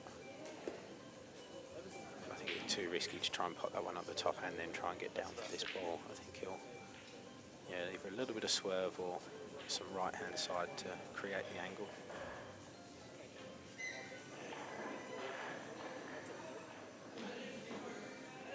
He's played that well. But he's finished pretty straight on this, so it's not going to be easy to get out. He's just got to pot it and come straight back.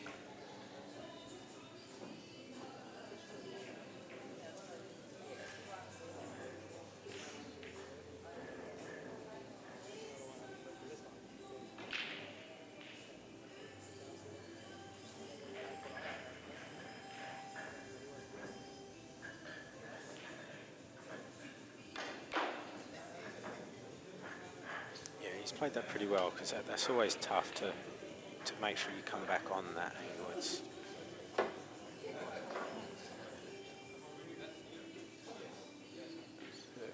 going to want this in or over, so he prefer to pot the ball, but so he can get it right in there.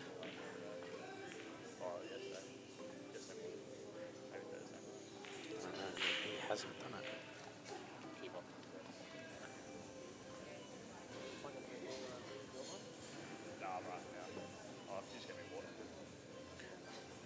on this table here, Luke's out to an 8-3 lead. Luke's on reds here. Good chance to go 9-3 and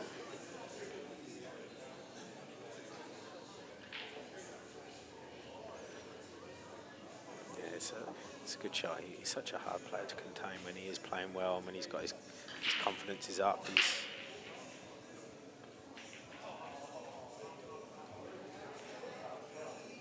So it looks like Luke's going to finish this off for a 9-3 victory.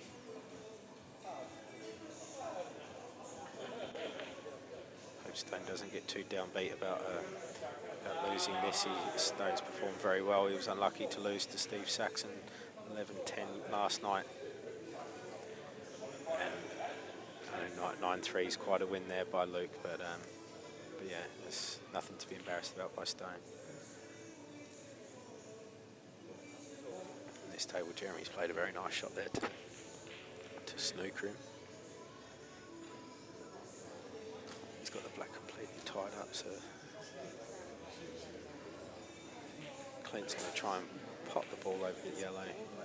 Oh, he's definitely trying to pot that.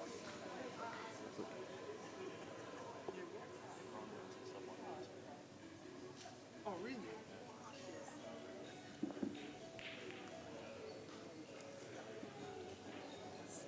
That's what I was yeah.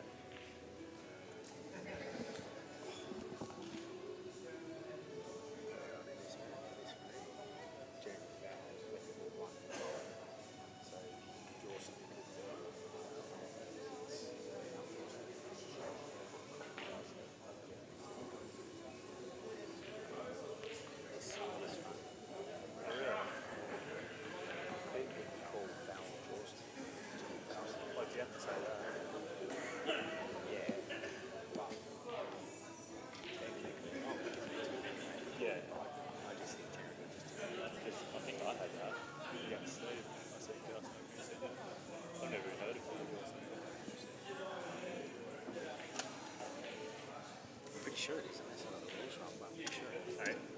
So unless I've got the rules wrong, I'm pretty sure it is. Yeah, right.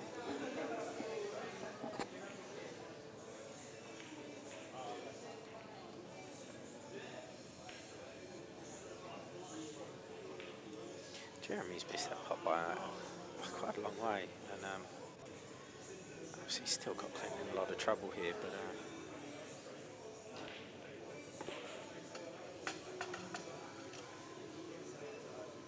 it's a bit of a contentious frame, this one, with Clint the foul earlier on.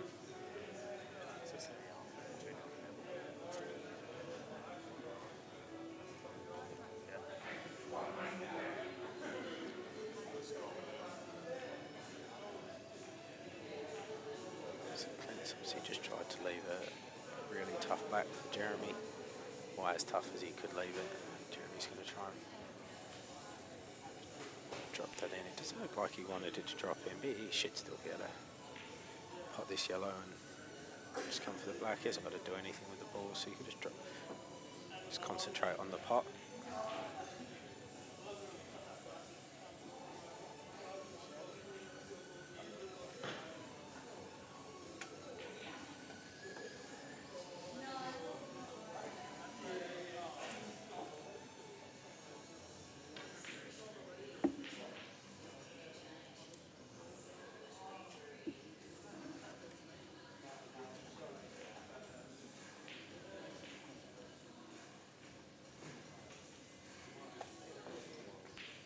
Jeremy taking his time here, got back up off the shot to, he's got to make sure of this.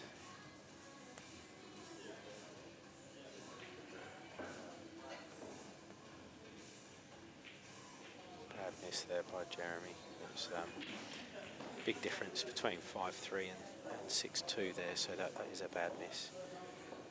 I think we've got on the screen that it's a race to 11. I actually think this is a race to 9 in the losers half, but Dan's just checking that I'm awake and doing my job properly. Thanks, Dan.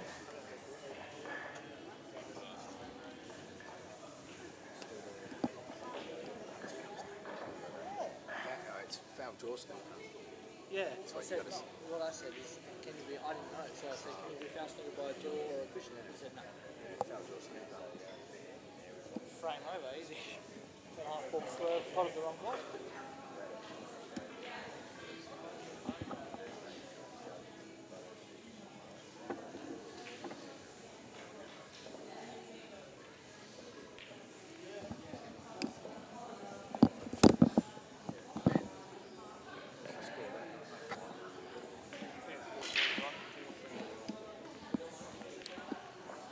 Ron Kelly is now 4-3 up against Mark Carroll, and Mark was 3-1 up. So yeah, the tide's really changed in that match, and you can see by the body language of the two players as well.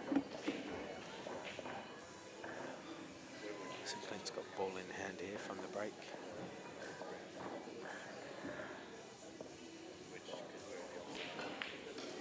All these yellows are really out in the open, so I think he'll. I mean, obviously the reds are good as well. So whichever way he decides to go, I think Jeremy will be lucky to get back to the table from here.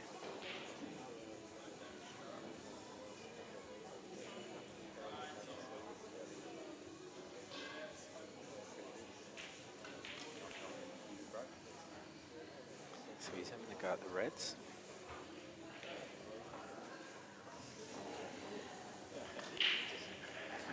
Said either way, these balls are kind of set out how you'd want them in after a break. Yeah, it's almost like a training drill. They're just there, aren't they? He's just got to navigate through the balls properly. And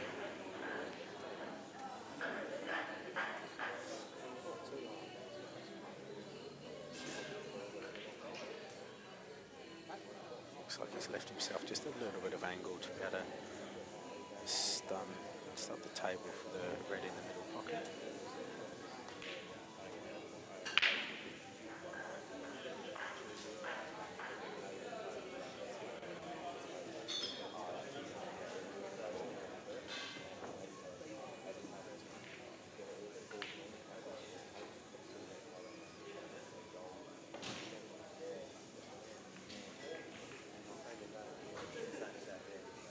So he's just going to try and pot this one and bring the white over just past middle table for the red into the opposite middle. Perfect.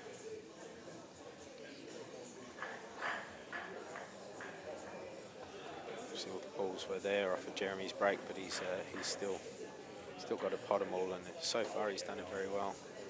And yeah, I think this is for 7-2 to Clint Kapler.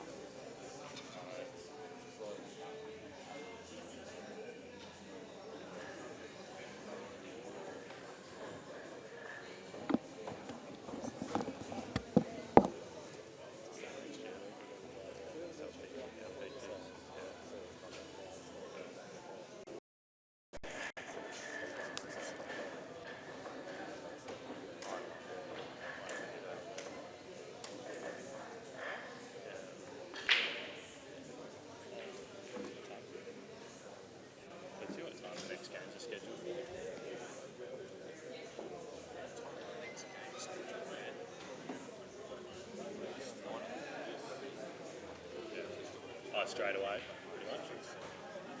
I went out. Winner of Neville and Rocky. Pretty sure. Over Gander.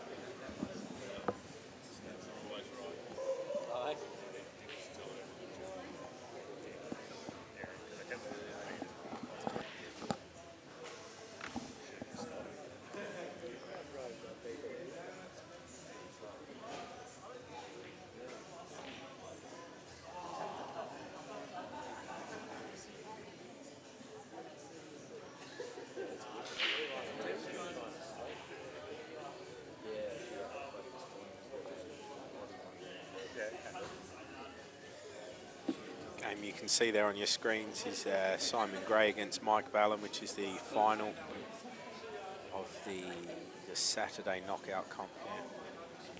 It's a race to 5.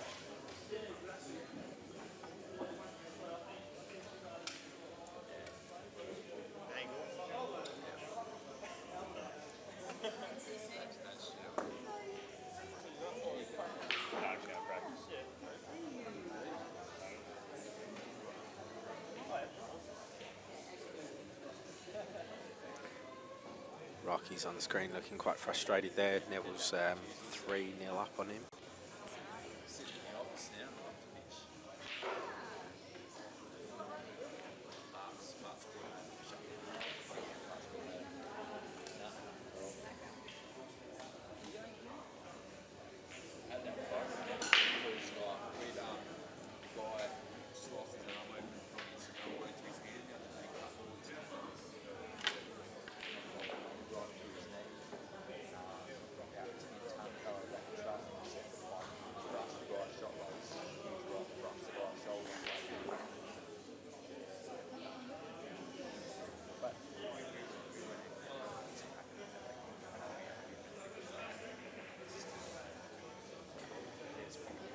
Clint's just come back with 2 Coronas. I think he must be thirsty.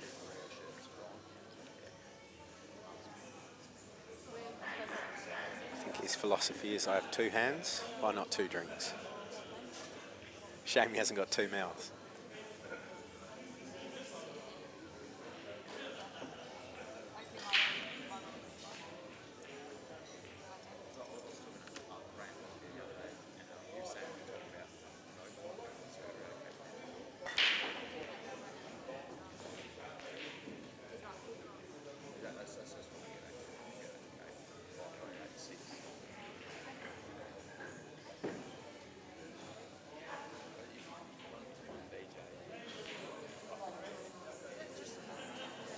Clint's gone reds here. He's obviously got those 2 balls over the bottom pocket. Have a go at one of these now. He doesn't want both of these to drop though. He's played that very well.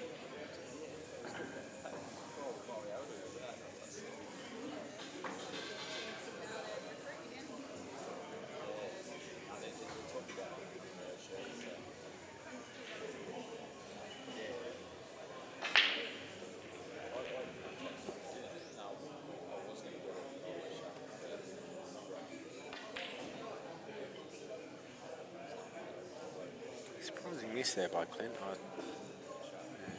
He doesn't miss many balls once he's set like this, so straightforward putts anyway. He's let Jeremy in, but Jeremy's got some work to do with the balls the way they are.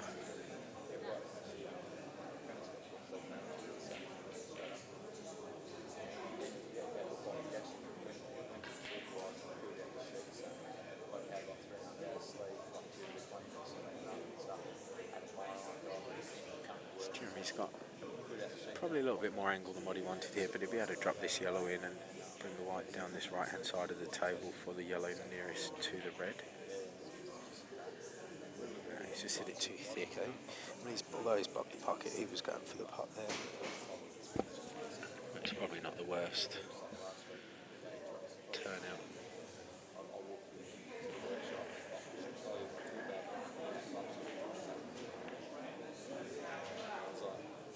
Try and double this red back into that same pocket, I would have thought. This is just going to roll it up and leave Jeremy just that ball to play at, but I think he'll double it over. Yeah. Well played, Clint.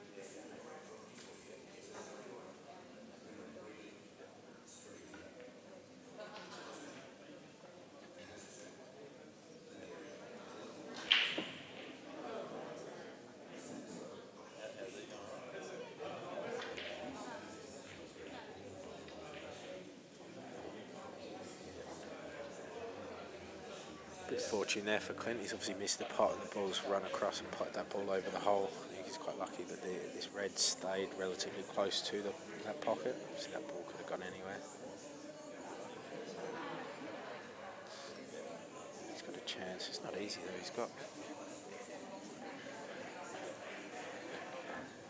I think he's going to try and pot this in and aim for a good kiss on that yellow. As he hits the ball relatively full, stop, and he probably have his choice of both balls.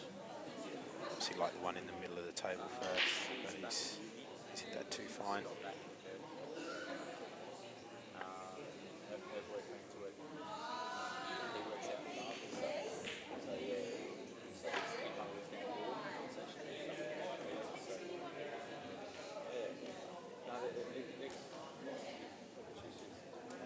Yeah, so Jeremy was trying to sit that over the pocket. He's dropped it in. I suppose that's the difficulty when you're aiming to just play it dead weight and leave it to sit over the hole, as opposed to playing it in towards the jaw or the cushion to help it sit over the hole. So no margin for error if you're trying to stop it short.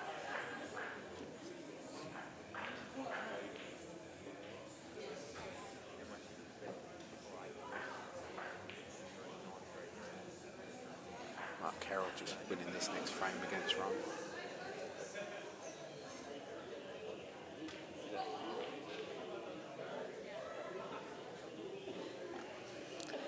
It's a good shot by Jeremy. He's got that over here. Thinking now trying. Can't see how much room he's got to get the yellow behind that red, or if he's going to try and double it across.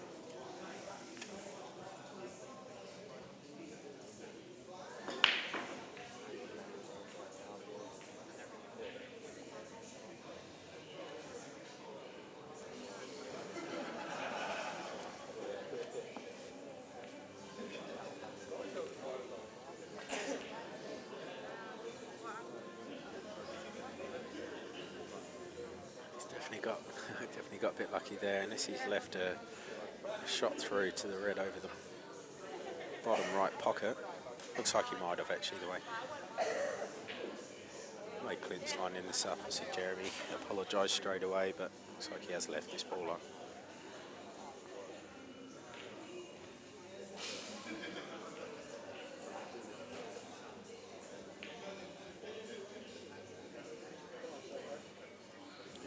Clint's going to try and pot this one and run past the red, maybe for the red same pocket, or is he going to hold for the middle?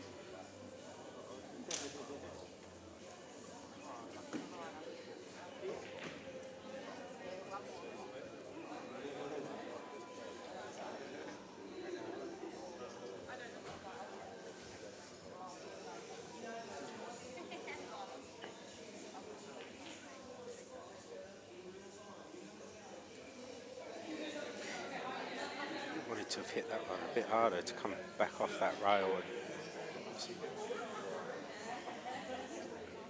probably ran another foot further than what he has, so he's going to be potting this and going in towards the black. I don't think he's not risking potting the black, but he's going to come off that side rail, and he's going to have to kick into the back of the black and judge that. Oh no, he had plenty of rain.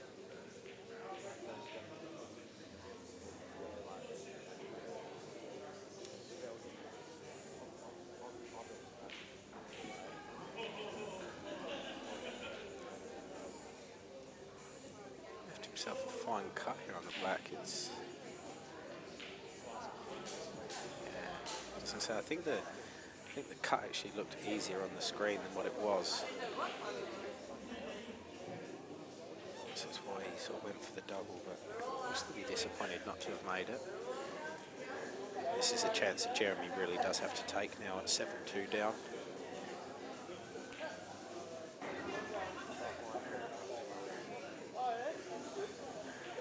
Played that well, to make sure the yellow comes back out clear of the black as well.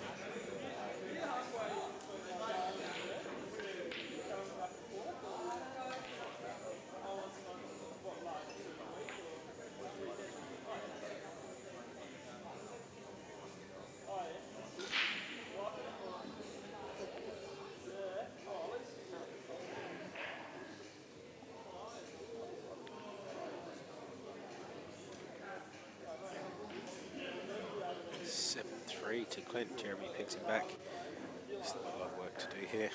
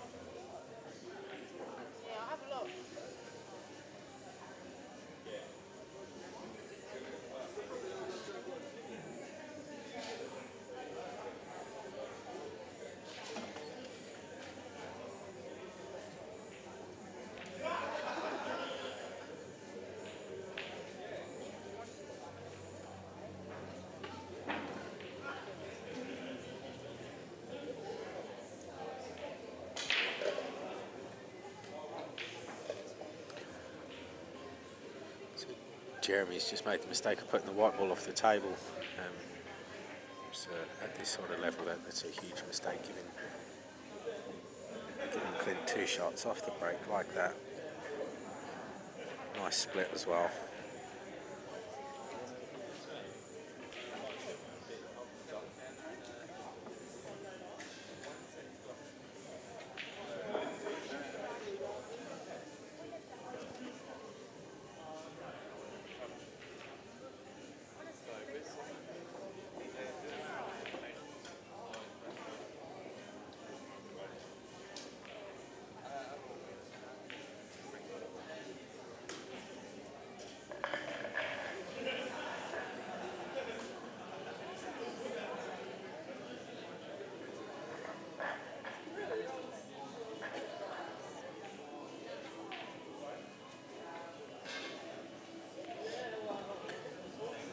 Nice little shot there by Clint. He's just got to drop this one in. He's just going to just kick that back slightly.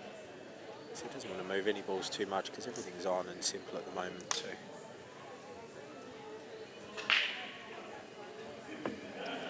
it's just Clint having 2 shots like that really does take the pressure off. And this out should just be a formality for him from here.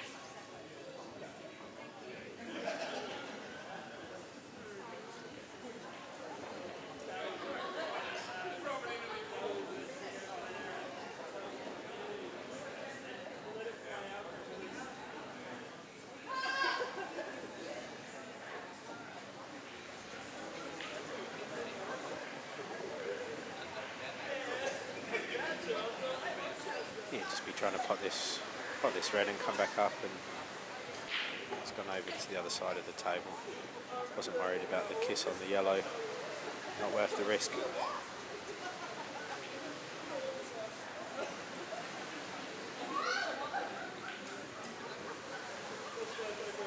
like he's a bit straighter on this than what he would want to be.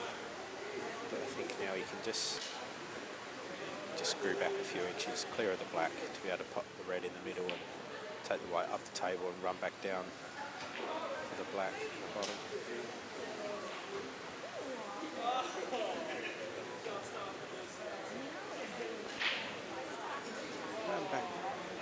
It's come back a little bit further than what he would have hoped, but he should still be alright. He's got 2 shots, remember?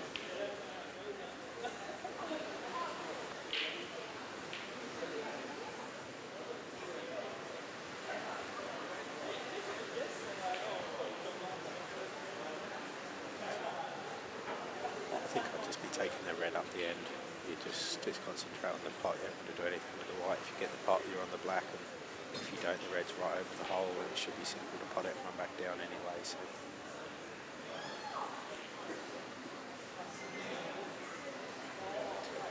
nice clearance by Clint.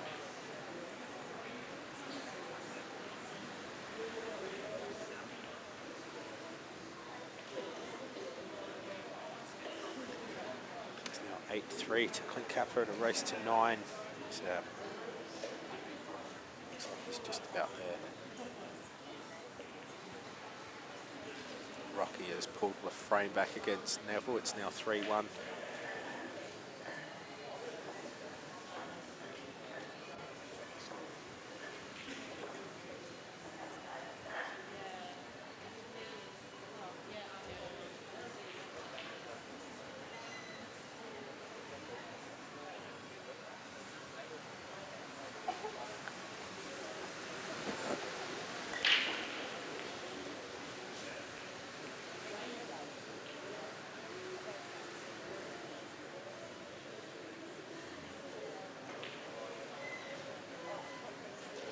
Clint with the break there. He's potted the ball and he gets first crack at this table. This is 8-3 up, so he's probably going to want to finish this in style with a nice couple of outs, but he won't be worried if he doesn't go that way, just as long as he gets the frame.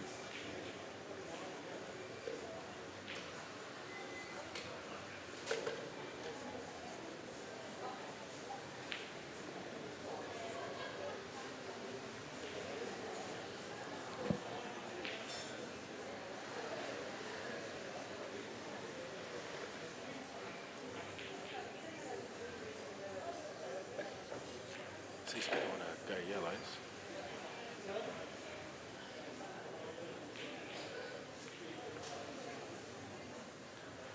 Obviously the real difficult ball here is the one over on the right hand side, but then even then it's a pretty simple double across to the middle pocket. Probably could even cut it into the, drop it into this middle here if he gets the good angle on it.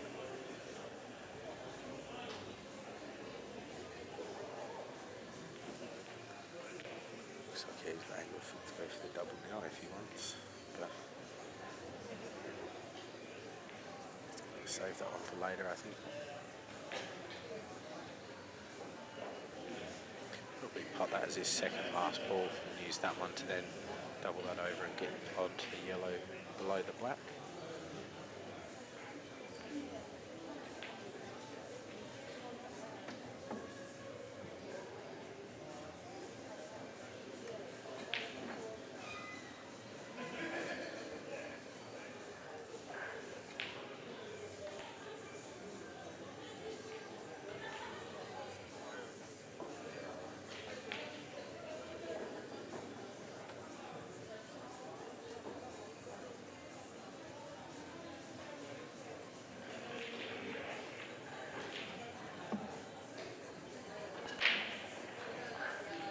Shot by Jerry to get that double and get the yellow away, but it's a bit unlucky to put it just out to the middle of the table, so it's still pretty easily pottable from there.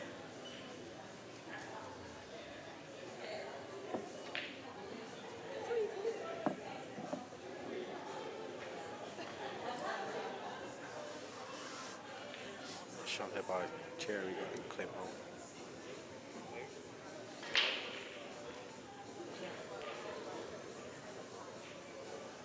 Left him a go at the face, double over to the other middle.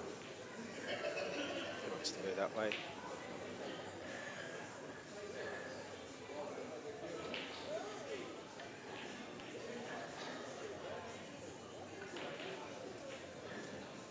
He's missed it, so this is now a good chance for Jeremy.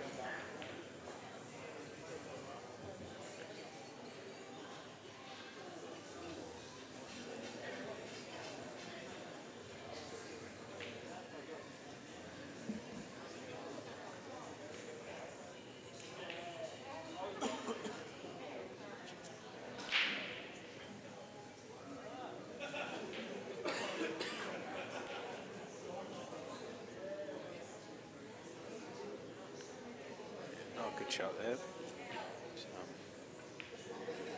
Just didn't get into that ball. He just needed to make sure he got down towards that bottom. So obviously it's still on for him, but he didn't want to take this ball, this shot.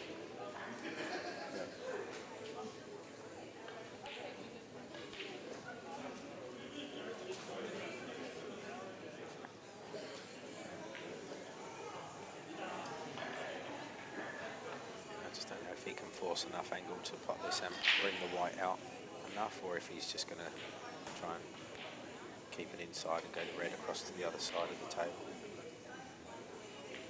He said he tried to bring it out and there just wasn't enough angle. He probably should have just run that on and taken the red across to the other side.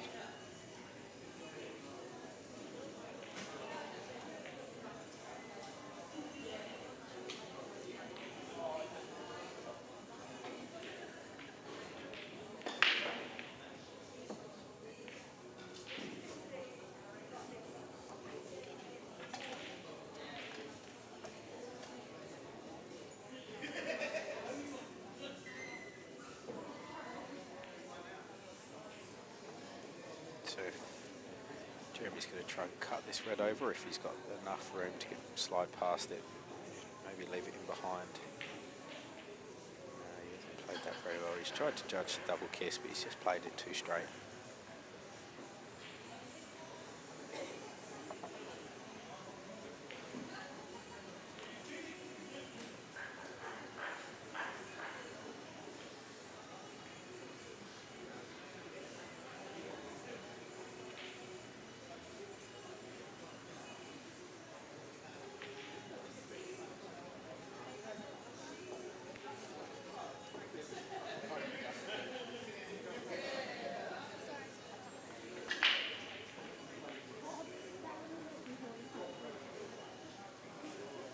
Nice pot there.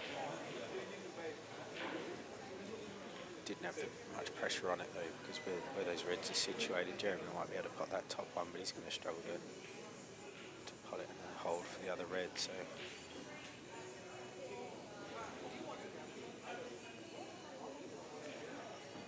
yeah, I think Clint will get these from here. Ball down the bottom is going to be the one that could prove the most difficult, but I still think he'll be able to get onto it. Joel and Claire on table 14, that's best of 5. Janet and Brittany on table 9, best of 5. Julianne and Beck Smith, table 21, best of 9.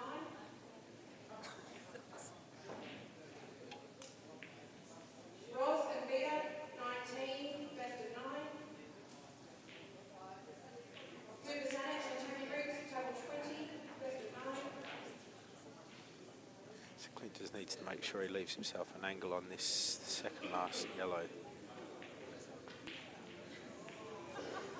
He was too worried about leaving that angle that he forgot about the pot. He was trying to steal some of that pocket to make sure he left that angle there. So.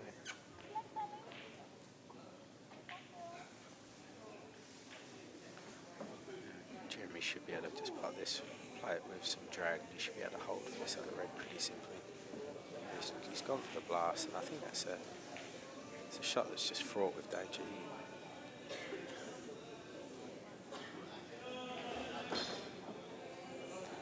I really think he could have played that soft with drag and potted it and left himself. Yeah, quite a fine cut on the red, but instead he's left himself total. And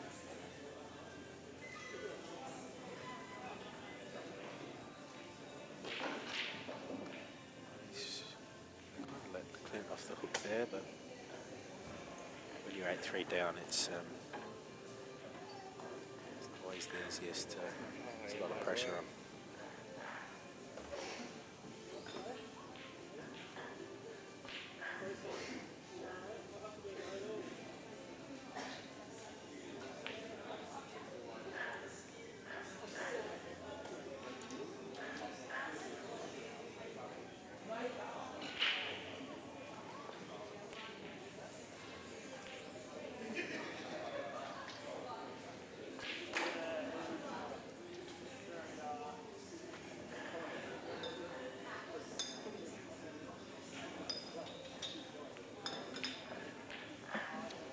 Big mistake there by Clint. He's fouled.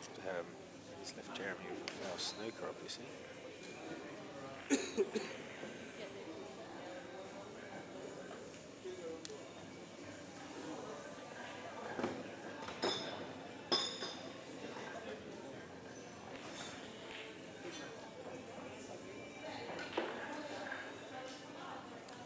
So you can, this foul snooker, you can nominate free ball.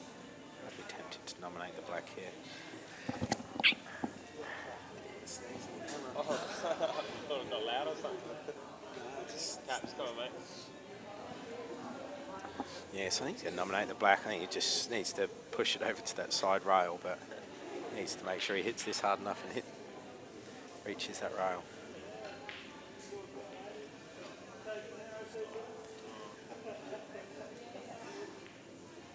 And he certainly made sure he reached the rail by overhitting it, and he's now left himself almost snookered, I think.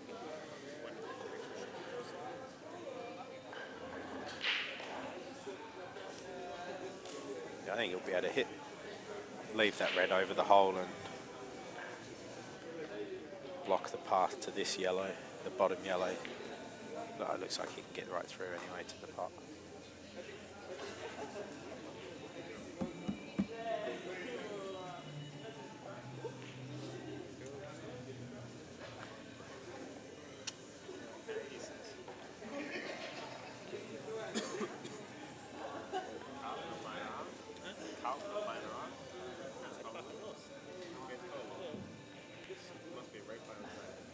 I was watching it on Foxtel in the back of the room just then. You got delayed telecast. Bullies. Yeah.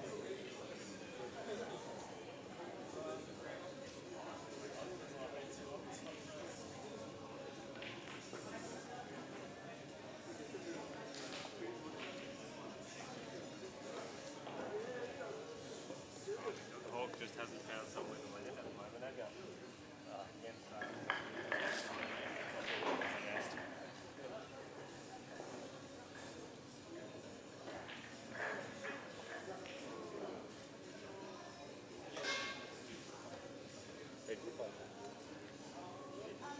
So, that shot there by Clint has pretty much sealed this match now. It's going to be a 9-3 win.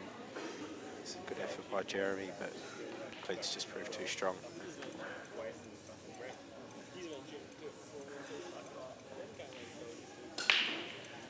Clint Kaplan, 9-3.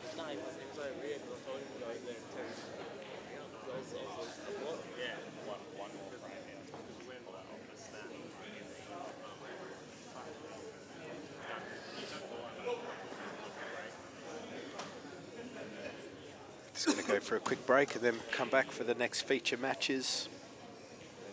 So I think we're moving on to the winner's side now, so be back soon.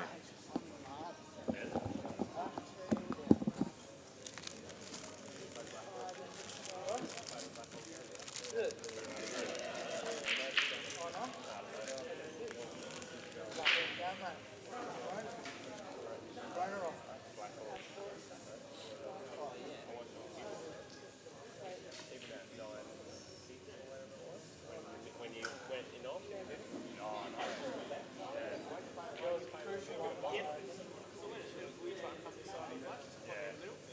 it's because I hit it thin as well. Like, it only just went in. Yeah, part of it. And because it was only white was that well, right? Yeah. You wanted it to come out so you could get on the table. And I wanted to stay pretty close to the black as well. That's why I didn't go like 4 on side. Just like, You played the frame, that frame well, but I know, just like back into it. And then when you had that shot, I was like, yeah, just touch your bottom left and just get it anywhere on this side of the table, you would have bottomed it. Oh, no, it was pretty tight. Was it tight? Yeah. Look how open it was. I had to get held close to it. You look pretty off the mark. Look, keeps off the mark. Nah, yeah, no, I wanted to get the outside. I wouldn't have minded if I hit it. At least I got a shot on it, but a few average shots. That's all right.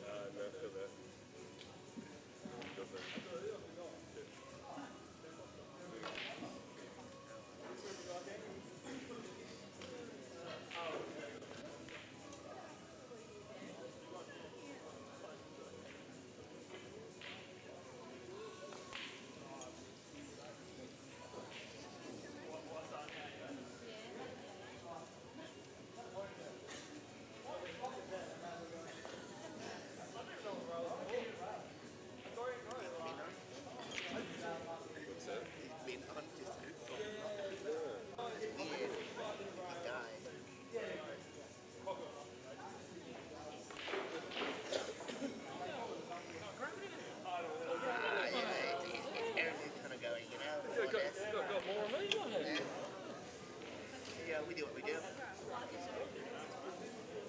cheers. How's it going?